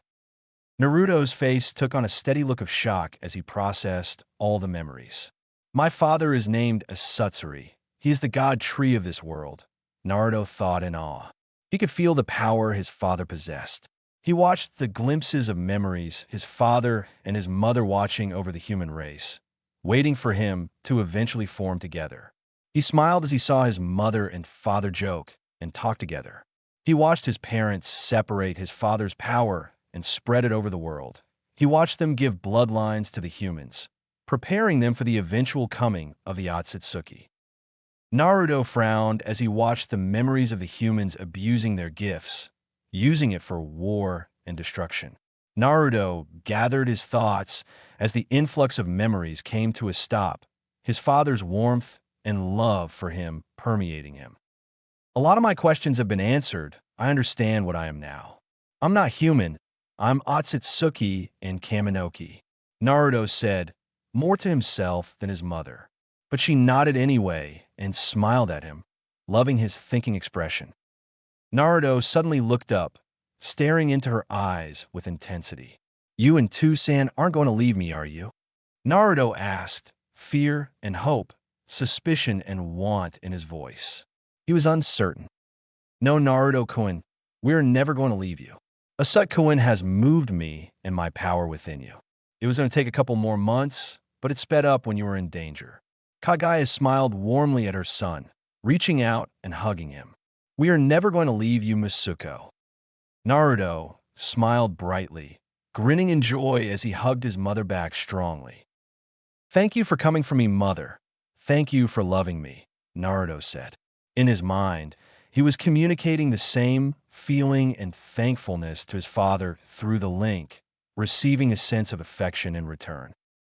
Naruto sighed in happiness, so happy to have finally found his parents. A question suddenly popped into his mind. Kasen, where are we and how do I come back to it? We are inside your mindscape, Naruto. Naruto tilted his head in confusion, and in the next moment memories flowed into his head from his father, and he suddenly understood what a mindscape was. Oh, I get it now, Naruto exclaimed, and Kagaya gave him a look. Asut-kun explained it to you, didn't he? Naruto nodded happily in response. Kagaya only sighed, ruffling her son's shaggy hair. Naruto grinned, before pointing at her forehead. Kasen, why do you have a third eye in your forehead? Naruto asked innocently. She chuckled, her third eye blinking sideways before turning and looking at Naruto. This was something I gained from your father when I ate the fruit. It's called the Rinnegan, and when you are older, I will teach you how to use yours. At this, Naruto became very excited, clapping his hands together. I have one too. How do I open it? I didn't even know I had one. Naruto shouted out his questions, making his mother raise a delicate finger to his lips, quieting him down. Not so loud, Masuko. I can tell you how to open your eye, but don't do it in front of everyone else. They don't need to know you have it until you know how to use it, she warned, making sure Naruto nodded. Here, channel your chakra in a large amount to this spot in your forehead, she said, placing 2 fingers on Naruto's forehead. Naruto's face scrunched up in adorable concentration as he focused. He's so cute. I know he's normally so much more mature, but I'm overjoyed to see he's okay with relaxing and being a child around us, Kagaya thought. Naruto channeled the chakra and felt the skin on his forehead shift. Kagaya watched as the skin on her son's forehead moved horizontally out of the way of a red eye. It had red sclerae and irides, with a ripple pattern spreading over the eyeball and 1 tomo. She smiled. It seems you'll need to train to gain all your tomo, Naruto-kun. Naruto nodded, and the next moment she felt another burst of chakra from him. Surprised, she looked at him and saw nothing visibly change. His face blanked for a moment before he grinned. What did you just do, Naruto-kun? She asked curiously. I activated my Byakugan and looked at my forehead. Naruto explained distractedly, obviously still happy with his new eye. It was almost like a child getting a new toy that they really wanted. Kagaya was shocked and amazed. She couldn't tell that it was his Byakugan that activated. Even hers pulsed the veins around her eyes upon being activated. That's amazing. His Byakugan doesn't visibly show the difference between on and off. That's a major advantage against enemies. Kagaya thought in amazement. The next moment, she felt thoughts from her husband explaining that he had been the one to change the Otsutsuki's inherited ability into something more powerful. She nodded and sent him back a feeling of thanks, having learned to communicate in his way over the years. Naruto was still playing with his new eye when she focused back on him, opening and closing the eye and looking around with it. "Mother, it's so weird being able to see out of 3 eyes," Naruto remarked, all 3 of his eyes turning and looking at her. She smiled at her son. "You get used to it, Miss Suko. Now, close it for now. We still have a few things to talk about before you wake up," Kagaya ordered. Naruto nodded and complied. Naruto's face abruptly lit up. "I totally forgot about Gaara and Temari and Kankuro. They are probably worried about me." Naruto cried, obviously upset and concerned for his friends. "Is Gaara the one with the smallest amount of my power?" Kagaya asked curiously. Naruto looked at her in confusion. Understanding, she explained. "All 9 Biju are made up of pieces of my power that my son Hagoromo split up before his death," she explained, getting a nod. "Don't worry about your friends. You can explain to them once you wake up. Asutkoan has protected your body in the real world for right now while we talk," Kagaya reassured her son. "Hi, Naju Diplit Dhafuli." Kagaya settled into a more comfortable position, gaining her son's attention. Her long white hair blew in the gentle breeze. "Musuko, do you have a goal in life?" "You don't have to. I'm just curious," Kagaya asked, having picked up on his thoughts before he was poisoned. Something about wanting to create a village for those that are different. Naruto was silent for some time, staring at the ground. She patiently waited for him to speak, happy to just be near him finally. She could feel her husband's presence, entirely focused on their conversation. She smiled, knowing that this was important to him as well. Asatsuri was a massive conscious, and he kept track of many things at one time. So, completely getting his attention meant he either cared about something or was important. Naruto had a solemn, thinking expression as he pondered her question before answering. First, entirely thinking through his life thus far and everything he had learned from his parents. "Kasan, before I answer that, what do you want me to do?" "My goals are not as important as yours and Two Sans," Naruto replied seriously, his maturity showing. Kagaya smiled sadly at him. "Naruto-kun, while we do wish for you to eventually protect this world against the Otsutsuki with our help, that is not what I asked. Your father, and I want to know your goals. I want can wait until you are ready," Kagaya said kindly, not sugarcoating anything. Naruto wasn't bothered by her straight-to-the-point response. He understood his purpose given to him by his parents and was determined to complete it one day. "I want to travel the world, get stronger, and eventually create a village where people like me aren't hated and feared. A place for those that want to be safe to actually be safe. I want to be the strongest, Kasan, so I can protect you, and those who are close to me, like Guranai, Temari-Wani, and Kankurobaka," he answered with determination and clarity. Kagaya smiled softly when she heard his answer. Warmth enveloped Naruto from his connection with his father, showing his approval. "Do you want to bring peace to the world?" she asked, and was somewhat surprised when he shook his head no. Naruto's pupil-less eyes glinted, and she realized that he had thought about this a lot. "That is not my desire. I do want peace, but I only desire it for myself and my people. Bringing peace to a world of people whose mindsets are all about violence is foolish. I believe in peace through sharing the same ideals and through tolerance. If we all have the same views and morals, then we will have peace. Tolerating others without provoking them, along with having the necessary power to scare and repel them should they deem our peace a threat, that is the true way to peace in my opinion," Naruto said, his face adopting a mature expression way beyond his years. His eyes spoke of knowledge to be obtained and experienced. Kagaya smiled. There's that maturity all Otsutsuki show at a young age, she thought. But isn't that a little selfish and isolated thinking? Kagaya prompted, seeing if her son was willing to defend his ideas. Naruto shook his head again and smiled at her brightly, brushing one of his bangs out of his face and over his horn. I don't believe so, Ka-san, and I know you agree with me. One cannot bring peace by forcing others to accept their views. You need to give them the chance to decide for themselves.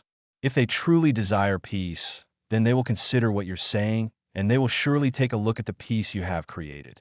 It's their choice after that if they want to be like you or not. Kagaya nodded, a kind smile on her face. She agreed with her son entirely. It was a belief she had also formed over the thousands of years from watching the humans war in battle. You are an intelligent boy, Masuko. You will go on to do great things and protect the humans from my family, Kagaya thought, feeling an approval from her husband. I am impressed, Naruto. That was very mature and reasonable goal, Kagaya praised. Naruto blushed and in a second was back into his childlike persona, rubbing the back of his white-haired head in embarrassment. Kagaya smiled and pulled Naruto in for another hug. Sitting him on her lap, she rubbed one of his horns. Naruto giggled at the tickling sensation. Well, I do believe Asut-kun has something to give you, Kagaya said, tickling Naruto some more and enticing laughter and giggles from him. She eventually stopped and set Naruto down in front of her. She smiled as she really took in what he was wearing for the first time. Naruto-kun, did you pick those clothes? She asked. Naruto suddenly looked concerned. Yeah? Are they okay? Kagaya smiled at his worry. They are great, Naruto-kun. I just thought you would like to know that you choose the traditional clothing the Otsutsuki wear without realizing it, she explained. He was confused as to how that had happened. They were both interrupted by a ping within their mind. Naruto focused once again on his father, his wants, pride, and joy. His father wanted to give him a bloodline he had invented and reserved for him expressly, never giving it to anyone else. Naruto was overjoyed and pushed his thanks and gratitude through the connection, feeling his father happy. It seems he's ready to give you the bloodline he created. He was quite proud of himself when he made it, you know, Kagaya said teasingly, getting a mental pout from her husband, making her giggle. Naruto could feel his father connect to the plants around him once more. He watched as a large vine grew out of the ground before slowly curling around him. As it began to cover his face, he heard his mother speaking. I will see you again when you wake up, Naruto-kun. Don't talk out loud, just think it. I'm now within you, my son, Kagaya said warmly. Naruto loved seeing her smile. The next moment the vines wrapped over his eyes, and his mother disappeared from view. He felt a warmth envelop him from the vines, and the next moment he fell asleep. I love you, my Masuko. 3 days later. Real world. Naruto opened his eyes and recognized the leaves and vines of his father's plants. His Byakugan activated and he looked around the room he was in. It was a hospital room, and Naruto could see Gaara asleep on a chair in the corner. Naruto smiled, touched that Gaara would be watching over him while he was talking to his parents. Naruto took a few moments, feeling how his body felt, different, lighter, full of energy. Naruto connected to the plants, and they slowly unwrapped from his form, lowering him to his feet on the floor before sliding back into the walls and disappearing. Naruto turned toward Gaara, deactivating his dojutsu as he walked over and shook Gaara awake. Naruto? Naruto!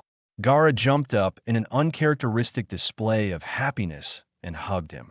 Naruto smiled and returned the hug, holding it for a few moments before separating. I was so concerned. It wasn't until Shikaku explained to me that you were talking to your parents that I calmed down, Gaara explained quickly. Naruto smiled. I'm okay now, Gaara and I did meet my parents, and I'm so glad that I did. Did Shikaku explain to you who and what I am? Naruto asked curiously. Gaara nodded, new respect in his eyes. Hey Gaara, this doesn't change anything you know. We are still brothers, Naruto assured. Gaara seemed to be relieved and visibly relaxed. He understood and didn't press the issue. Gaara's face suddenly took on a confused look. Shikaka wants to talk to you? He says you may not know how to do that yet, though, Gaara said, evidently confused as to how Naruto was going to talk to the demon inside his head. Naruto frowned. Two-san can connect to minds, and Ka-san said that I could as well. Naruto mused. Naruto, you can. Just focus on him, his feeling, his aura. Extend your senses toward him and try to enter his mind. Imagine it. Naruto heard his mother's harmonic voice within his head. Ah, you think my voice is beautiful, Masuko, thank you. Naruto nodded, slightly embarrassed before focusing on Gaara. He extended an open hand toward Gaara and tried to feel him. It took him a couple of moments, in which Gaara stood there patiently. Finally, he felt an opening in the walls of Gaara's mind. He could feel Gaara on the other side. Pushing farther in through the opening, he found Shikaku sitting inside a desert looking up at the sky. This must be Gaara's mindscape. All Jinchuriki have one according to Two-san. Hello, Shikaku, Naruto said, appearing in the sand at the feet of the massive sand raccoon. Shikaku looked down at him, his giant eye drawing closer to Naruto's short stature. Hey, down there, Naruto-sama, the Biju called out in his usual cackling, insane voice. Please don't call me Sama. There is no need, Naruto replied. The Tanuki nodded. You must be wondering why I asked to speak to you. I want to give you my rent, so to speak. Shikaku yelled loudly, confusing Naruto and making his ears ring. Rent, Naruto shouted, his ears still ringing. Yeah, all us Biju are made from pieces of Kagayoba-san.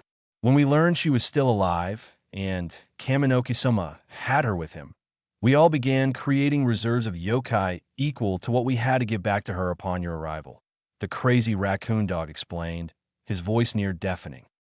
Naruto looked at the giant sand creature in confusion. Yokai is different from chakra. It's more potent and is what my power is made up from. It's what all the 9 Biju were created from, by your brother.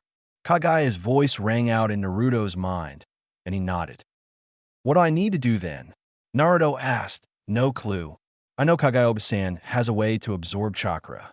Zitsuaji said not to worry about it. Shikaku replied, slightly quieter than before, which didn't really matter as he was so freaking loud. Naruto was confused as to who Zitsuaji was but didn't worry about it. Naruto, let me control your body for a moment. I'm going to absorb Shikaku's rent, as he put it, Kagaya said, and chuckled at her grandchild's antics. Naruto nodded before allowing his mother to control his body. Gaara appeared in the sand at that moment, a short way off to Naruto's left. Oh, hey Gaara, what took you so long? Naruto asked. He apparently still had control over his voice, and his mother waited until he was done. Well, I wasn't sure you had succeeded in connecting until I heard Shikaku yelling, Gaara commented dryly. Shikaku grinned. I try to come into my mind, but it's rather difficult to do when Shikaku is shouting. But I heard everything. Naruto nodded. Okay, Ka-san, when you are ready. Naruto turned back to the giant raccoon, feeling his mother raise his arms toward Shikaku. Shikaku grinned maniacally and pushed all his reserves to the surface in front of him to be absorbed. Naruto felt his third eye open, and he suddenly gained another field of vision that mixed with his other two, allowing him a more significant range of natural sight. His younger Rinnegan spun, and Naruto found himself emitting words that were not his own. Fujitsu Kyuin. Naruto's third eye spun faster. Gaara watched on the side in amazement as a see-through barrier formed around Naruto, drawing light brown yokai into him at a rapid pace from Shikaku. The process took only a few moments before Naruto lowered his hands, canceling the flow from Shikaku, who was panting dramatically. Gaara rolled his eyes at Shikaku's love for the dramatics. Dang, losing half of my entire yokai is no joke. Naruto gave a small bow. My apologies, but thank you for your contribution to my mother, Naruto said politely. As he stood back up, Gaara noticed that another tomo had formed in Naruto's third eye, giving him two. The horizontal eyelid closed a moment later. See you back outside, Gaara? Naruto said, looking at his friend. Gaara nodded, and Naruto disappeared from the seal. Regaining control of his body's senses, Naruto stepped back as Gaara's glazed eyes regained their focus. So what will you do now, Naruto and I? Gaara asked curiously. Naruto shrugged. I want to explore the elemental nations, gain experience and power, and eventually create my own village. But I don't want to leave my friends either, Naruto mused out loud. He stopped when he suddenly sensed someone approaching down the hall. Seems someone is coming. Shall we go? Naruto proposed. Gaara silently nodded, and they moved toward the window. It was opened by Gaara's sand, and they both slipped out.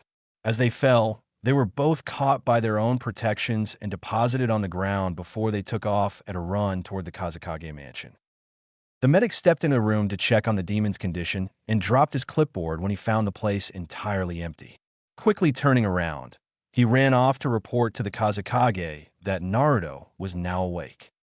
Naruto and Gaara reached the mansion a few moments later, opening the large doors and entering.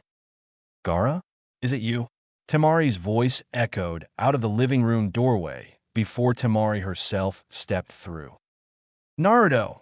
She shouted, dashing across the greeting area and giving Naruto a hug, almost knocking the smaller boy over. Hey Temari 1E, good to see you too, Naruto said after he regained his breath from being bowled into by the hyper-blonde. We were so worried about you. I was going to beat up that guy that poisoned you, but Temari trailed off, unsure how to continue. Naruto separated himself from her hug and gave Gaara a look. You killed him, didn't you? Gaara didn't visibly respond, but Naruto knew he was right. You didn't have to do that, Naruto sighed, running a hand through his white locks. But thank you for looking out for me. Naruto smiled. Temari had an uncertain look on her face, but got over it as Gaara smiled. Flashback. As the moon shone down over the village, a roof lit up from the reflected moonlight, and a figure carrying a large gourd could be made out. A bloodthirsty grin was on his face as he looked out at the village in front of him. You will pay for hurting Naruto and I, he yelled, leaping off the roof. He was helped through the air by the sand. Running along the rooftops, he channeled chakra to his nose like Baki-sensei taught him, searching for the scent of the man that had poisoned he and Naruto. Gaara had just left the hospital, having stayed there late into the night after Naruto had been cocooned in vines.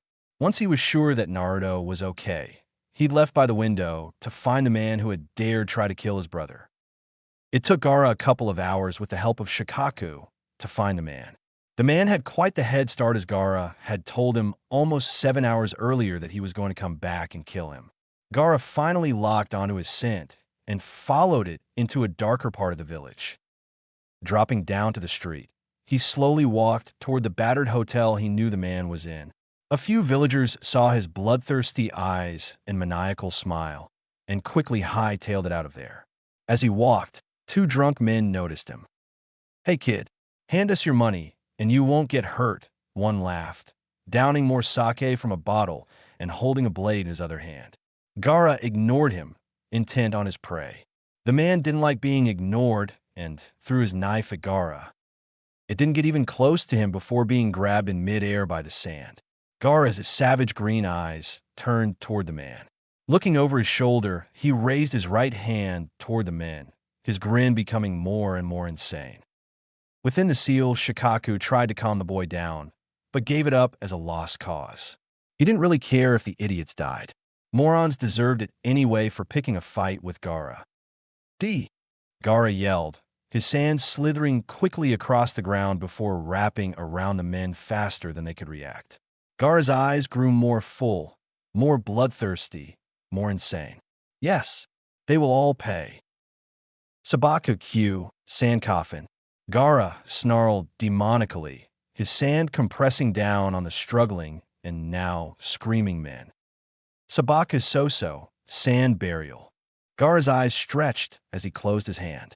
The sand imploded fiercely, blood flying onto the walls of the nearby buildings. Gaara didn't bat an eye. In fact, he seemed to almost relish it as he retracted his sand back into his gourd, resuming his stalking of the prey. Within the 5th floor of the hotel, The waiter, named Daikoto, was trembling and pale as a sheet. He had seen Gaara kill those men without mercy, and Gaara was unquestionably coming for him. There was no escape. Gaara was already reaching the front of the hotel, and there was no other way that he could get out. "Oh God, what have I done?" the man murmured in fear, Gaara disappearing from his view into the building. A moment later, he heard cries and crashing from below him. He cowered in the corner of his hotel room, shaking horribly. "I know you are here." A crazed voice echoed down the halls of the hotel. He whimpered in fear, cowering further into the corner. You dared to attack someone precious to me." The crazy voice was closer now. A moment later, a door could be heard exploding violently on the floor below. Come out wherever you are. The sand wants your blood." The voice rang out, almost singing. Daikoto could feel himself going mad from fear. He wanted to die.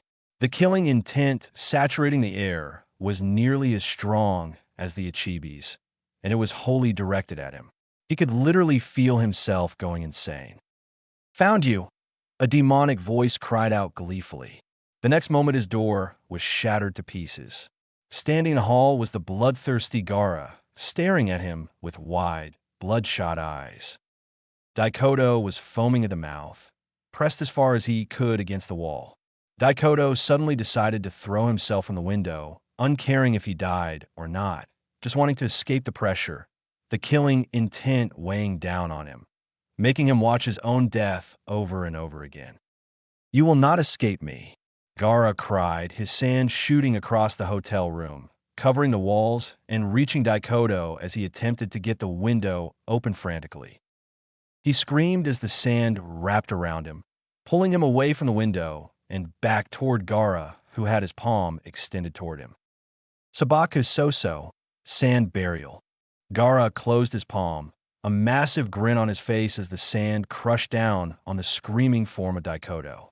The next moment, the pressure built to extremes, and the sand exploded in a fountain of blood, covering Gaara and the walls of the hotel. Gaara panted heavily, feeling satisfaction at having avenged his friend. He slowly regained his composure, turned, walked back down the halls and out of the hotel.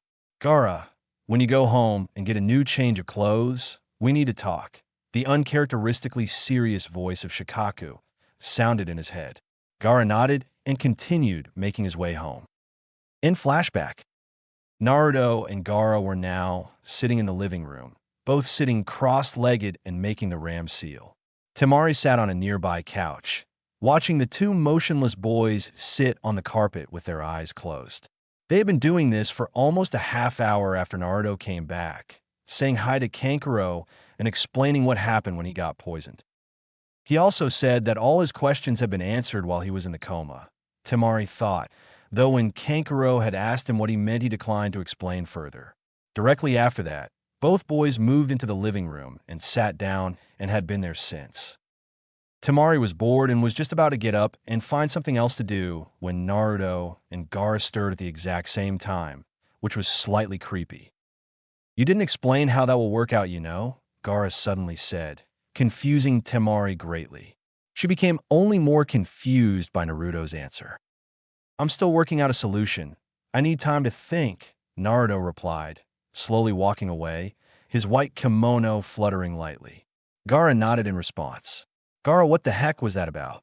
Temari near shouted at her brother. Gaara's blank green eyes turned to her.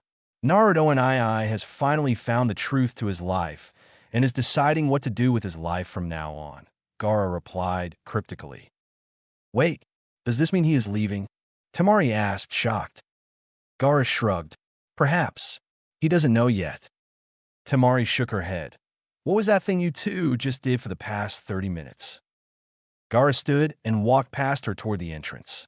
"A thing," Gaara said as he walked by, making her face fall at her brother's new love for being confusing as Chapter 4, Forging a Path.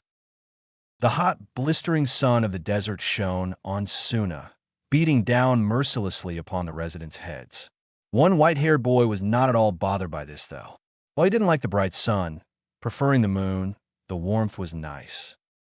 Naruto Otsutsuki was sitting on the roof of the Kazekage mansion, his activated dojutsu staring blankly out over the village and down one of the main streets where villagers moved to and fro. The villagers were always giving the Kazekage mansion an even wider berth than they did before he came to live here. Questions. It truly is the recurring theme in my life, Naruto decided. He was at an impasse. A large part of him wanted to just leave Suna and go out and learn, experience, find his nieces and nephews, and then create his own village. On the opposite hand, he didn't want to leave his friends and miss growing up with them in the academy. It had been 3 days since he had woken up from his coma, and he had since put all his thought into this. His father had told him that when he reached the second level of his bloodline, he would be able to form a unique style of cloning himself. But that wouldn't be for some time. Ka-san suggested like 8 different types of clones for me to use, but none would last long enough or survive any sort of hit. Baki would surely realize, Naruto mused. Kagaya hummed to herself within her son's mind, allowing him to figure out how he wanted to go about this in his own way. She only offered her advice and opinion when he asked for it, because she wanted him to grow on his own. I'll always be here for him when he needs me, though. Naruto mused. Getting up, he walked to the other side of the roof, looking down at where he'd already seen Gaara practicing earlier. Naruto extended his hand and being toward Gaara, slowing his breathing and opening a gateway between them. Gaara, can you hear me? Naruto thought. On the ground below, Gaara stopped and turned, looking up at him with scrunched eyes. Yes, and I-san, was his near monotone reply. Naruto smiled. He was getting better at this slowly. I've had a thought, something I want your opinion on. The only thing keeping me in this village is you, and I don't want to leave you. I want to suggest that we both leave the village, Naruto started. Gaara gave him a curious look, but remained silent, waiting for him to continue. I'm not saying abandon your siblings, but that we go out ahead to make a better place. Once we have made our own village, they could come to us if they want, Naruto finished, watching as Gaara looked back down at the ground and thought about it. At that moment, Temari walked out of the house. Gaara, what did you do with the TV remote again? She asked loudly. Gaara turned to his sister, and they began talking. I'll think about it, Ison, was Gaara's reply over the link before he wholly focused on his semi-enraged sister.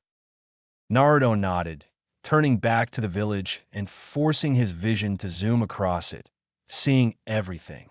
Naruto sighed. Kasentu-san, I am ready to begin my training now. Naruto could feel his mother smile on his mindscape. Okay, you need a place to train where no one will find you. The people of this village will try to catch you and replicate your bloodline if they learn how powerful it is, Kagaya instructed. Naruto nodded and vaulted off the roof, using chakra to empower his limbs as Baki had taught him. Sometime later, he came to the wall of Suganakure, the high sand cliffs that towered around the village and gave it protection against invaders. Jumping as high as he could, he was met by his plants reaching out from the wall, forming platforms to help him continue to leap higher and higher up. He finally reached the top and climbed into a spacious, open flat area. I really need to learn how to walk on surfaces, Naruto mused. Baki hadn't taught them that yet. Sit down, Naruto-kun, and I will explain your bloodline in more detail, Kagaya ordered. The white-haired boy nodded. Now, there's a range of techniques that you can use in the first level of your bloodline, and you can develop more. Kagaya switched into a mother lecture voice, like the one your mother gets when she's explaining how to use the stove for the first time. There are 3 levels to this bloodline, and you are currently at level 1. You may have noticed when you woke up that you felt different. Naruto nodded. Now that he thought about it, he had felt different, but he couldn't describe the feeling. There are many things you can do with this level, but I will start with 2 basics. The first is your ability to dissolve yourself into chakra, which has 2 forms. And the second is your ability to create things out of chakra. These 2 techniques don't have a name because, honestly, we have never bothered to give them any, Kagaya lectured, getting a mental nod from her horn child. Now, as you know, you aren't human. Due to your father, you are already mostly an entity of chakra that has taken a physical form that looks like a Otsutsuki. Naruto, raised an interested eyebrow at this. That reminds me of the Biju, living entities of chakra, he mused. Kagaya nodded. That's because you are very similar to them. This bloodline is easier for you to use because of that, and it would be easier for them to use as well. Though your Tusan has refused to give it to them. Kagaya chuckled at that, remembering the five-tailed monkey begging on hands and knees dramatically. Anyway, this bloodline, at its basics, allows you to switch between your chakra entity like form and your physical form much easier than you would be able to do otherwise. If this bloodline were given to a human, they wouldn't survive it without a biju in them or some other large chakra source.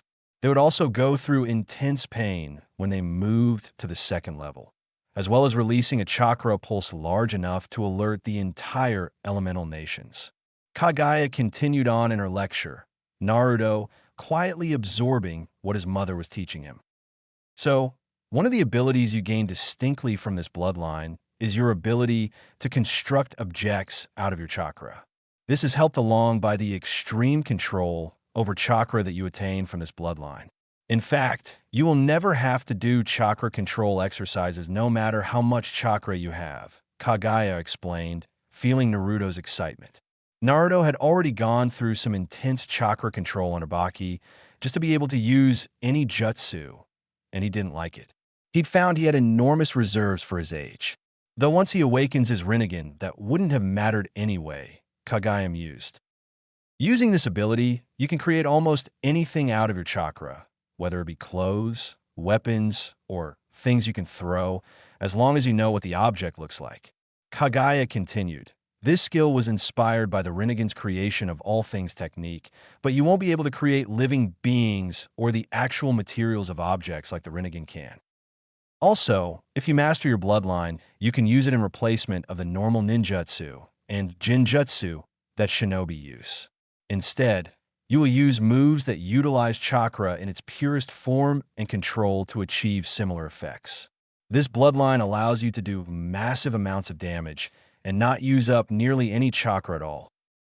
The last thing for right now, I want you to will yourself to dissolve into chakra. If it works, your body will melt, and you will become a cloud composed of chakra, Kagaya ordered. Naruto stood, concentrating on making his body dissolve as his mother wanted. A couple of minutes later, Naruto's focused expression became calm, and he slowly started to vaporize from the legs up into black and white chakra, dissipating into the air like smoke. The smog didn't move and hovered right where Naruto had been. Excellent, Naruto, Kagaya praised.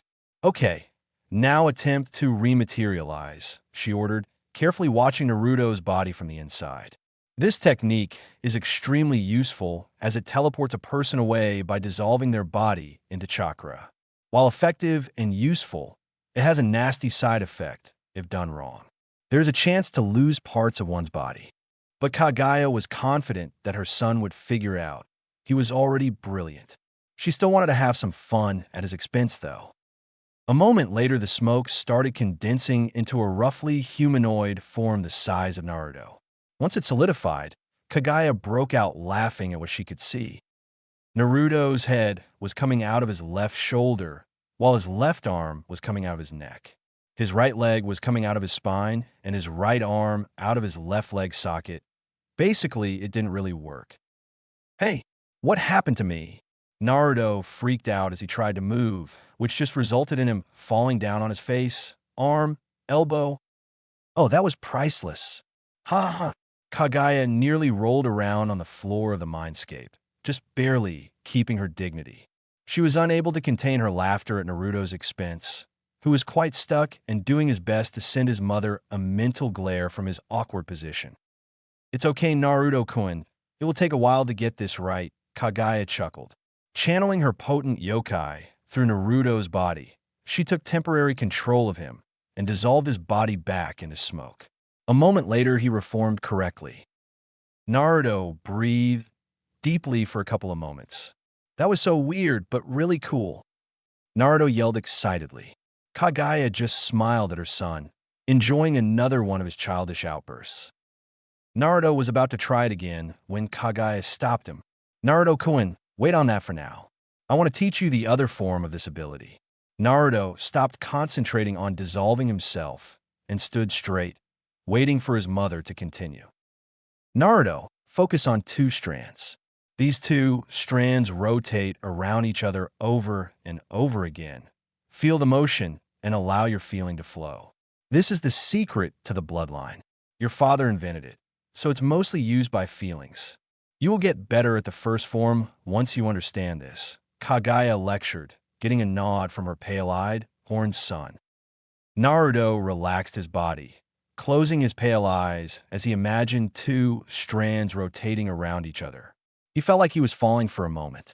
Opening his eyes, he found his vision to be like his Byakugan, though it wasn't activated. He could see 360 degrees around himself. Looking inward, he discovered his body missing, and instead, there were two strands of black and white chakra rotating around each other, like a dual helix. This is so cool, Naruto exclaimed. Kaguya laughed. Now feel and want to go to the top of the Kazekage mansion.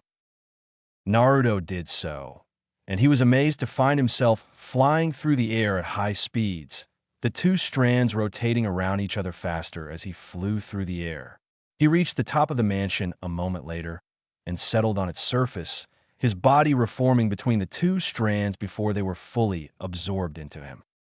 Naruto abruptly felt extreme exhaustion, his body not used to switching between pure chakra and a physical form. Naruto stumbled across the roof a couple of steps before regaining his control. "Are you okay, Naruto-kun?" Kaguya asked worriedly. Naruto nodded. "I'm fine, Kasen. That was just really tiring and strange." While he felt right being a pure chakra construct, he wasn't used to it. "That's good, Naruto-kun. You may want to know that you left your clothes on top of the wall, though," Kaguya said teasingly. Naruto froze and glanced down for the first time, realizing that he had, in fact, not brought his clothes with him when he traveled to the top of the mansion. Naruto's face burned red in embarrassment, and he attempted to cover himself. "Aha!" Naruto could hear his mother's laughter in his mind. She almost sounded like she was crying. Naruto was trying to figure out how to get off the roof and into his room to get another set of clothes. "Ah, that was so funny." Kaguya giggled at her son's expense. "Okay, Naruto, don't worry about it. You know how I said you can form things out of your chakra?" Naruto nodded, realizing what she was saying. Naruto needed no guidance, his embarrassment and need for clothes transmitting with his chakra very clearly. In under 5 seconds, his old kimono and sash formed around him, covering his dignity before it could be destroyed. Naruto breathed deeply, then froze again as a new thought hit him. "My clothes fell off the first time I tried to dissolve into chakra, didn't they?" Naruto questioned suspiciously. "Yep," was Kaguya's laughing and giggling reply. "Mother," Naruto huffed, only getting more laughter. Naruto shook his head and decided to try the smoke technique again. Concentrating and ignoring his mother's slowing giggles, he dissolved into black and white smoke. He then moved swiftly through the air to his window and seeped through the crack beneath it. Once entirely inside, he formed, with clothes on this time, inside his room, collapsing down on the bed in exhaustion. Naruto took a few moments to get himself under control. "Ka-san, what else will I be learning? I want to make sure to know shinobi skills as well," Naruto asked. "Oh, well, you see," Naruto raised an eyebrow, confused. Naruto was sure his mother sounded distinctly embarrassed. Before Naruto could piece it together, he felt his father connect to his mind and knowledge pass through. "You don't actually have any shinobi training, haha." Naruto laughed, enjoying having something over his mother as revenge for the prank with his clothes. Kaguya moped, her red lips curling cutely. Naruto was sent a mental image of her face by his father, which only made him laugh harder. He could feel his father's equivalent to laughter through the link as well. "Stop it," Kaguya shouted playfully, pretending to pout. Naruto's laughter decreased, and he regained his usual calm. "My apologies, mother. That was just too funny. You're the creator of all chakra on Earth and watched humans since they gained it, and you don't actually know any of their training. Naruto teased. Kagaya pouted harder. It's not my fault. Wasn't important. I never needed to know ninjutsu, and ninshu isn't a fighting art. Besides, I'll know after I regain all my chakra from the Biju, and with it their memories. Kagaya defended. Naruto just chuckled before letting the matter drop. So, essentially, I'm going to need a sensei to teach me basics? Naruto asked. He received a pouty nod from his mother, who was still worked up over his teasing. Mother, know that you not being able to train me doesn't matter to me. I'm overjoyed to simply have you and Tusen be a part of my life and be someone to love and talk to. Naruto said kindly, channeling his love and appreciation through the mind link to both parents. Ah, thank you, Naruto-kun. We love you too, Kagaya replied warmly. Love and protectiveness flowed from the link of his father as well. Konoha. Nakata awoke with a start, not knowing where he was. He moved around and knocked the box over, falling out with a splash and rolling across the muddy alleyway before coming to a stop. It was raining. Of course it is, Nakata thought as he pushed himself to his feet and rubbed his shoulders, trying to bring some warmth into his frail body. Nakata shook his head to get the mud out of his hair as he walked down the alleyway. As he walked, he saw his reflection in a puddle. He had spiky red hair and violet eyes. On both sides of his face were 3 whisker marks. He was wearing tattered rags that were already soaked from the rain, and while he looked mostly healthy, one could tell he didn't get food very often. Covering what was visible of his skin were scars of all shapes and sizes. He was hungry and he needed to find food. He headed toward the marketplace, hoping to get lucky. Very few shops would be open this early and in the rain. Nakata's nose twitched as he picked up the strong smell of cinnamon rolls. Moments later, he found a stand that was selling them. It was a friendly-looking place, warm light filling the inside as the cinnamon-scented smoke poured out a small pipe at the top. Nakata started walking toward it, but froze before he left the safety of the alleyway. He'll just throw me out, and then I'll be spotted by everyone, Nakata realized. Steeling himself, he moved through the shadows of the buildings. A couple of minutes later, he made it to the side of the stand, trying to work up a plan to steal some food. He suddenly tensed as a lady with red eyes, black hair, and a gray raincoat came up to the stand. Hey, can I get 5 cinnamon rolls to go? The lady asked. Nakata couldn't see the owner's response, but he guessed that he nodded.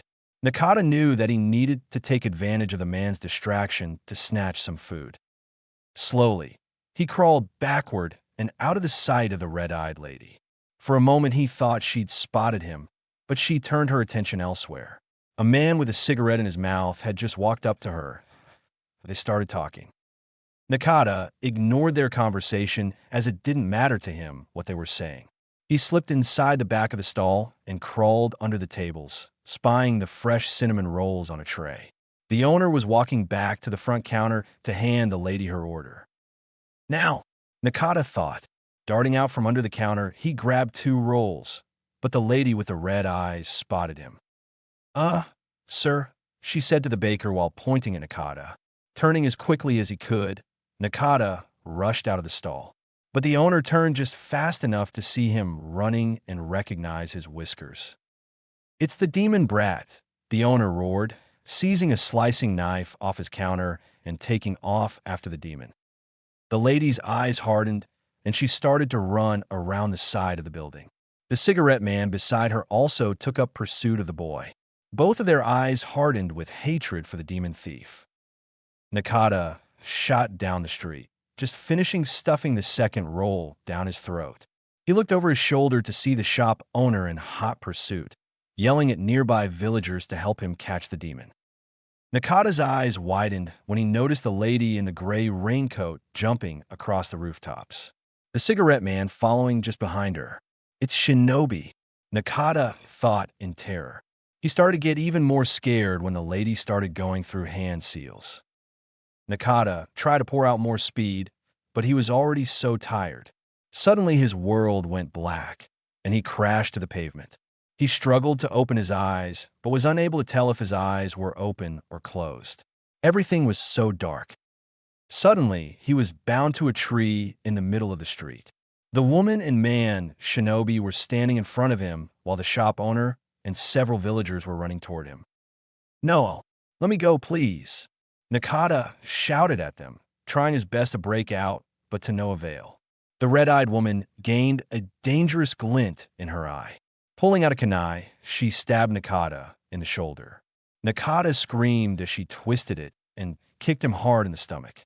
The tree he had been tied to disappeared, and he crashed into a wall, slumping to the ground a second later. "Let's go, Asuma.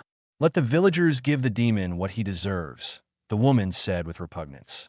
Asuma smirked, removing the cigarette from his mouth and tossing it aside. "Just a sec. I want to turn," Asuma replied, an evil grin on his face. He pulled 2 trench knives out of his pouch and slipped them onto his hands. Nakata looked at him in terror and tried to scramble away. The red-eyed lady pulled a kunai from her pouch and threw it at Nakata. The kunai suddenly stopped in midair, running into several pieces of floating paper. Nakata watched with wide eyes as something formed out of paper in front of him. It had a paper flower in its purple hair. Nakata could only see the back of it, but could tell it was a human-like body wearing a black cloak with red clouds. "How? Dare. You." It was a woman, and she was furious. Asuma and the red-eyed lady narrowed their eyes, backing up and slipping into ready stances. All of the onlookers were crushed under the purple-haired woman's killing intent, turning and running over each other in their hurry to escape. There was no more accurate saying in the shinobi world than "Hell hath no fury like a woman scorned." Nakata watched in amazement as hundreds of paper shuriken formed all around the lady, spinning at high speeds. They were all about to fly forward when the red-eyed lady and Asuma collapsed to the ground on their faces with a thud. Nakata peeked around the purple-haired lady. Behind his 2 attackers stood 2 more people wearing similar cloaks to his saviors. One had spiky orange hair and a look of pure rage for the people collapsed in front of him. Nakata's eyes widened as he took in the third person. He had red hair and violet eyes just like him. "Maybe we are related," Nakata thought hopefully. Wincing from the pain in his chest, he fought the urge to make any noise as he began to feel lightheaded. The purple-haired lady turned around and looked at him. "Hello, Nakata-kun. My name is Conan," she said kindly. Nakata noticed her beautiful amethyst eyes. "Aki," was all Nakata got out before passing out and falling over. Conan lifted him up in her arms as the rain was pouring hard all around them, soaking everyone and everything. "Let's go," Nagato said, his voice iron and barely containing his rage. "Hi. Hokage Tower. Hokage-sama. Intruders. We're trying to keep them out, but they're breaking through the defenses," a hawk-masked ANBU reported to his leader. Saratobi's face was grim. He stood in the middle of his office solemnly, the loud noise of the rain slamming against the windows filling the room. "Order the ANBU to let them in," Saratobi replied, confusing his subordinate. The ANBU obeyed anyway. "It has to be Nagato. I saw his chains outside." Saratobi's face went ashen as he then realized why Nagato would be angry. "Saratobi." At that moment, the oak doors to his office exploded into thousands of pieces. For ethereal purple chains twisted and lashed through the air menacingly as 3 people walked in, each cloaked in a black robe with red clouds. "You failed your promise," Nagato roared, his spiked chains flying toward the Hokage. Saratobi paled. Leaning back, he dodged the first chain before leaping over the next one. "Calm down, Nagato. Let's talk about this." Nagato only seemed to become more enraged at this. 2 more chains flew out of his back toward the Hokage, one actually piercing through the Hokage's robe and holding him to the wall of his office. Right then, the ANBU decided that, regardless of their Hokage's orders, they were to do their sworn job. 8 ANBU appeared out of the shadows and, with chakra-enhanced swords, sliced through the chains, dissipating the part that wasn't still attached to Nagato. Said Redhead scowled as he pulled his chains closer to him. 6 purple chakra chains moving back and forth around him menacingly. Sarutobi stood up from the wall, his quick eye taking in his attackers, his mind processing what Nagato said. It was at that moment he spotted Konan holding Nakata in her arms, glaring at him as she stroked the redhead's hair. Nagato physically calmed himself down with great apparent struggle, his facial features relaxing and his chains receding into his back. Sarutobi wasn't sure if he was scared more of Nagato calm than enraged. Hokage-sama, Nagato started, spitting his name like it was poison. You have failed your promise to Minato-sama. All three of them stared daggers of flame at the old man. Sarutobi replied, visibly deflated and with his shoulders hunching over, I know. I'm disappointed in you. Kushinajitsu and Minato-sama are disappointed with you, Nagato said grittedly. Sarutobi visibly cowered, shocking all the present and extremely confused ANBU. Minato? The yondaime? You will allow me to leave the village with Uzumaki Nakata. We will take him to us with Amage cure. Nagato's voice brooked no argument. Sarutobi shakily nodded. While he didn't want to let Nakata go, he recognized that he was on the edge of having a war with Amage cure, and since Nagato's ascension to power, the village had grown majorly. Amage cure was not yet as big as one of the great villages, but they could still make a significant dent in his village. We will return with him in 5 years, where he will enter the academy and become a genin if he wants to. It will be up to him if he still wishes to be a part of this wretched village. Nagato's voice was sharp enough to cut steel.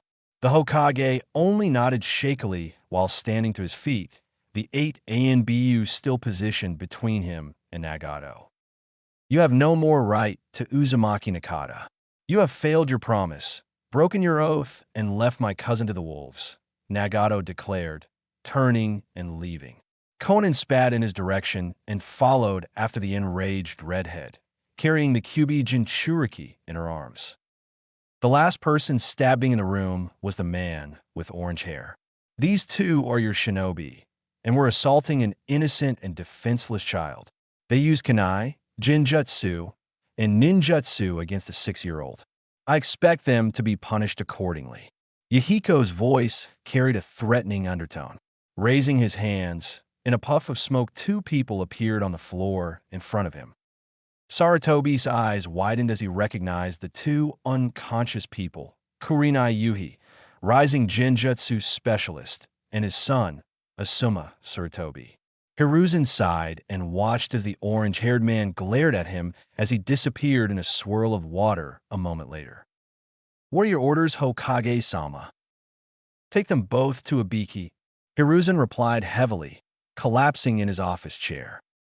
And the Kyubi Jinchuriki? One of the ANBU asked. Sarutobi's eyes shot up, looking directly at the ANBU. Whatever you do, you're not to impede them leaving in any way. Am I understood? Hi, Hokage-sama, was the chorus of acknowledgments before they all disappeared, leaving the old leader to his thoughts and misery. I failed you, Minato. Kushina. Sarutobi knew he had no one to blame but himself. He had done a lousy job of taking care of Nakata, and it was entirely his fault. I hope you find a better life, Nakata. Sunagakure. That the last of everything you want to bring with you? Naruto asked his friend. Gaara nodded in response, his sand dropping a few of his personal belongings on a scroll in the middle of Naruto's room. Good then. Naruto channeled chakra to the scroll, and the vast assortment of miscellaneous objects on top of the seal disappeared. Naruto nodded before rolling the scroll up. Now how do I carry this with me? Naruto mused, looking at the rather large scroll. He needed to be able to use his chakra dissolving techniques, so he couldn't carry it. Naruto, open up one of the other scrolls you bought, Kagaya ordered. Naruto obeyed quickly, unrolling a scroll of similar size. They had been unsure how much they wanted to bring. Now place your palm on the center of the seal. Feel the seal and attempt to bring it into yourself. Naruto nodded, doing so. Gaara and Naruto watched in amazement as the ink and kanji flowed off the paper and up his arm before forming into an intricate pattern. The kanji for seal settled in the middle of his palm. A moment later, all the ink faded away. Naruto inspected his arm while Gaara just watched, very interested in this new development. What just happened? Naruto asked. You absorbed the chakra and ink of the seal. Your body, being chakra itself, learned how to use this seal. You can now seal things into yourself, Kagaya explained. Naruto's eyes went wide. Moving to the large rolled-up scroll, he placed his palm on it before channeling chakra to his palm. The next moment, the parchment disappeared into his palm and was gone. Gaara's eyes grew considerably. How did you do that, Aizen? He inquired curiously. Naruto shook his head.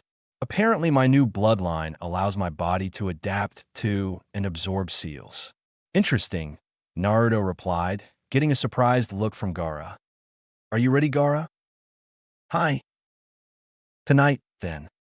That night, Gaara and Naruto moved carefully across the village rooftops, keeping as quiet as they could and out of sight. Their destination was the entrance gate to the Sand Village. Gaara had agreed with Naruto's idea after thinking about it for a while. Besides Naruto, Temari, and Kankuro, he had nothing tying him to the village. After getting Gaara's agreement with the plan, Naruto discreetly told Temari and Kankuro what they were going to do, not wanting to leave them in the dark.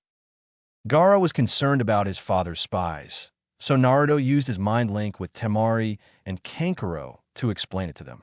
Both of them wished them luck in their travels, not wanting them to go, but they both decided to stay in the village. Temari and her brother agreed that if Naruto did end up creating the place he wanted to, that they would come there. Neither were staying because of any loyalty to Suna or their father, that had died when they learned off all the assassination attempts against Gaara and Naruto by their father and many villagers. Temari and Kankuro did have friends in the Suna village, though, and they didn't want to just up and leave them. Naruto and Gaara launched across another space, pausing when a voice rang out. Hey, you there? Stop. Identify yourself and your reason for being here. Naruto turned, activating his dojutsu for the first time that night, cursing himself for forgetting he had such an advantage. Naruto said as he saw the shinobi. His non-human characteristics began lighting up in the moonlight. Gaara turned slightly, one green eye staring at the two shinobi who had obstructed them. Why, you're the Shiroi Oni, the man stammered in terror, now recognizing just who he had stopped. Promptly fearing for his life, he hastily backed up past his partner, who apparently wasn't afraid of either of the two demons. What are you doing here? You're not allowed out this late at night. Go back to your cage, the Sand Chunin sneered at them, pulling out a kunai and stalking closer to the demonic duo. Naruto raised a clipped eyebrow. That's okay. We were just leaving, Naruto replied, beginning to walk toward the entrance to the village. Gaara followed after him calmly. Where are you going? You must return to the Kazekage's mansion at once. The brave, or possibly stupid, Chunin yelled at their backs, getting an incredulous look from his partner. Let me leave with my brother in peace. I don't want to have to kill you, Naruto said smoothly, still staring forward, though he could see the two Chunin-level ninja behind him clearly. Both the hated demons are leaving your village. Is that not enough? He asked. The one sensible Chunin was severely frightened by Naruto's smooth and almost regal tone. Right? I'm taking you both back to the Kazekage. If you don't come peacefully, I'll kill you. The Chunin's face betrayed his rage as he leaped forward. He had a personal vendetta against Naruto. A few years earlier, Naruto had killed his father when he attempted to assassinate Naruto in a back alleyway. Naruto smirked. Guess I'll be trying that new technique sooner than I thought. Stretching out his hand, he felt himself connect to the rushing Chunin's chakra supply. Gaara watched in interest as Naruto squeezed his hand slightly and the Chunin crumpled to the ground in pain. Do you still wish to fight us? Naruto asked, raising a clipped eyebrow as the Chunin struggled to his feet. The angry, vengeful Chunin started to hastily go through hand seals. No, go Kido, don't, shouted the other Chunin in horror from the nearby roof. Naruto's pale, pupil-less eyes narrowed, and before the Chunin finished his last seal, Naruto crushed his hand together and pulled. Gokido let out an ear-piercing scream and collapsed to the ground on his face. Naruto felt rejuvenated as he pulled the man's chakra into himself. He turned to where the other Chunin had been, only to see him quickly running away. Naruto shrugged, turning toward the gate. Gaara, it seems our secret got out. There are around 30 shinobi guarding the gate. Gaara only shrugged back. Launching off at the same time, they moved across the roofs quickly, abandoning stealth entirely for speed. Arriving near the gate, they found there were indeed a large number of Suna shinobi guarding the entrance. With his Byakugan, Naruto gazed over the ninja, Gaara standing next to him with his arms crossed. Chunin, Jounin, and Anbu, Naruto thought.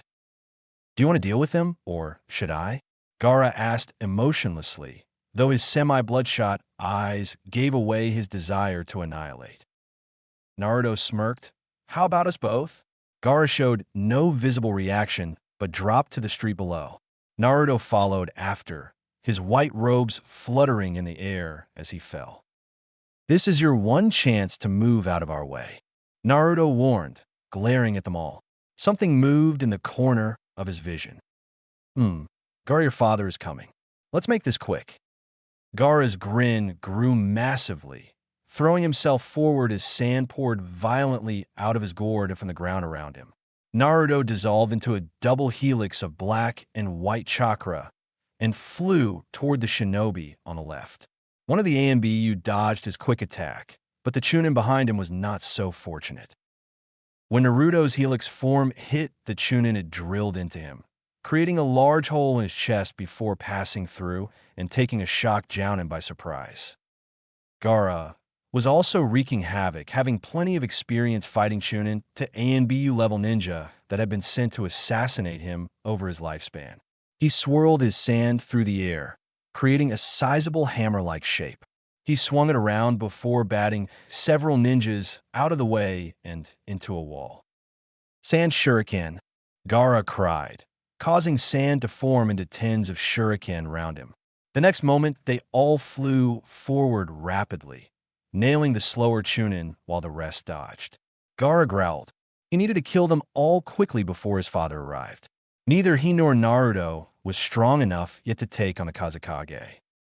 While Naruto's ability to steal a person's chakra was effectual, he had to be more powerful than his opponents to wrestle their chakra away from them. Gaara smiled insanely as he crushed 2 Jounin to smithereens in a dual sand burial. Okina Bakahatsu. Great explosion, Gaara heard from his left. Turning, he watched as Naruto threw his hands toward his remaining ninja. A second later, a massive explosion racked the area, the blast of black and white chakra appearing right in the middle of the group, sending them flying, some in pieces. Gaara watched in amazement. His attention was drawn back to his opponents when his sand shot up and blocked a wind blade attack aimed at his neck. Growling demonically, Gaara sent his sand flying forward in an attempt to capture the last few remaining Anbu. 2 moved out of the way to the sides while the third shot up into the sky. That proved to be a mistake as Naruto's helix form pierced into the Anbu's back, forcing him into the ground and drilling a hole through his chest a moment later. Gaara turned his attention to one of the Anbu who was firing a continuous barrage of wind blades at him. His sand swirled around him, protecting him from the sharp air. Naruto was currently still in his helix form. Drilling through the ground, he came out from under the second Anbu a moment later, taking him by surprise. But the Anbu dodged out of the way before Naruto rammed into him. Naruto formed back into his natural body in midair. Using the momentum, he threw several shurikens at the Anbu who blocked with his kunai. Naruto scowled. The Kazekage was already here, watching from the nearby rooftops. If we're going to fight the Kazekage, then we can't have any distractions, Naruto thought. Calling on the plants, he rapped and quickly crushed the pesky Anbu. Ignoring the screams of pain and blood all around him, He leaped quickly to Gaara's side as he was burying the last A and BU in the sand. "He's here," Naruto said. Gaara nodded and called all of his sand back to him. Naruto watched intently with his Byakugan as gold dust began to flow from the Kazekage, surrounding the area that they were in with a light layer of floating reflective gold. His eyes narrowed as the Kazekage dropped to the ground in front of them. "It seems that my two most powerful weapons are trying to escape," the Kazekage said as he came closer, his gold swirling around him in a way similar to Gaara's sand. "Your weapons? I think you misunderstood, Kazuka-sama," Naruto replied, his voice monotone. "Oh, what do I not understand?" Naruto and Gaara shifted into combat stances. "We were never your weapons," they said together before rushing the Kazekage. Gaara's sand flew toward his father, though it was blocked by a wall of gold dust. Naruto saw an opening and threw his hands toward the Suna leader. Thick, nasty-looking vines proliferated out of the ground toward the Kazekage. Yet he looked unfazed. Futon, Hoku no Kaze-Q, Wind Sphere the Hawk. Sharp wind blades spun into existence around the Kazekage, fluttering his Kage robes and slicing through the vines that attempted to reach him. Naruto scowled at his plants being cut up. While a normal wind attack wouldn't hurt the plants, Naruto could see the massive amount of chakra within the jutsu. Both he and Gaara backed up, the redhead retracting his sand. It was at that moment the Kazekage decided to attack. Jiten, Richisapeku, Magnet Release, Rich Spikes. Naruto's eyes widened as he watched the Kage's chakra pour into the soil under them. Faster than Naruto could react, the gold dust spikes shot out of the ground. Naruto watched them coming, opening his mouth to yell at Gaara to move. Naruto's eyes were wide as he watched a spike come directly for him. Fury suddenly saturated the air as a massive amount of plants burst out of the ground, wrapping around the gold spike coming for Naruto and lifting him away from the danger. In his mind, Naruto could feel his father's protectiveness, thankful for it. Naruto regained his bearings quickly, and with his vision sharpening, he found Gaara and froze. Gaara's sand had moved to protect Gaara, but it hadn't been anywhere near as fast as Naruto's plants. Straight through Gaara's stomach, there was a sharp spike of gold dust. Gaara hacked up blood, convulsing. "Gaara!" Naruto cried from his perch in the air, being carried by the plants. The next moment, the multiple gold spikes across the ground retreated, the gold returning back to the Kazekage, who watched the scene in fascination. "Gaara! No!" Naruto yelled. Dropping to the ground, he ran over to Gaara's paling form. Blood was pouring out of the large wound in his chest. The sand protecting Gaara moved out of Naruto's path before continuing to whirl around the boys. Gaara tried to talk, but his lungs were missing a rather significant amount of them. Naruto's eyes were wide, fury boiling over in massive quantities as he felt power, rage, and wrath pouring through him. "You!" Naruto yelled, whirling toward the Kazekage. Rage and loathing for the man in front of him consumed his entire being. Naruto tried to take a step forward before he collapsed to the ground in pain. Screaming, he moved his hands to his throbbing eyes.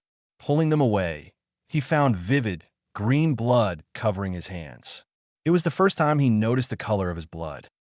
Within the mindscape, Kaguya watched her baby boy in concern, preparing to defend him in any way that she could. Her husband had protected Naruto from the last attack, and she was going to help too.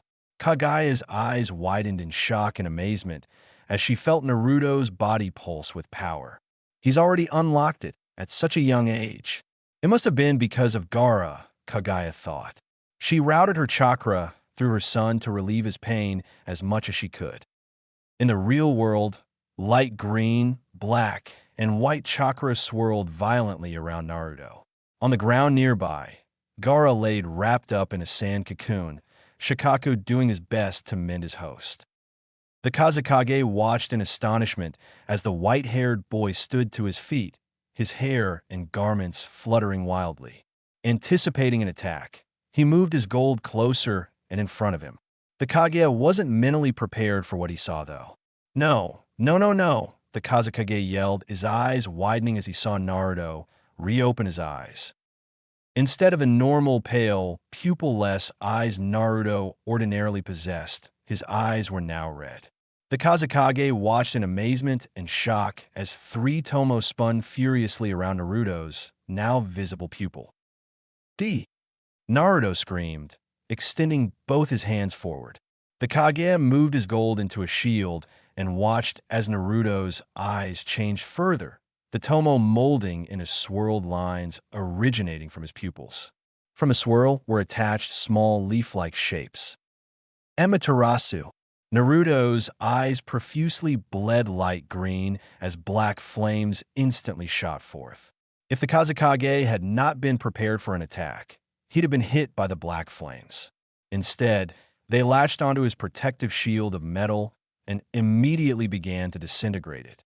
The Kazekage quickly performed a kawarimi to get out of Naruto's attack, watching in astonishment from the shadows as his gold was melted into liquid and then dissolved entirely. Naruto collapsed to his knees once more, holding his eyes as they bled through his fingers.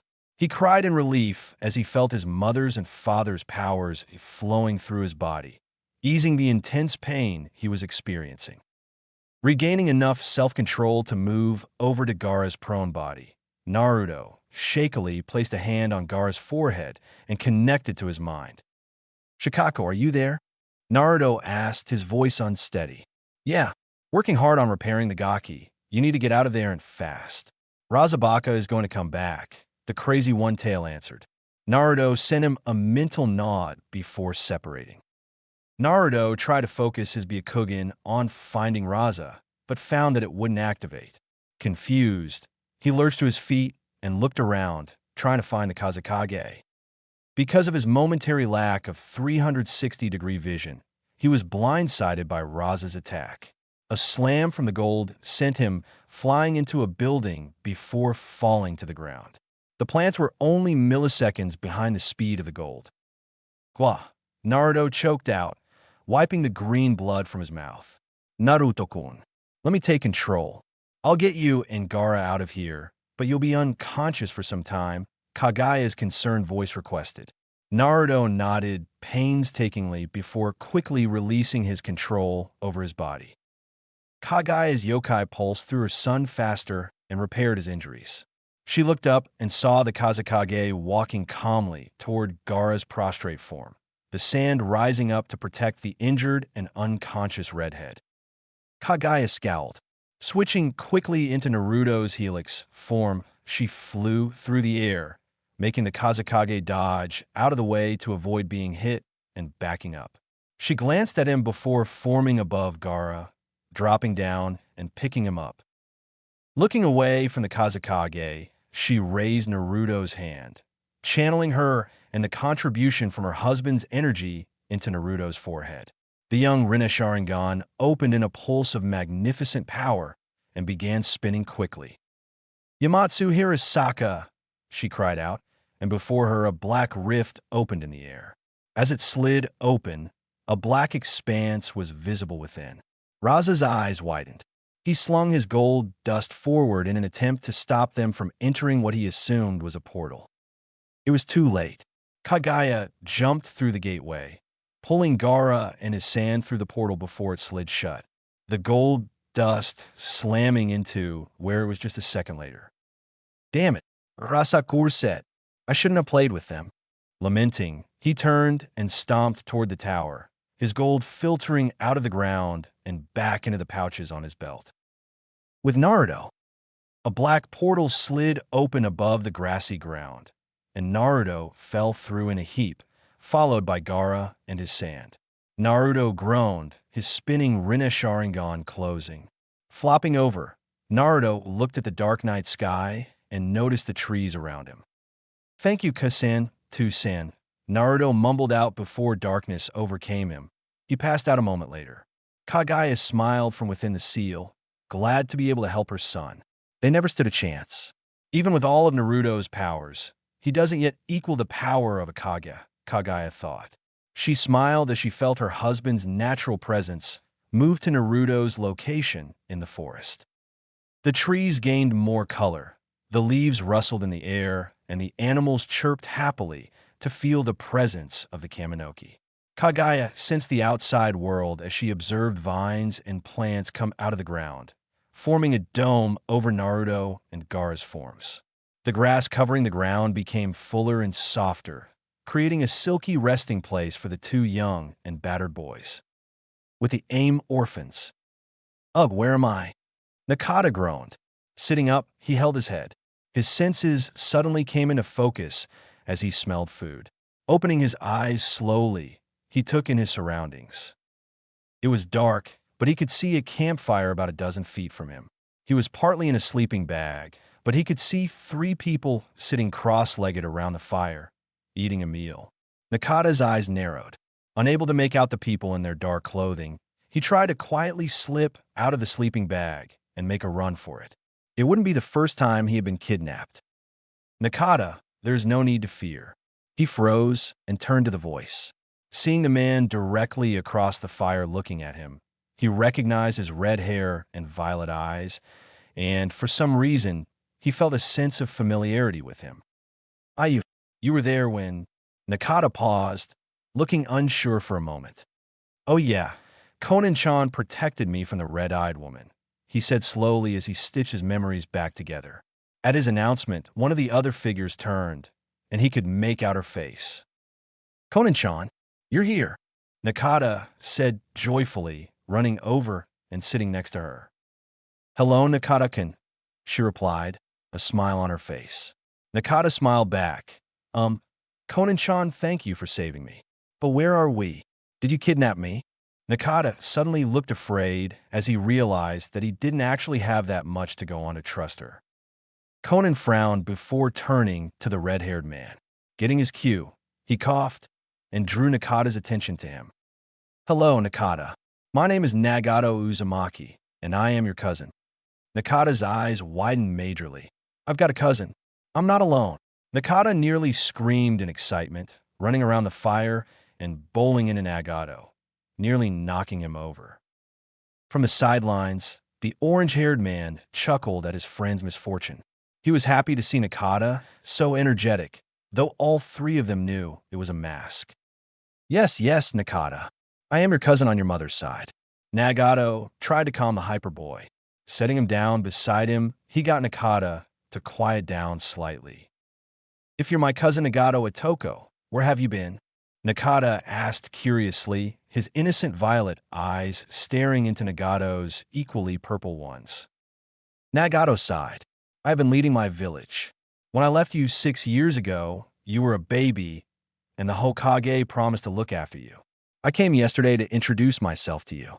Instead, we found you being chased and beaten, so we stepped in, Nagato explained, getting a nod from Nakata. Wait, you rule a village? Nakata asked excitedly. Nagato nodded. And you're coming with us to live there? The Hokage approved it, Nagato replied. Nakata's eyes widened, and he missed the venomous tone in Nagato's voice. I get to come live with you and Konan-chan and... Nakata trailed off as he looked curiously at the silent, 3rd member of the group. Realizing he was being spoken to, Yahiko grinned and waved. Hello, Nakata. My name is Yahiko. I'm a friend of Nagato and Konan-chan, he stated, getting a happy nod from Nakata. Yeah, and Yahiko and I, Nakata exclaimed, turning back to Nagato and entirely missing Yahiko choke on his drink when Nakata called him an Isa. After he stopped coughing, Yahiko smiled at the young red-headed boy. We're going to train you, Nakata. Then, if you want to go back to Konoha, you can.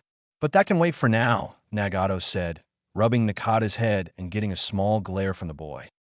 For the rest of the night, Nakata got to know his new family.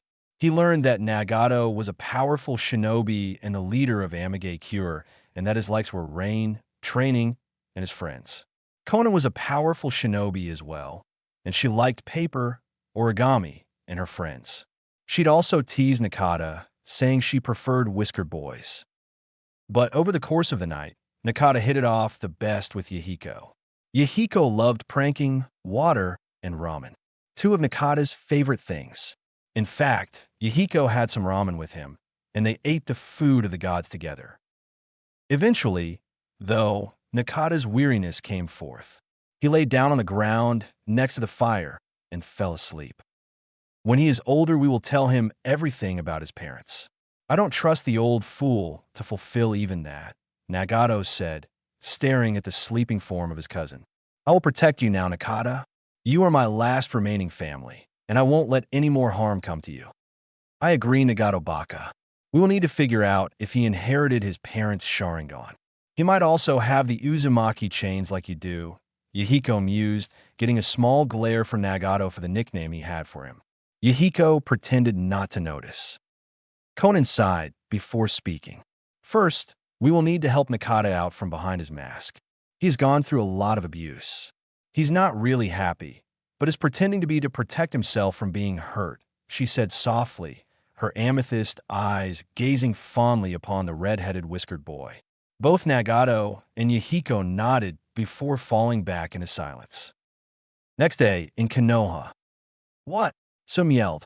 Out of the multitude of people in the room, she was the first to react, shooting out of her chair and glaring daggers at the Hokage, her fangs and claws elongated.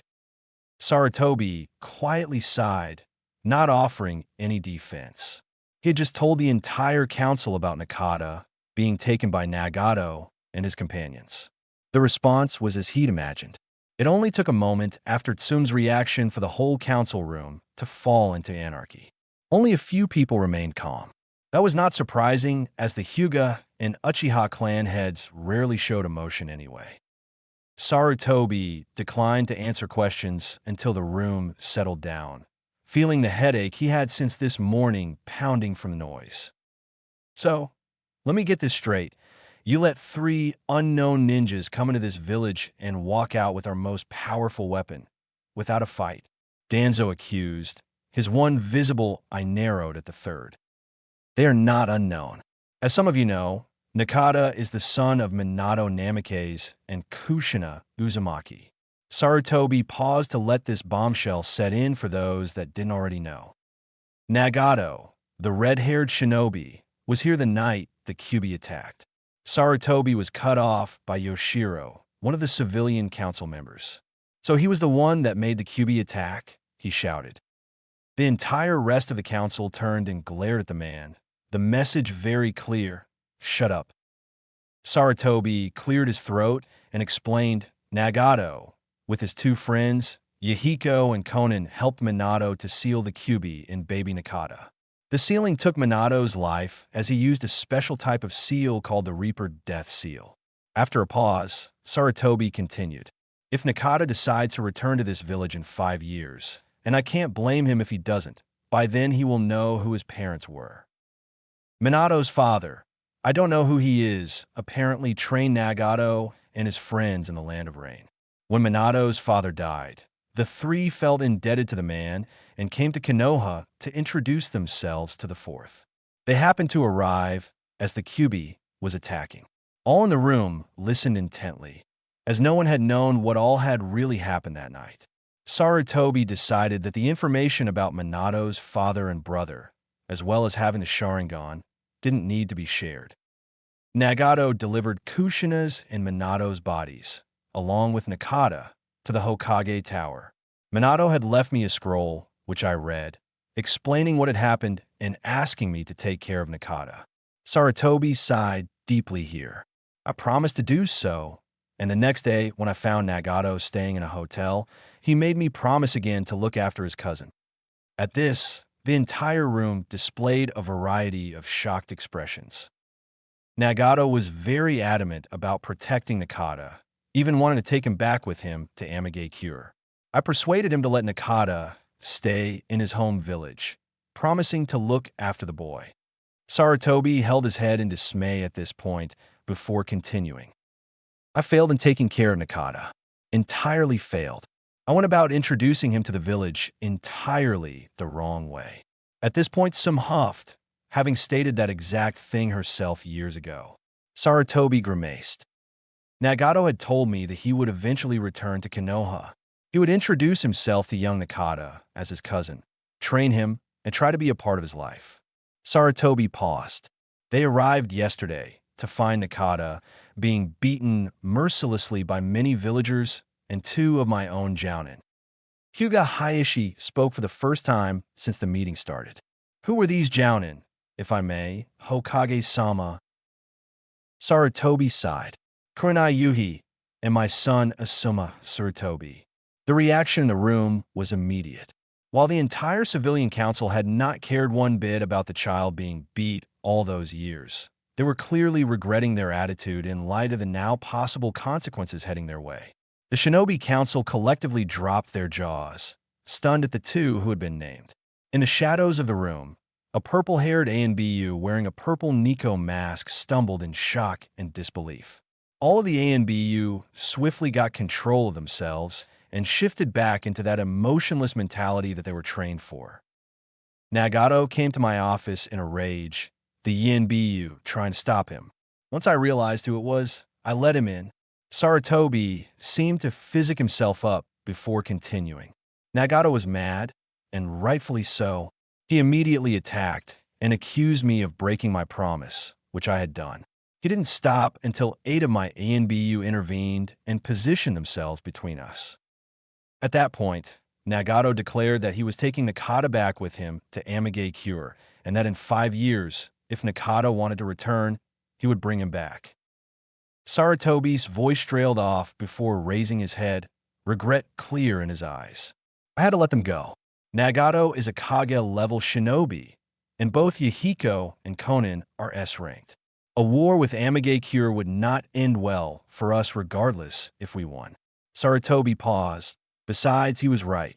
I had no more right to Nakata. I had failed my promises to Minato. At this, Sarutobi fell silent and stared at the table in front of him, the shinobi and civilian councils processing his words.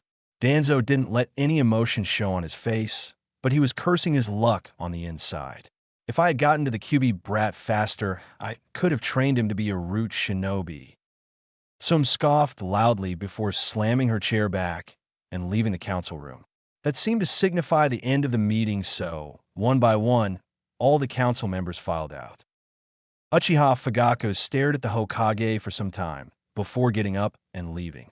This only goes to prove that the Hokage is weak. It is time to step up the plans to put the Uchiha in control, he thought to himself. Sum stormed down the halls in a rage, quickly leaving the Hokage tower before heading toward her compound.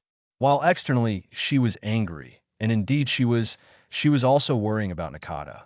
She and Kushina have been good friends. I wonder if Sarutobi will tell Nakata's godparents, though that moron, Jiraiya, is as much to blame for this as Sarutobi. Nakata's apartment. In the shadows created by the moonlight streaming in through the broken and cracked window, a man with spiky white hair could be made out. Kakashi Hitaki stood in the middle of what was Nakata's apartment, if the decrepit and falling apart place could even be called a living space. Kakashi's one visible eye streamed tears down his mask as he looked at the complete dump that Nakata used to live in.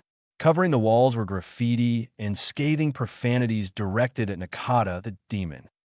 The door was barely holding on by a hinge, apparently having been attacked by an axe at some point. But that didn't compare to the inside of the room. Trash was spread evenly across the floor as if someone had pulled it all out and fished through it. It was evident that Nakata had been trying to collect anything of value with which to make some money. Nakata didn't even have something that looked remotely like a bed. Instead, the small indent of his body could be seen upon a pile of trash bags in a corner. It was hard to distinguish the rooms, and what Kakashi suspected was the kitchen was instead a destroyed mess of metal and wood, cabinets obviously ripped out of the walls and broken to bits. Kakashi sobbed, "I'm so sorry, Nakata. Even though I knew you were Minato-sensei's son, I still never came and cared for you. I could have adopted you. I should have, damn what the council would say. I hope one day that you can forgive me." Kakashi fell to his knees and cried, realizing his utter failure to his sensei. Chapter 5. Bloody Rain Massacre. Naruto groaned. Cracking his pale, pupilless eyes, he observed the leaves on the curved ceiling, the light filtering through the branches and vines. Naruto's eyes pulsed, and he examined his surroundings from his spot on the ground. He was in the middle of a vast forest, plant and animal life surrounding the plant dome that he was inside. Outside the dome, he discovered Gaara, gazing at a small campfire. Gaara! Naruto sat up suddenly but stopped when his head flared in pain. Don't overwork yourself, Naruto-kun. Your Rinnegan Sharingan was not ready to perform that technique. Naruto heard his mother's berating and worried tone. Hello, mother, Naruto answered, getting to his feet gradually and walking toward the vine wall that retracted out of his way as he heard his mother's good morning. As the vines retracted, Gaara looked over and saw his friend walk out of the dome. Nodding, he turned back to the fire, rotating a small rabbit on a stick. Gaara's clothes were soaked in blood, and there was a large hole in the cloth on his chest and back where he had been impaled. Glad to see you're okay, Gaara, Naruto said, sitting down next to the redhead on the grass. Thanks to you.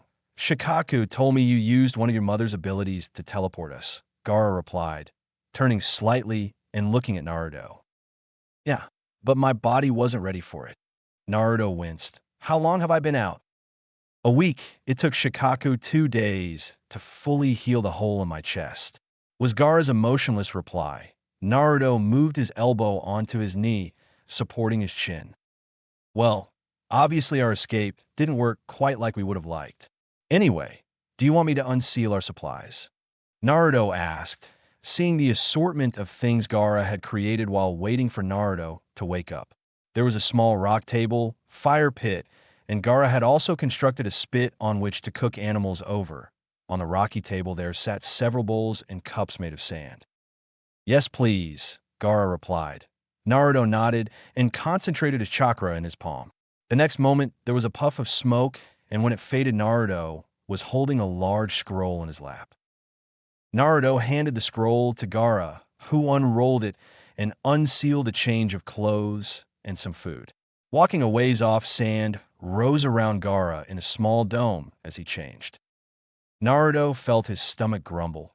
Getting up and walking over to the scroll, he unsealed some food and cooking supplies. When Gaara came back, he found Naruto had moved his fully cooked rabbit off to the side and was now cooking soup in a pot. Gaara moved his sand through the air to the cooked rabbit that Naruto's plants were holding. Once taking it from the plants, they reseeded into the ground. Gaara transferred the rabbit over to the table where he proceeded to prepare it.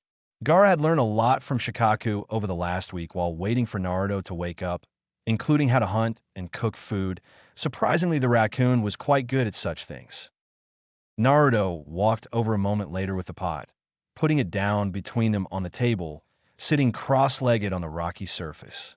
Gaara watched fascinated as Naruto held his hands apart for a few moments. Slowly, a simple gray bowl formed in between his hands on the table.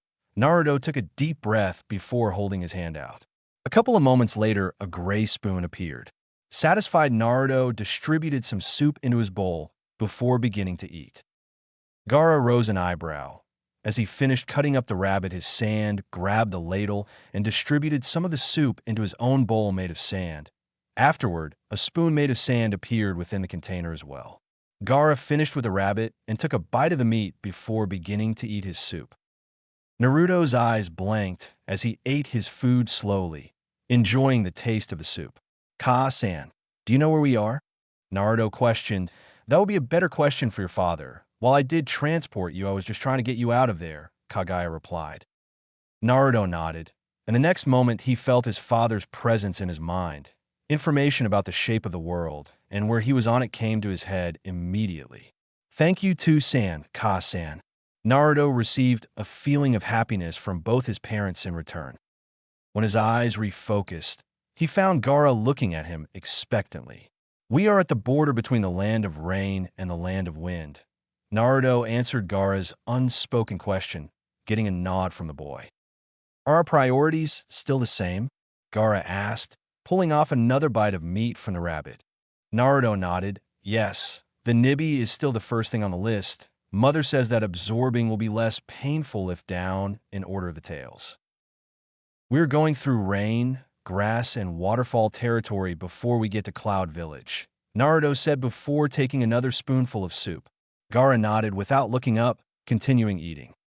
Around 15 minutes later, they both stood and cleaned up the camp, the wooden vine dome receding back into the ground.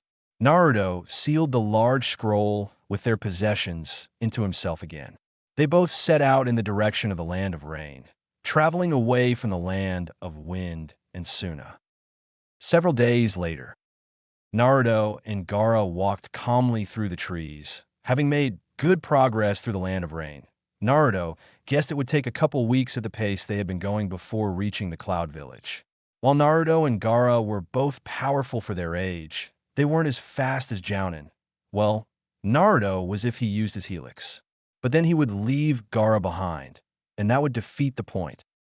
As Naruto walked, he practiced creating a random assortment of objects out of his chakra, trying to get the several-minute creation time down. It now took him 30 seconds to a minute, depending on how complicated what he was creating was. Gaara, besides him, was working on creating a new technique he had come up with based on Naruto's Byakugan. It was incomplete, but by creating an eye of sand, he would close one of his own and be able to see out of it, moving the eye around near him and seeing things usually hidden to him. As they walked, Kaguya watched from within her mindscape, proud of her son for going out into the admittedly dark shinobi world in an attempt to learn and help others. He is going to lead the war against my family, and I am sure that he will win. Kaguya thought, proud of her son and all that he has accomplished already. Gaara was a true friend and someone that truly valued and cared about Naruto, and Kaguya could tell that Naruto cared about Gaara. If it wasn't clear before Naruto awoke his Mangekyo Sharingan, then it definitely was after. I'll need to explain that later. He probably doesn't remember using the Sharingan and Mangekyo. Kaguya mused. Naruto suddenly stopped walking, staring off blankly. Gaara didn't notice for a moment, continuing walking for a couple of feet before turning and staring at the stock-still Naruto for a couple of moments. Gaara said nothing, waiting for his friend to finish talking to his parents. Naruto blinked, his pale eyes coming into focus and turning to him. Tusan says that the Gobi is nearby and in trouble. He thinks we ought to go over there and help if possible, Naruto said. Gaara only nodded, waiting until Naruto leaped off into the trees before following after them. It took them about an hour of their fastest travel before they arrived at a pathway of sorts. In front of them for several yards, the trees were all torn up in a line, starting from the right and go to the left. Naruto raised a clipped circular eyebrow at the strange sight, tempted to follow the path to see where it led, but he continued on forward across the gap in the trees toward where his father sensed the Gobi. A couple of minutes later, Naruto heard the rumble of a jutsu and saw a giant wave of water over the treetops. A loud roar of pain followed it directly afterward. Naruto and Gaara shared a look before stopping on the branches of the trees at the edge of a large, mostly destroyed clearing. Within the clearing, things were grim for the Five Tails. He had been battling his opponent all day, having been cornered by his opponent with a massive barrier that prevented him from using his immense speed to escape. While his opponent wasn't in the best of shape, Gobi was suffering many injuries and had shrunk down to the size of a small horse, his chakra being expended almost entirely in the long battle with the man in front of him. Said shinobi was wearing a black cape with a hood that came up over his head and hair, the lower half of his face obscured in the same black material. Around his neck was wrapped a blue scarf with the kanji for 5 on each end. His eyes where his jacket was dark blue with long sleeves. On his hands were 2 light blue gloves that ended like claws. Around his waist in a tilted slant was a dark yellow belt that had pouches attached to it in the back. He wore aqua-colored baggy pants that ended in his high black boots. Naruto's eyes widened as he noticed with his Byakugan that the man was soaking wet, continually dripping water onto the ground. "Water gun, 2 guns," the man shouted, pointing a pointer finger from each hand toward the limping form of the smaller Gobi. The horse-like dolphin's eyes widened, seeing the two water bullets fly through the air toward him. The goby got to his feet and tried to move as quickly as he could out of the way. He dodged the first one, but the mysterious man had predicted that, and the second bullet flew toward where he now was. The goby's eyes widened, wrapping his tails in front of him in a makeshift shield. Before the bullet reached the goby, it impacted a wall of plants and sand, stopping it in its tracks. The hooded man's eyes narrowed, looking around the clearing, trying to find whoever defended his prey. "Come out before I come and find you," the man yelled, his purple eyes shifting around the trees. The next moment, he watched as two boys appeared before the miniature goby. His keen purple eyes alighted on the admittedly strange-looking duo. The one on the right had remarkably pale skin and two horns coming from each side of his head. The man's eyes narrowed as he saw the strange-looking boy's eyes, two pale, pupil-less orbs glaring at him. The boy also had clipped circular eyebrows and wore a white kimono with a light green sash. The man was surprised to see a boy so young with white hair, which was shaggy and long, a bandaged bang coming of the boy's face. The other boy was not as interesting, but still intriguing. Red hair with somewhat bloodshot green eyes, the boy had the kanji for love tattooed on his forehead. The man watched as sand flowed out of the large gourd on the boy's back, it swirling around him menacingly. The goby's tails flared and were about to attack the boys when it suddenly stopped and apparently visibly relaxed, confusing the man. "Get out of here, brats," the man threatened, raising his hand slightly. The pale boy only narrowed his eyes at him. "Who are you?" the one with horns asked, his hand raising slightly as well. The blue-hooded man declined to answer, rushing forward. A blade of water formed in his hand. Naruto was surprised to see that this man who was strong enough to fight the goby was not moving all that quickly. "He must be tired. We can most likely scare him off or possibly defeat him." Naruto mused, turning to Gaara. He got a nod. "Great explosion," Naruto yelled, throwing his hand forward toward the rapidly approaching man. A massive explosion of black and white chakra went off directly in front of the approaching man. Gaara narrowed his eyes, wondering if the man survived Naruto and Ai's attack. Well, you have some power, I'll admit."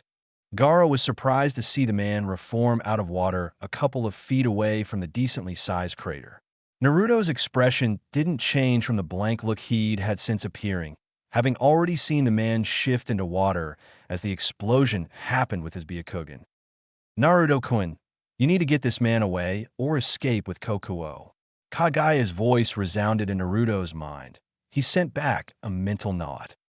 The soaking wet masked man decided not to wait around anymore, firing off several large balls of water towards the boys.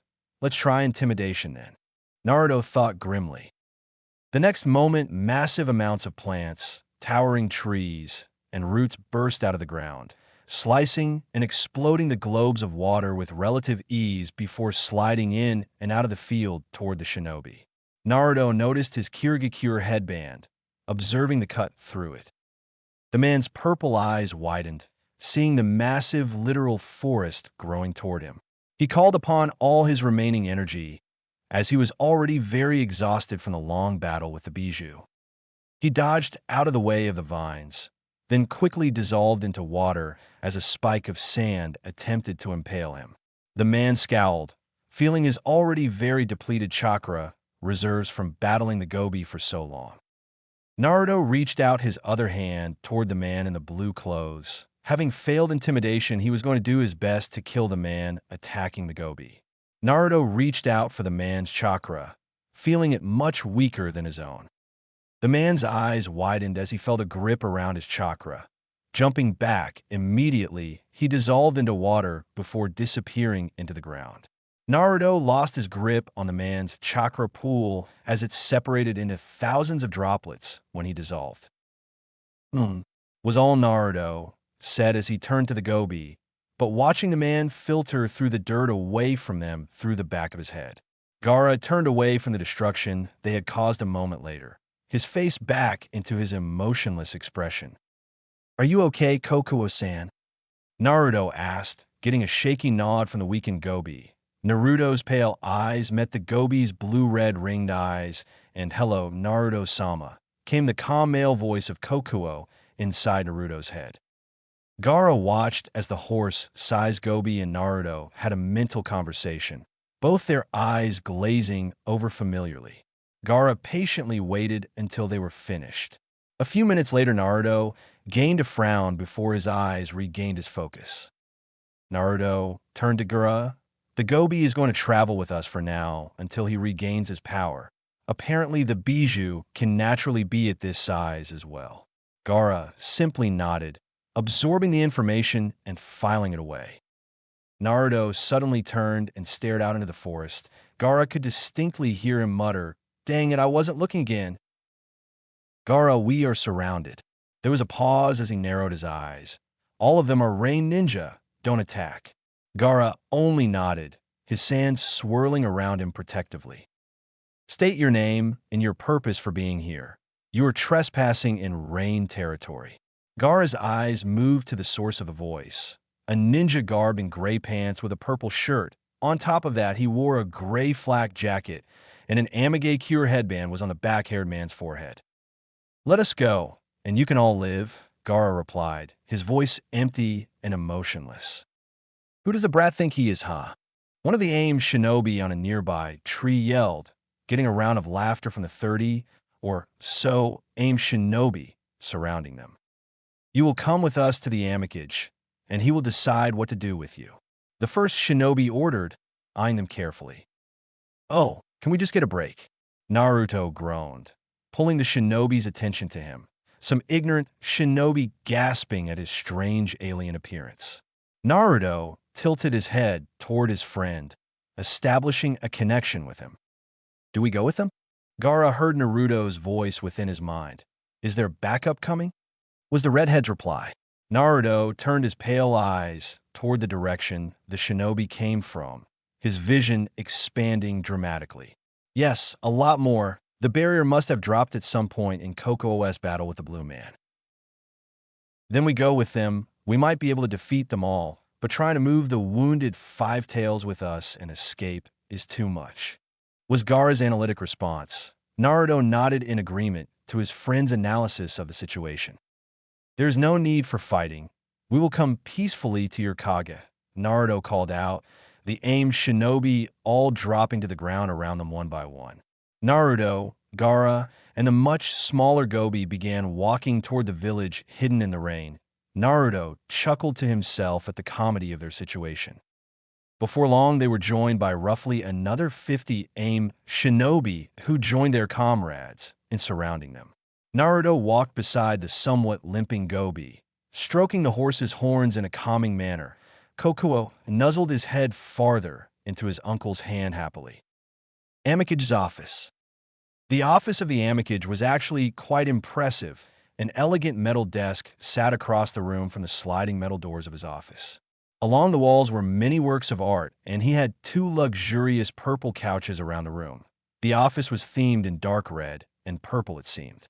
Behind the Amicage was a wraparound wall of glass that could be blacked out with chakra. The ever-falling rain of Amigay-Cure beat against the window constantly, providing a soothing white noise to the room. The Amicage was currently turned in his chair toward the window, watching blankly as the rain fell down the glass, his mind elsewhere. "I wonder what that pulse of chakra was." It felt very similar to him. The Amicage sighed, glad that he had sent backup to the first 30 shinobi he had sent out in response to the chakra source in his borders. The robed Kage turned as he sensed another person enter the room via Shunshin. "Lord Amicage, sir." The gray-haired Jounin saluted the violet-eyed man in Kage robes sitting behind his desk. "Yes?" "Report was Zoso," the Amicage said sternly, getting a nod from his subordinate.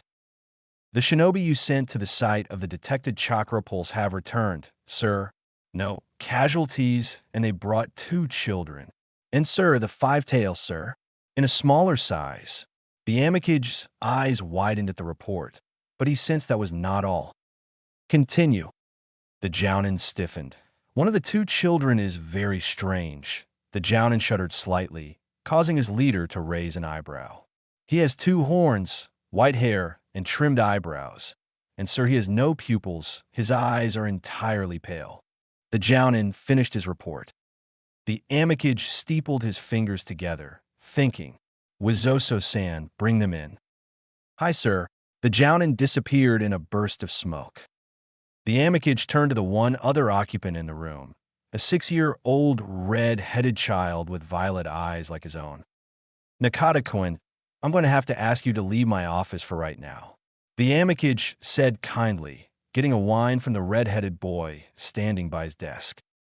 Do I have to, Nagato-sensei? The boy whined playfully, causing Nagato to chuckle. Well, you can stay, but it could be dangerous. If something goes bad, you are to leave by the secret exit immediately and go to Konan-chan. Do you understand? Nagato said sternly, getting a firm nod from his cousin. Nagato understood Nakata's want to meet these people, and a part of him just couldn't help granting Nakata's desires when he could. A Jounin appeared a moment later in a swirl of water. Lord Amicage, you will have to come outside to meet them. The 2 children refused to enter your office without the gobi, and the gobi is too large to enter the building, sir. You could clearly hear the Jounin's slight amusement at delivering such an odd report. Understood, we are coming, Nagato replied. Standing, he began walking toward the doors to his office, followed closely by Nakata. A couple of minutes later, Nakata and his cousin entered into one of the biggest holding cells within the village. The village had put a lot of effort into industrialization, and therefore everything was made of metal. Nagato chuckled as he heard Nakata complain for the millionth time about the rain. They turned a corner, and Nagato quickly took in the strange sight before him. In the middle of the large room lay the gobi, its 5 tails wrapped protectively around 2 children that were close to the age of Nakata. One was as his Jounin had described, the horned boy's pale eyes immediately connecting with his own upon his entrance. Nagato was intrigued by the strange youth wearing a white kimono and green sash. His vision shifted to the other boy, a redhead with the kanji for love tattooed on his forehead. The boy wore clothes that reminded him of Suna, and the large sand gourd he carried on his back confirmed his suspicions. Surrounding the strange intruders were around 70 of his shinobi. Nagato moved inside of the perimeter his men had established, gesturing for Nakata to stay back. What are you doing in the land of rain? Nagato's first impulse was that these were only children, but he had learned before that even children could be deadly opponents if underestimated, and the feeling he got from the pale boy only reinforced this belief. We were not staying, only passing through, the pale boy responded. Nagato turned to him and saw his eyes looking past him. Following his eyesight, he found it rested on his cousin. He moved protectively between him and Nakata. Hello, QB, Nagato faltered, immediately glancing toward his cousin and seeing him confused over the boy's greeting. I need to explain that to him right after this, Nagato thought. The pale-eyed boy's eyes shifted back to him. He got the distinct impression the boy was looking through him at Nakata. Byakugan, he's from Konoha. Allow me to introduce myself. I am Shiroi Oni. My friend here is Sandman, and I assume you already know that this is the gobi. Naruto gestured to the large horse bijou behind him, who only continued to stare at everyone in the room carefully. Nice to meet you. I am Uzumaki Nagato, the Amicage of the Rain Village. Nagato replied cautiously, his senses more focused on the 2 boys. He found them to have massive chakra reserves. The redhead had to contain a bijou to have that much, and the Shiroi Oni's chakra was utterly astounding. His chakra is so thick, potent. Now that we have that out of the way, the one who introduced himself as Shiroi turned again toward Nakata, who had moved to be able to see the strange trio in the middle of the room. What do you want? Nagato pulled the pupil-less boy's attention back to him. He was deeply unsettled by the strange kid's fascination with his cousin. I would like to talk to the holder of the QB, Naruto replied evenly. Gaara stood to the side with his hands crossed, letting his brother handle this as he saw fit. Kokuo just watched, keeping an eye on as many shinobi as possible. He didn't like being in a small space, but he trusted his uncle. Why would you want to do that? Nagato asked suspiciously. Well, you see, I am collecting all the bijou, as is my right. Naruto replied, turning entirely back to the man in front of him. And how do you think you're going to manage that? Nagato asked, genuinely curious and in slight disbelief, though he has seemed to have tamed the gobi. Don't let my size fool you, Amikage. There's a good reason for why I'm searching for them. There isn't much that anyone can do to stop me from achieving my goal anyway. In the coming years, I will find all the bijou, Naruto declared. Nagato stared uncertainty at the young boy as he turned to Nakata once more. Nagato watched as his eyes glazed over for a couple of moments before refocusing. The one with the gourd had yet to move or visibly react since they entered the room. It seems the QB is not yet awake. Naruto extended his hand toward Nakata, who looked unsettled and bewildered. Nagato tensed, preparing for an attack of some kind. Come with us. We are creating a place for those that are scorned, hated, despised. A place where they can live in safety, love, and with those that are like them. A place where there is no judgment, no condemnation, Naruto stated. Nagato watched in horror as Nakata looked enticed by the offer. No, Nakata will stay here with me, where he belongs. He will not go with you, and you aren't going anywhere. It's not often that a tailed beast waltzes into my village. I'll be taking it off your hands. Nagato growled, his brotherly instincts kicking in as he leaped between the strange pale child and his cousin. I will not let anyone take Nakata from me. With that thought, purple chains burst from his back, floating around him menacingly. Taking that as a signal, all the aimed shinobi drew weapons and prepared to subdue the children. They could all feel the power the white-haired child emitted, and he was not to be taken lightly. They also had confidence in their leader to subdue the bijou, which would flatten their village otherwise. Nisan, it seems that we've overstayed our welcome. Let's go. Nagato watched in as sand burst violently from the redhead's gourd before flying across the ground toward the wall opposite from him, forcing his shinobi to leap out of the way or be caught. The white-haired boy nodded before quickly extending his hand toward the now vacant wall. Okinabaka Hatsu. The wall exploded violently a second later in black and white smoke. Like an exploding tag had been activated on the wall. The chunks of wall flew across the room, a dust smoke screen rising up. Nagato was about to leap forward and attack when he heard a moan.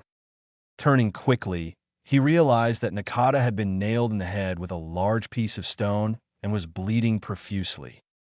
Go get them, Nagato yelled distractedly, trying to stop the extreme bleeding coming from Nakata's head.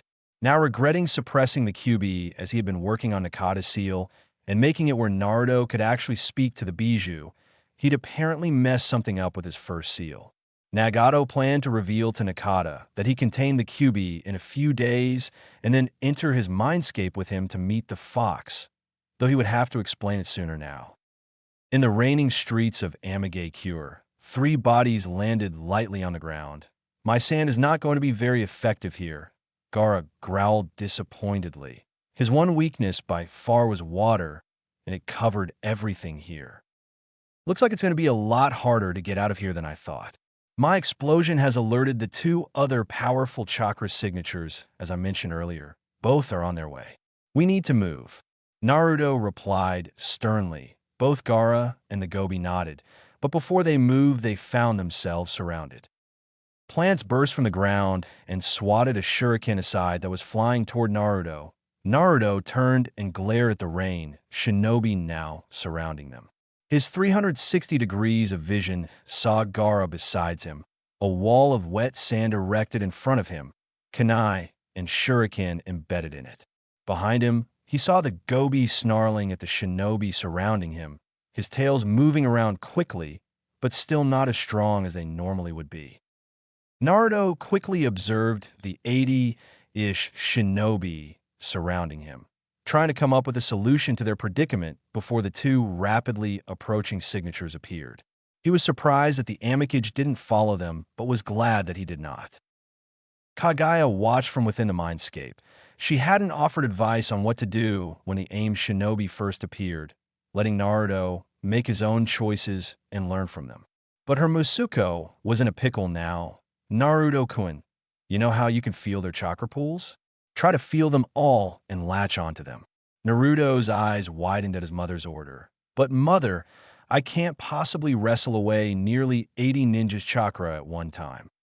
Naruto replied in confusion, the situation outside at a standstill. No, I want you to try something different. Imagine your chakra physically connecting to them. Then channel your father's Sen chakra into all their chakra pools. It should kill them all if you pour enough Sen chakra into it, Kagaya explained. Naruto nodded, feeling his father's approval of the plan and his father's unique energy filling his being. Naruto raised his fist above his head, gaining the attention of everyone present. Channeling chakra to his hand, he directed almost 80 strings of chakra to fly through the air near instantly and latch themselves to the shinobi's chests. Before any could react or attempt to detach themselves from his chakra strings, he channeled his father's Sen chakra through the links.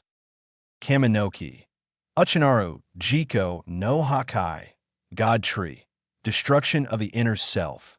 Naruto called out. A split second later the air was filled with screams of horrific pain before they were brutally silenced, their bodies deteriorating into the air. Civilians farther down the streets witnessed something that they had never seen before.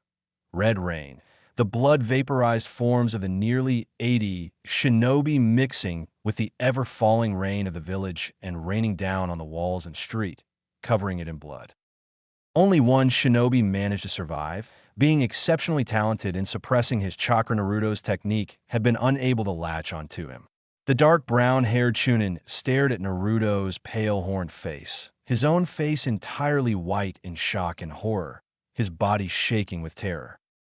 Naruto's pale eyes turned and entirely focused on the sole survivor of his massacre, making said man back up a couple of steps subconsciously. Tell everyone what you saw here. A young boy who made the sky rain red. Remember my name. I am the Master Chakra, the second coming of the Kaminoki, the Shiroi Oni.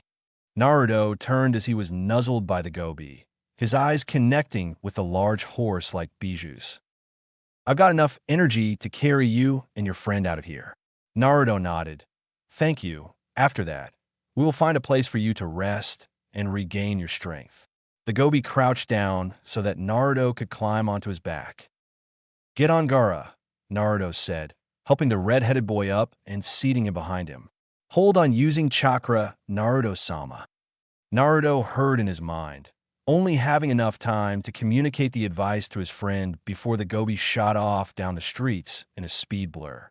The sole survivor of the massacre that would later be named collapsed to the ground in relief, his mind overloading in shock from the death of so many of his comrades. So effortlessly, so easily, he killed them all like flies. The Chunin's thoughts became more and more fearful before he fainted on the ground. A moment later, a man with orange hair materialized out of the water nearby.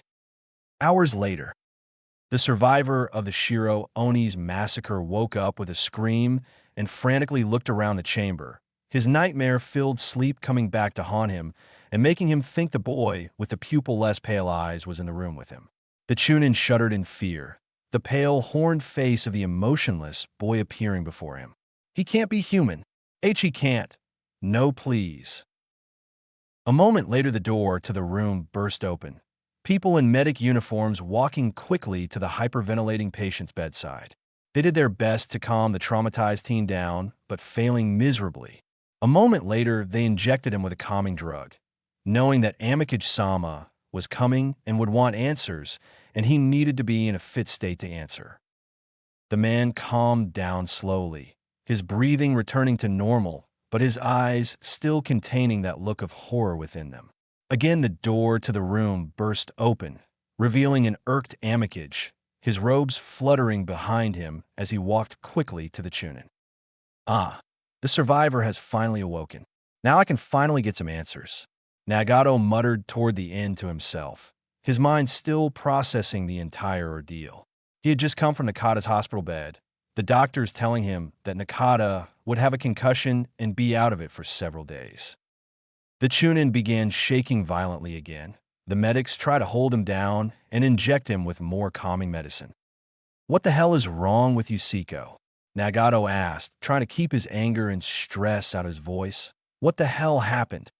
The traumatized teen Chunin's memory replayed the boy's last words. That BB boy. He killed everyone. There was in nothing left of them, just red. Seiko said shakily, stammering through his words, his eyes unfocused. How the hell is that possible? Who the hell was that boy? Nagato nearly shouted. I'm saying that word a lot again. Nagato had found that when he was particularly stressed, he favored the word hell consistently, though that didn't matter at the moment. HES said that his end name was the Shiro Oni. He stuck H's hand up and the air, and strands of CH chakra attached themselves to everyone. As a second later, we were gone. Nothing left except for red. The Chunin had the distinct look of reliving the entire memory. Nagato slapped his cheek, bringing him back to the present. Seiko gulped, trying to get himself under control. After that, they both got on top of the gobi. The next second, they vanished. He got out, determined to at least finish his report. He could feel the darkness creeping up on him. The need to slip into the warm embrace of unconsciousness was overwhelming. Did he say where he was going? Nagato pressed. No, the mental trauma was too much for the teen shinobi, and he passed out on the hospital bed once more. Nagato stared thoughtfully at nothing for several moments. Take care of him. When he wakes up, send him for mental therapy. The poor boy is going to need it, Nagato ordered before turning and walking briskly out of the room, heading toward his office. Whoever you are, you will not be taking my cousin away from me. Oh. Kages of a hidden village rarely leave their domain. Since they were the most powerful shinobi, it often left a large opening in the defenses of the village that enemies could exploit. The only situations where it was not frowned upon was when the Chunin exams were being hosted in a different hidden village, alliance talks, and diplomatic missions. Sarutobi Hiruzen didn't care about the formalities at the moment. When the request for a talk about trades and changing some things in their alliance had come from the Kazekage of Suna, he had immediately set out as soon as possible. Wanted to get away from the village. The situation in the village was disastrous. The news that Nakata had left the village, and the subsequent information about his parents, and that he was the Kyubi Jinchuriki, had shocked Konoha to its core. Many villager and shinobi realizing their mistake. The village was part outraged, and in mourning, no one quite sure how to feel, and turned their rampant emotions upon the Hokage, which he deserved, but that's beside the point. Sarutobi had just reached the edge of the Suna village, surrounded on all sides by his 8 ANBU personal guard. Sarutobi noticed the distinct lack of sufficient guards at the gate as a Chunin approached them. Welcome to Sunagakure, Hokagedano. The Suna Chunin bowed before leading them into the village and toward the Kazekage Tower. Lord Kazekage is expecting you inside.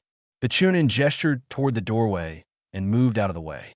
Sarutobi motioned for his ANBU to wait outside the Kazekage's office before walking inside.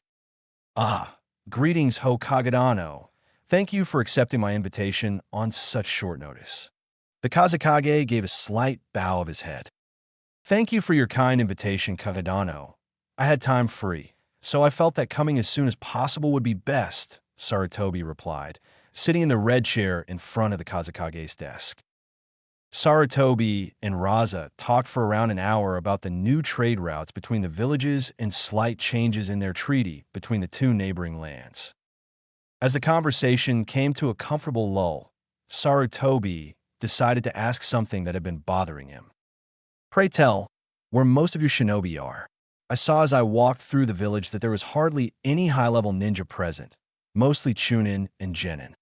Sarutobi asked in an offhanded way, not wanting to come across as digging for information. The Kazekage waved his hand, sighing heavily. They're dead. Around 30 of my more higher-ranking shinobi were all killed a couple of weeks ago. Raza sighed. Sarutobi's eyebrow raised and interested at who could kill off that many shinobi.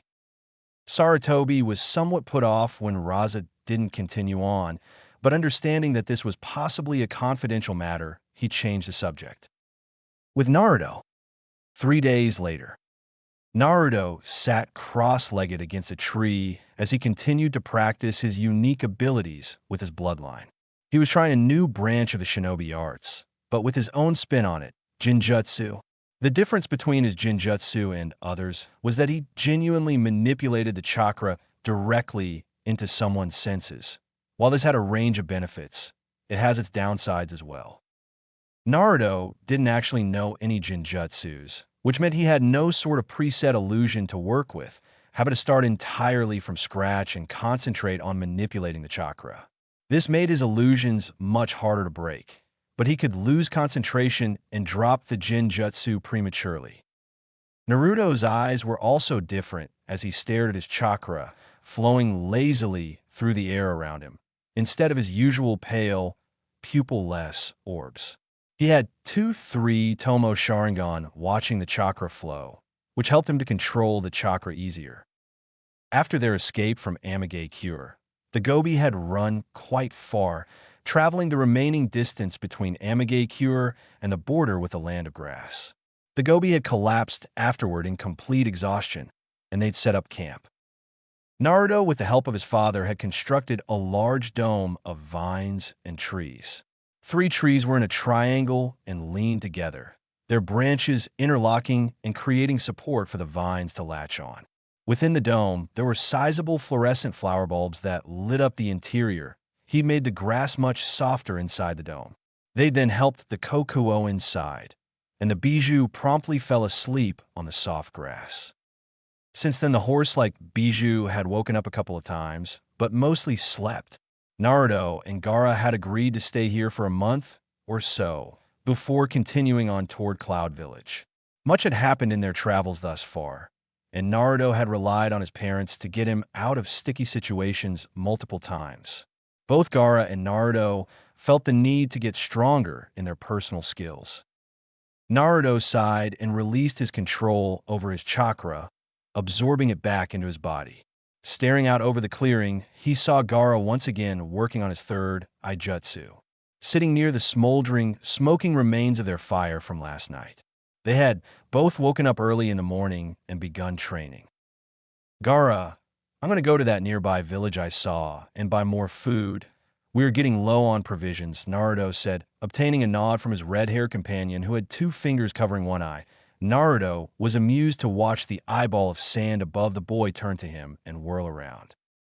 Naruto walked into the plant hut-like dome, seeing the Gobi once again sleeping soundly in the corner of the room. Naruto smiled, glad to have been able to help Kokuo. The horse hadn't decided if he wanted to continue traveling with them, but he hadn't been awake very much lately to think about it either. Naruto walked over to where their large scroll sat in the grass that covered the floor of the dome. Placing his hand on the seal, he summoned their bag of money in a puff of smoke. A moment later, the bag disappeared into his hand. Naruto quickly left the dome, Gaara giving him a nod as he blew away into a black and white smoke in the silent wind that filtered through the trees farther into the Land of Grass. Naruto skimmed swiftly across the ground, finding the main road a couple of minutes later.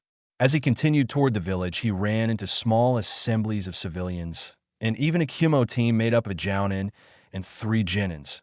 One of them had a lollipop in his mouth.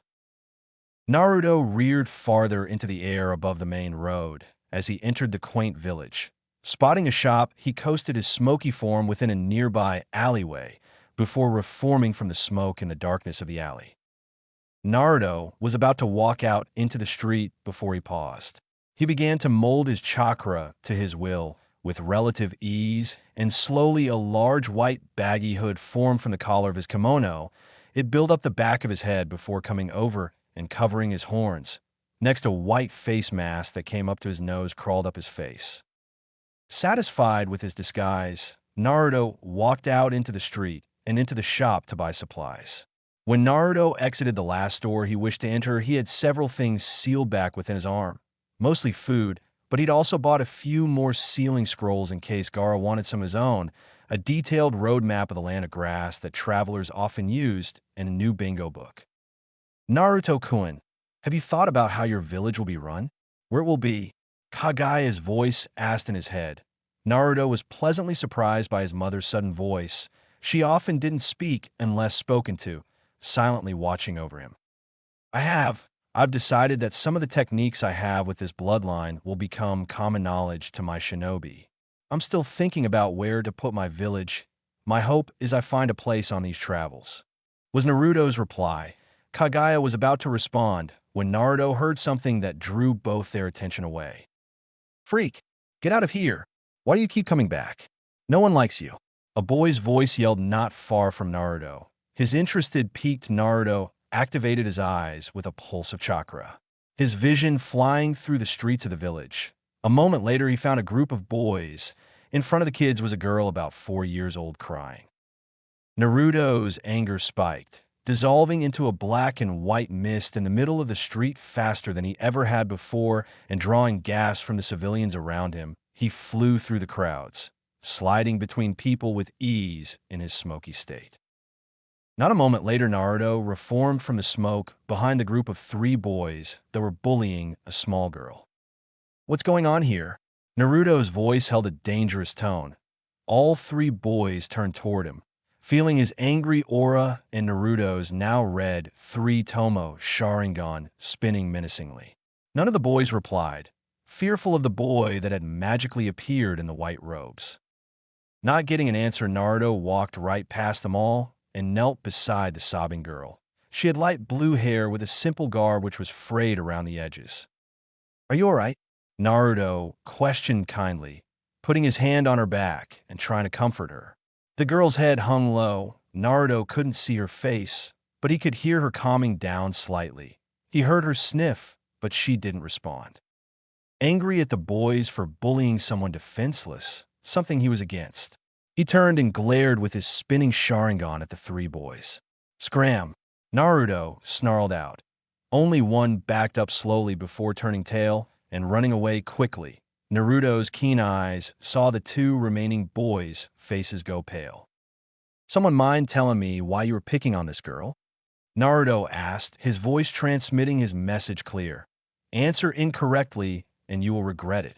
One of the boys gulped loudly before responding, his eyes unable to leave the glowing red ones from the darkness inside the scary boy's white hood. She wears stupid clothes, and she hasn't got any eyes, he said, immediately knowing the robed and white newcomer was not happy. Genjutsu, Sharingan, Naruto said calmly, and the vision of the 2 boys became black. A pair of red eyes filled their view. They were afraid, so very afraid of the eyes that held death and destruction. The next moment their vision returned. They turned tail, and running, both boys disappeared around the corner of the street seconds later. Hey, it's okay now, they're gone now. Naruto tried to comfort the crying girl, giving her a small hug without being too assuming. Naruto rubbed her back as she calmed down. Naruto directed his arm behind them. Concentrating, he formed chakra into an uncomplicated gray bench. He lifted the girl to her feet before sitting down on the new seat with her. Naruto sat there for a few minutes with the girl. He honestly felt he needed to stay and talk to her, help her back home possibly if she wished. Thank you, mister. The girl finally spoke, sniffing a few times and rubbing her eyes from the tears. You're welcome. I've been bullied before, so I know how it feels. What's your name? Mine is Naruto. Naruto replied. The girl turned and took in Naruto's masked face, obscured by the white material of his hood and face mask. Naruto was able to see her face. The first thing his now pale eyes taking in were her eyes. They were completely blank. Not like the Byakugan, which had an iris, just no pupil. Hers were entirely white, bare, and silver-tinted. Naruto rose a clipped eyebrow at what he was seeing. My name is Ray. Naruto nodded, smiling behind his mask. Somehow Ray must have seen or sensed his smile, because she smiled back at him. Ray is a nice name, Naruto commented, getting an enthusiastic nod of agreement from the small girl. Ray, why were those kids picking on you? Was it because of your eyes? Naruto inquired, wondering what her side of things was like. He saw her stiffen, having backed up respectfully when she stopped crying. I'm not going to hurt you, Rei, if that's what's scaring you. Naruto reassured the blue-haired girl. She visibly relaxed.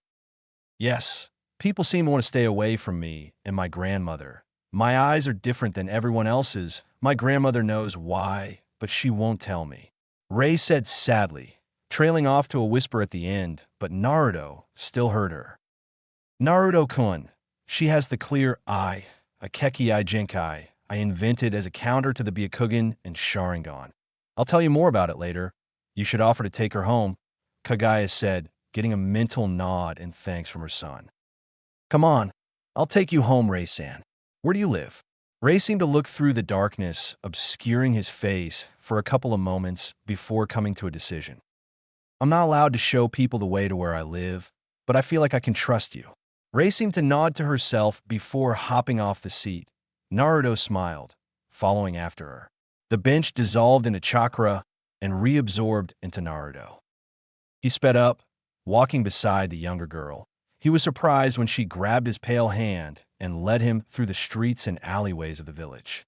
Before long, they came to a narrow alley, a door that seemed to be so old it was rotting and looked ready to crumble at the slightest hint of pressure. Remind me of the places I used to live in Suna before I met Gaara. Naruto mused. He directed his Byakugan through the wall. He was surprised to see that he could only see a set of stairs to another floor underground before being unable to look beyond the door.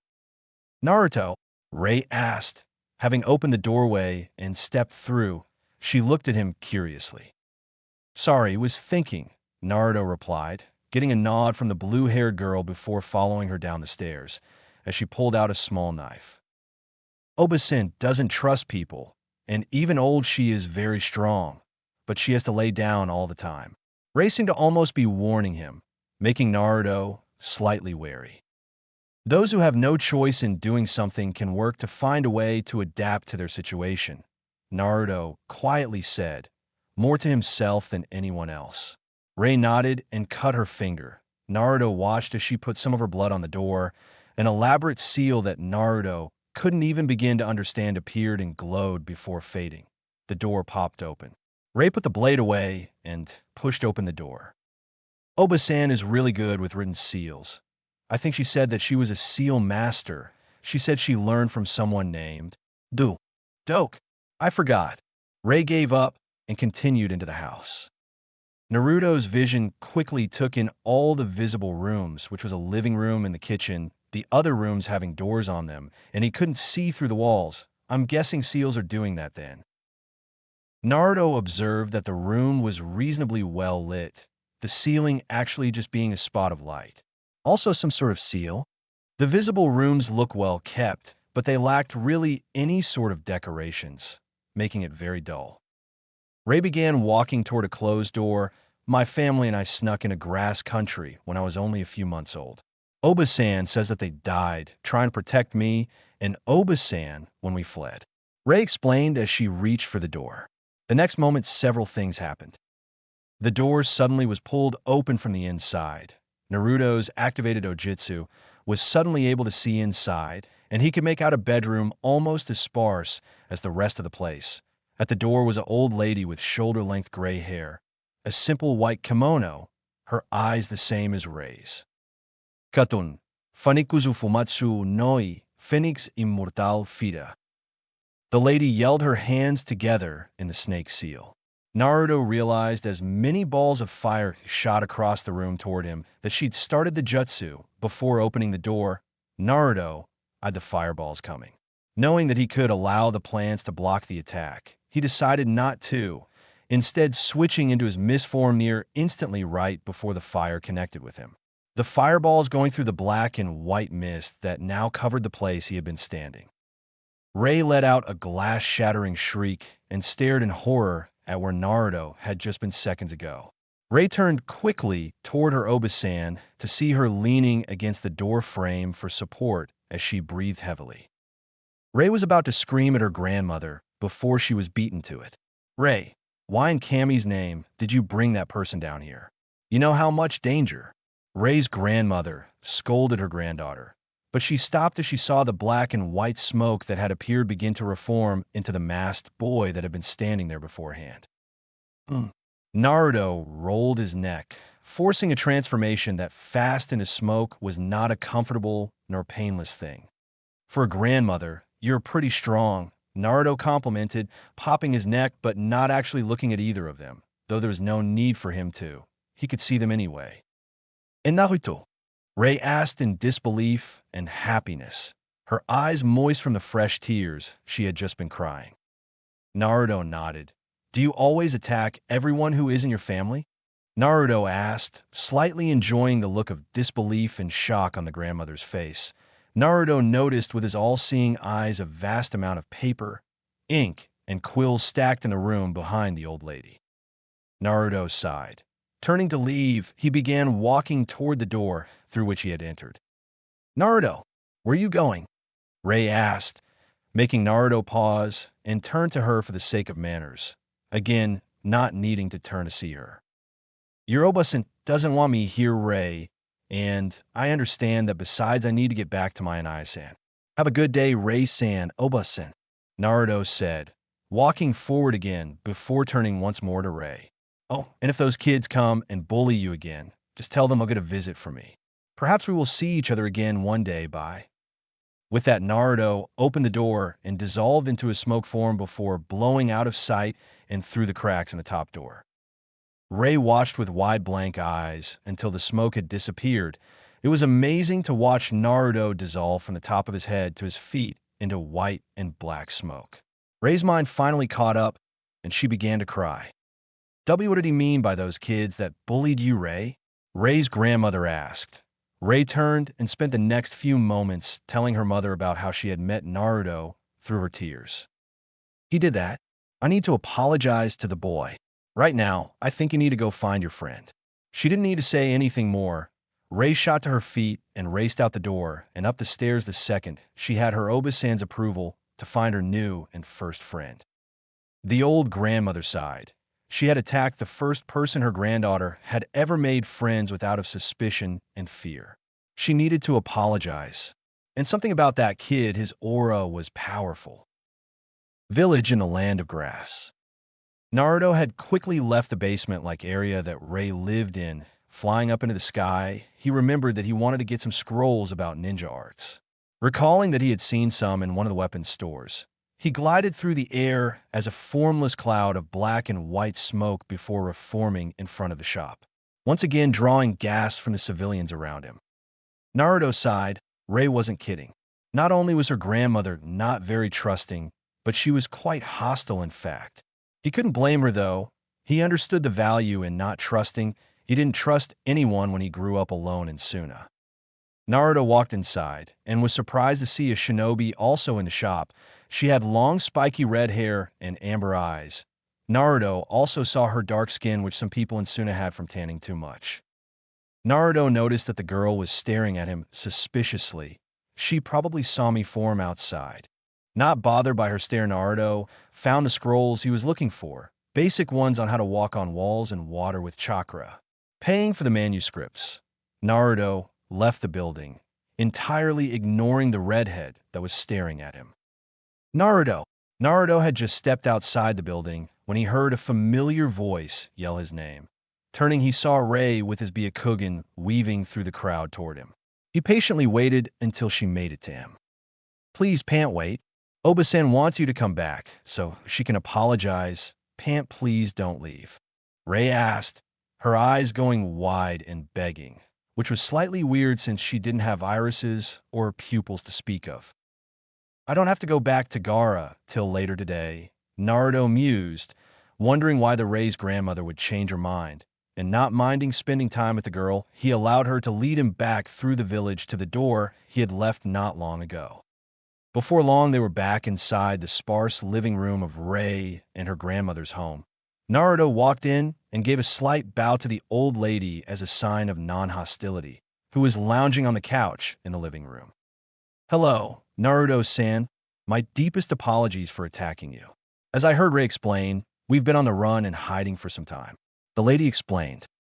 It's fine. I understand your suspicions. I grew up in a similar life in my home village. Naruto replied respectfully. The grandmother gestured to sit, and he did so. Allow us to start over? My name is Shoiha Kazumi. I am a seal master, or rather mistress. Rei already explained the gist of our history. Kazumi started. Naruto nodded. My name is Naruto Otsutsuki, third son of Kagaya Otsutsuki, and possess a bloodline unique to me, among others, Naruto replied, phrasing his introduction similar to the Kazumi's. Kazumi raised an eyebrow at his last comment. If you don't mind, may I ask why you wear a hood and mask? Naruto shook his head, showing that it didn't bother him. If you promise not to freak out, then I have no issue with taking it off. Kazumi nodded, and Rei nodded excitedly as well. Naruto lifted his hands up, slipping the hood up over his horns and off, as well as sliding the equally white face mask down around his neck. Kazumi and Rei took in the strange boy's features, his horns and pale skin, white hair and pale eyes. Any, are your eyes like mine, Naruto-san? Rei asked curiously. While the horns were different, she wasn't really bothered by them, and was more interested in his eyes that were similar to hers. Rei, that is called the Byakugan. It's one of the 3 great dojutsu of the world, Kazumi explained to her granddaughter. Naruto nodded in confirmation of what she said. And you have the clear eye, a dojutsu that is nearly extinct and evolved of another. Naruto returned, showing that he too knew about their bloodline. Kazumi agreed, impressed. You said that you had a bloodline unique to you? Isn't the Byakugan a Hyuga clan bloodline? She inquired in interest. While that is true, I actually have multiple bloodlines, and the Hyuga inherited Byakugan from my clan, the Otsutsuki clan, Naruto replied. The next moment, he held his hand out, and a kunai formed within his hand from particles of chakra. Kazumi and Rei watched in amazement as he twirled the now fully formed kunai around his hand before tossing it up in the air, and it dissolved back into oblivion. That is just one of the abilities of my bloodline. The smoke you saw earlier is also a part of my bloodline, Naruto explained. He usually wouldn't be this open with information, but he felt that he could trust Kazumi and Rei. They are oppressed, hiding, scorned for being different. Interesting. May I inquire what you are doing in this village? You're obviously not native to the land of grass. Naruto nodded at her deduction. I have a goal, a dream if you wish. I want to create a village for all of those who are scorned, hated, and despised unjustly. A place where me, my family, and my friends can live. Naruto revealed. Where's your family? Rei asked innocently, quite interested with what Naruto was saying. On top of that, she found how he looked was pretty cool. Most of my family is long dead, though some of them still live today, Naruto answered vaguely. Kazumi could tell it wasn't a straight answer and changed the subject. How do you plan to create this village? Kazumi could honestly say that what he wanted to build was very enticing, and with the power she sensed from him, she was willing to believe that when he got older, he could achieve his goals. She couldn't explain it, but something in her motivated her to go with this strange horned boy. I am first collecting my scattered family before building my village. I've mostly decided to build it on an island in the land of water, Naruto replied. He'd thought about it, and going through the memories of the elemental nation's geography from his father, he had decided on a lovely island in the land of water. Would you be opposed to us coming with you? Kazumi asked, surprising Naruto and making Rei jump up and down in happiness. Please, please, please. It's so boring here, and no one likes us. Rei begged, her eyes going wide and begging. That just doesn't look right. Naruto thought as he took in her blank-eyed puppy dog eyes. He turned back to Kazumi, his face grave. I'm not opposed to that, but you should know the dangers if you're considering it. Since my travel started, I have fought and run from 2 Kages, fought many enemies and killed over 150 shinobi.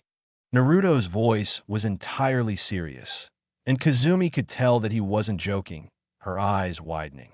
He fought and survived 2 Kages. I'm not a stranger to danger, Naruto, was Kazumi's cool reply. Her mind almost entirely made up to go with this boy. Regardless of being weaker, she could get her strength back if she actually got out and exercised. No, I suppose you aren't. If you truly wish to come with me, be packed up tomorrow morning. Right now, I need to return to my brother and nephew, Naruto said, turning to Rei. I'll see you tomorrow, Rei, regardless of whether or not you come with me. Naruto said, extending his arms out in an inviting way. Rei understood and ran over and hugged him tightly. Thank you for protecting me against the bullies, Naruto, Rei said, backing up and standing near her grandmother. I will come tomorrow and explain more about who I am. I know I didn't give you much about me, but thank you for trusting me regardless. Naruto bowed deeply before dissolving into smoke once more. Kazumi and Rei watched in slight awe as the smoke flowed over the couch and toward the door, sliding underneath the crack and disappearing entirely. Rei watched with wide eyes. Naruto is so cool, she murmured, making her grandmother chuckle. Well, get going then. We have to pack up before he returns. She lightly scolded, knocking Rei out of her funk, who proceeded to tear across the living room into her room. Kazumi chuckled. With Naruto's smoke form rose into the air as he traveled at a leisurely pace across the village. Watching the villagers go about their business below him, he saw the red-headed girl from earlier. Naruto's eyes narrowed as the girl actually pointed directly toward him in the sky, drawing her teammates' attention to the black and white cloud of smoke in the air. Naruto began moving quickly toward the nearby forest as the three and their Jounin sensei leaped up on the roofs and started following him. Naruto sped up, only able to go so fast in this form. He filtered through the leaves of the trees to the soft grass below. Not wanting to be held up any longer, he shifted into his helix form, two strands of black and white chakra circling each other. Focusing on where he wanted to go, he shot through the forest, weaving through the trees at high speed. As soon as he broke the woods, he found the path he had followed here and proceeded to follow it from high above. After a while, Naruto arrived at the place he had been staying with Gaara, alighting on the ground and his body forming between the two rotating strands of chakra before they disappeared. Get what you need, Gaara asked, having prepared ramen and was currently eating a bowl of it at a sedated pace. If there was one thing Gaara and Naruto agreed on, it was that food was meant to be enjoyed slowly. Aye, and more. Naruto unsealed a scroll of food supplies before throwing it at Gaara. Gaara didn't even look up as the scroll impacted with his sand and got stuck. Gaara just gave Naruto a really look, to which Naruto shrugged. Naruto walked over and sat down on the grass as Gaara took the scroll from his sand and set it on the ground nearby. Kokuo woke up. He's still weak, but stronger than before. I believe he's hunting at the moment, Gaara said, continuing to eat his ramen. Naruto nodded, taking one of his chakra-created bowls and ladling some ramen into it. While Naruto's hands were getting him food, his eyes were searching around the forest. He eventually caught a glimpse of a speeding white blur before it disappeared. Naruto decided trying to follow the speed demon of a bijou was a lost cause. Something interesting happened while I was in the village. Naruto started getting Gaara's attention, which was him essentially glancing at Naruto before returning to his food. I met a girl named Rei. She was being bullied for being different. I scared the bullies off and eventually took her back to her grandmother, Naruto said, pausing as he took another bite of ramen. Gaara didn't comment, knowing there was more to the story. Both Rei and her grandmother possess a nearly extinct dojutsu called the Clear Eye, a dojutsu that my mother invented. It's extremely powerful in creating illusions and jinjutsu, Naruto said, getting Gaara to finally actually look like he was listening. Naruto then began telling Gaara everything that had happened while in the village, eventually ending on how Kazumi and her granddaughter would be traveling with them. Won't that slow us down? Besides, we have been attacked multiple times since we began traveling. As you said, Kazumi-san is old, Gaara commented in his typical monotone, having finished his bowl. I have a solution for that, though you may not like it, Naruto said, wincing slightly at Gaara's utterly dead stare. I suggest that you, Kokowoiko, Rei, and her grandmother stay here. I will travel on with my helix form and locate the remaining bijou, bringing them back with me if possible. Gaara's expression never changed, but Naruto knew that he was processing over his suggestion from a logical view. I agree, was Gaara's simple response before Sand moved across the table, Picking up all the used dishes and the pot all at once, Gara began walking toward a stream, all the used cooking ware and bowls being carried by his sand. Very well.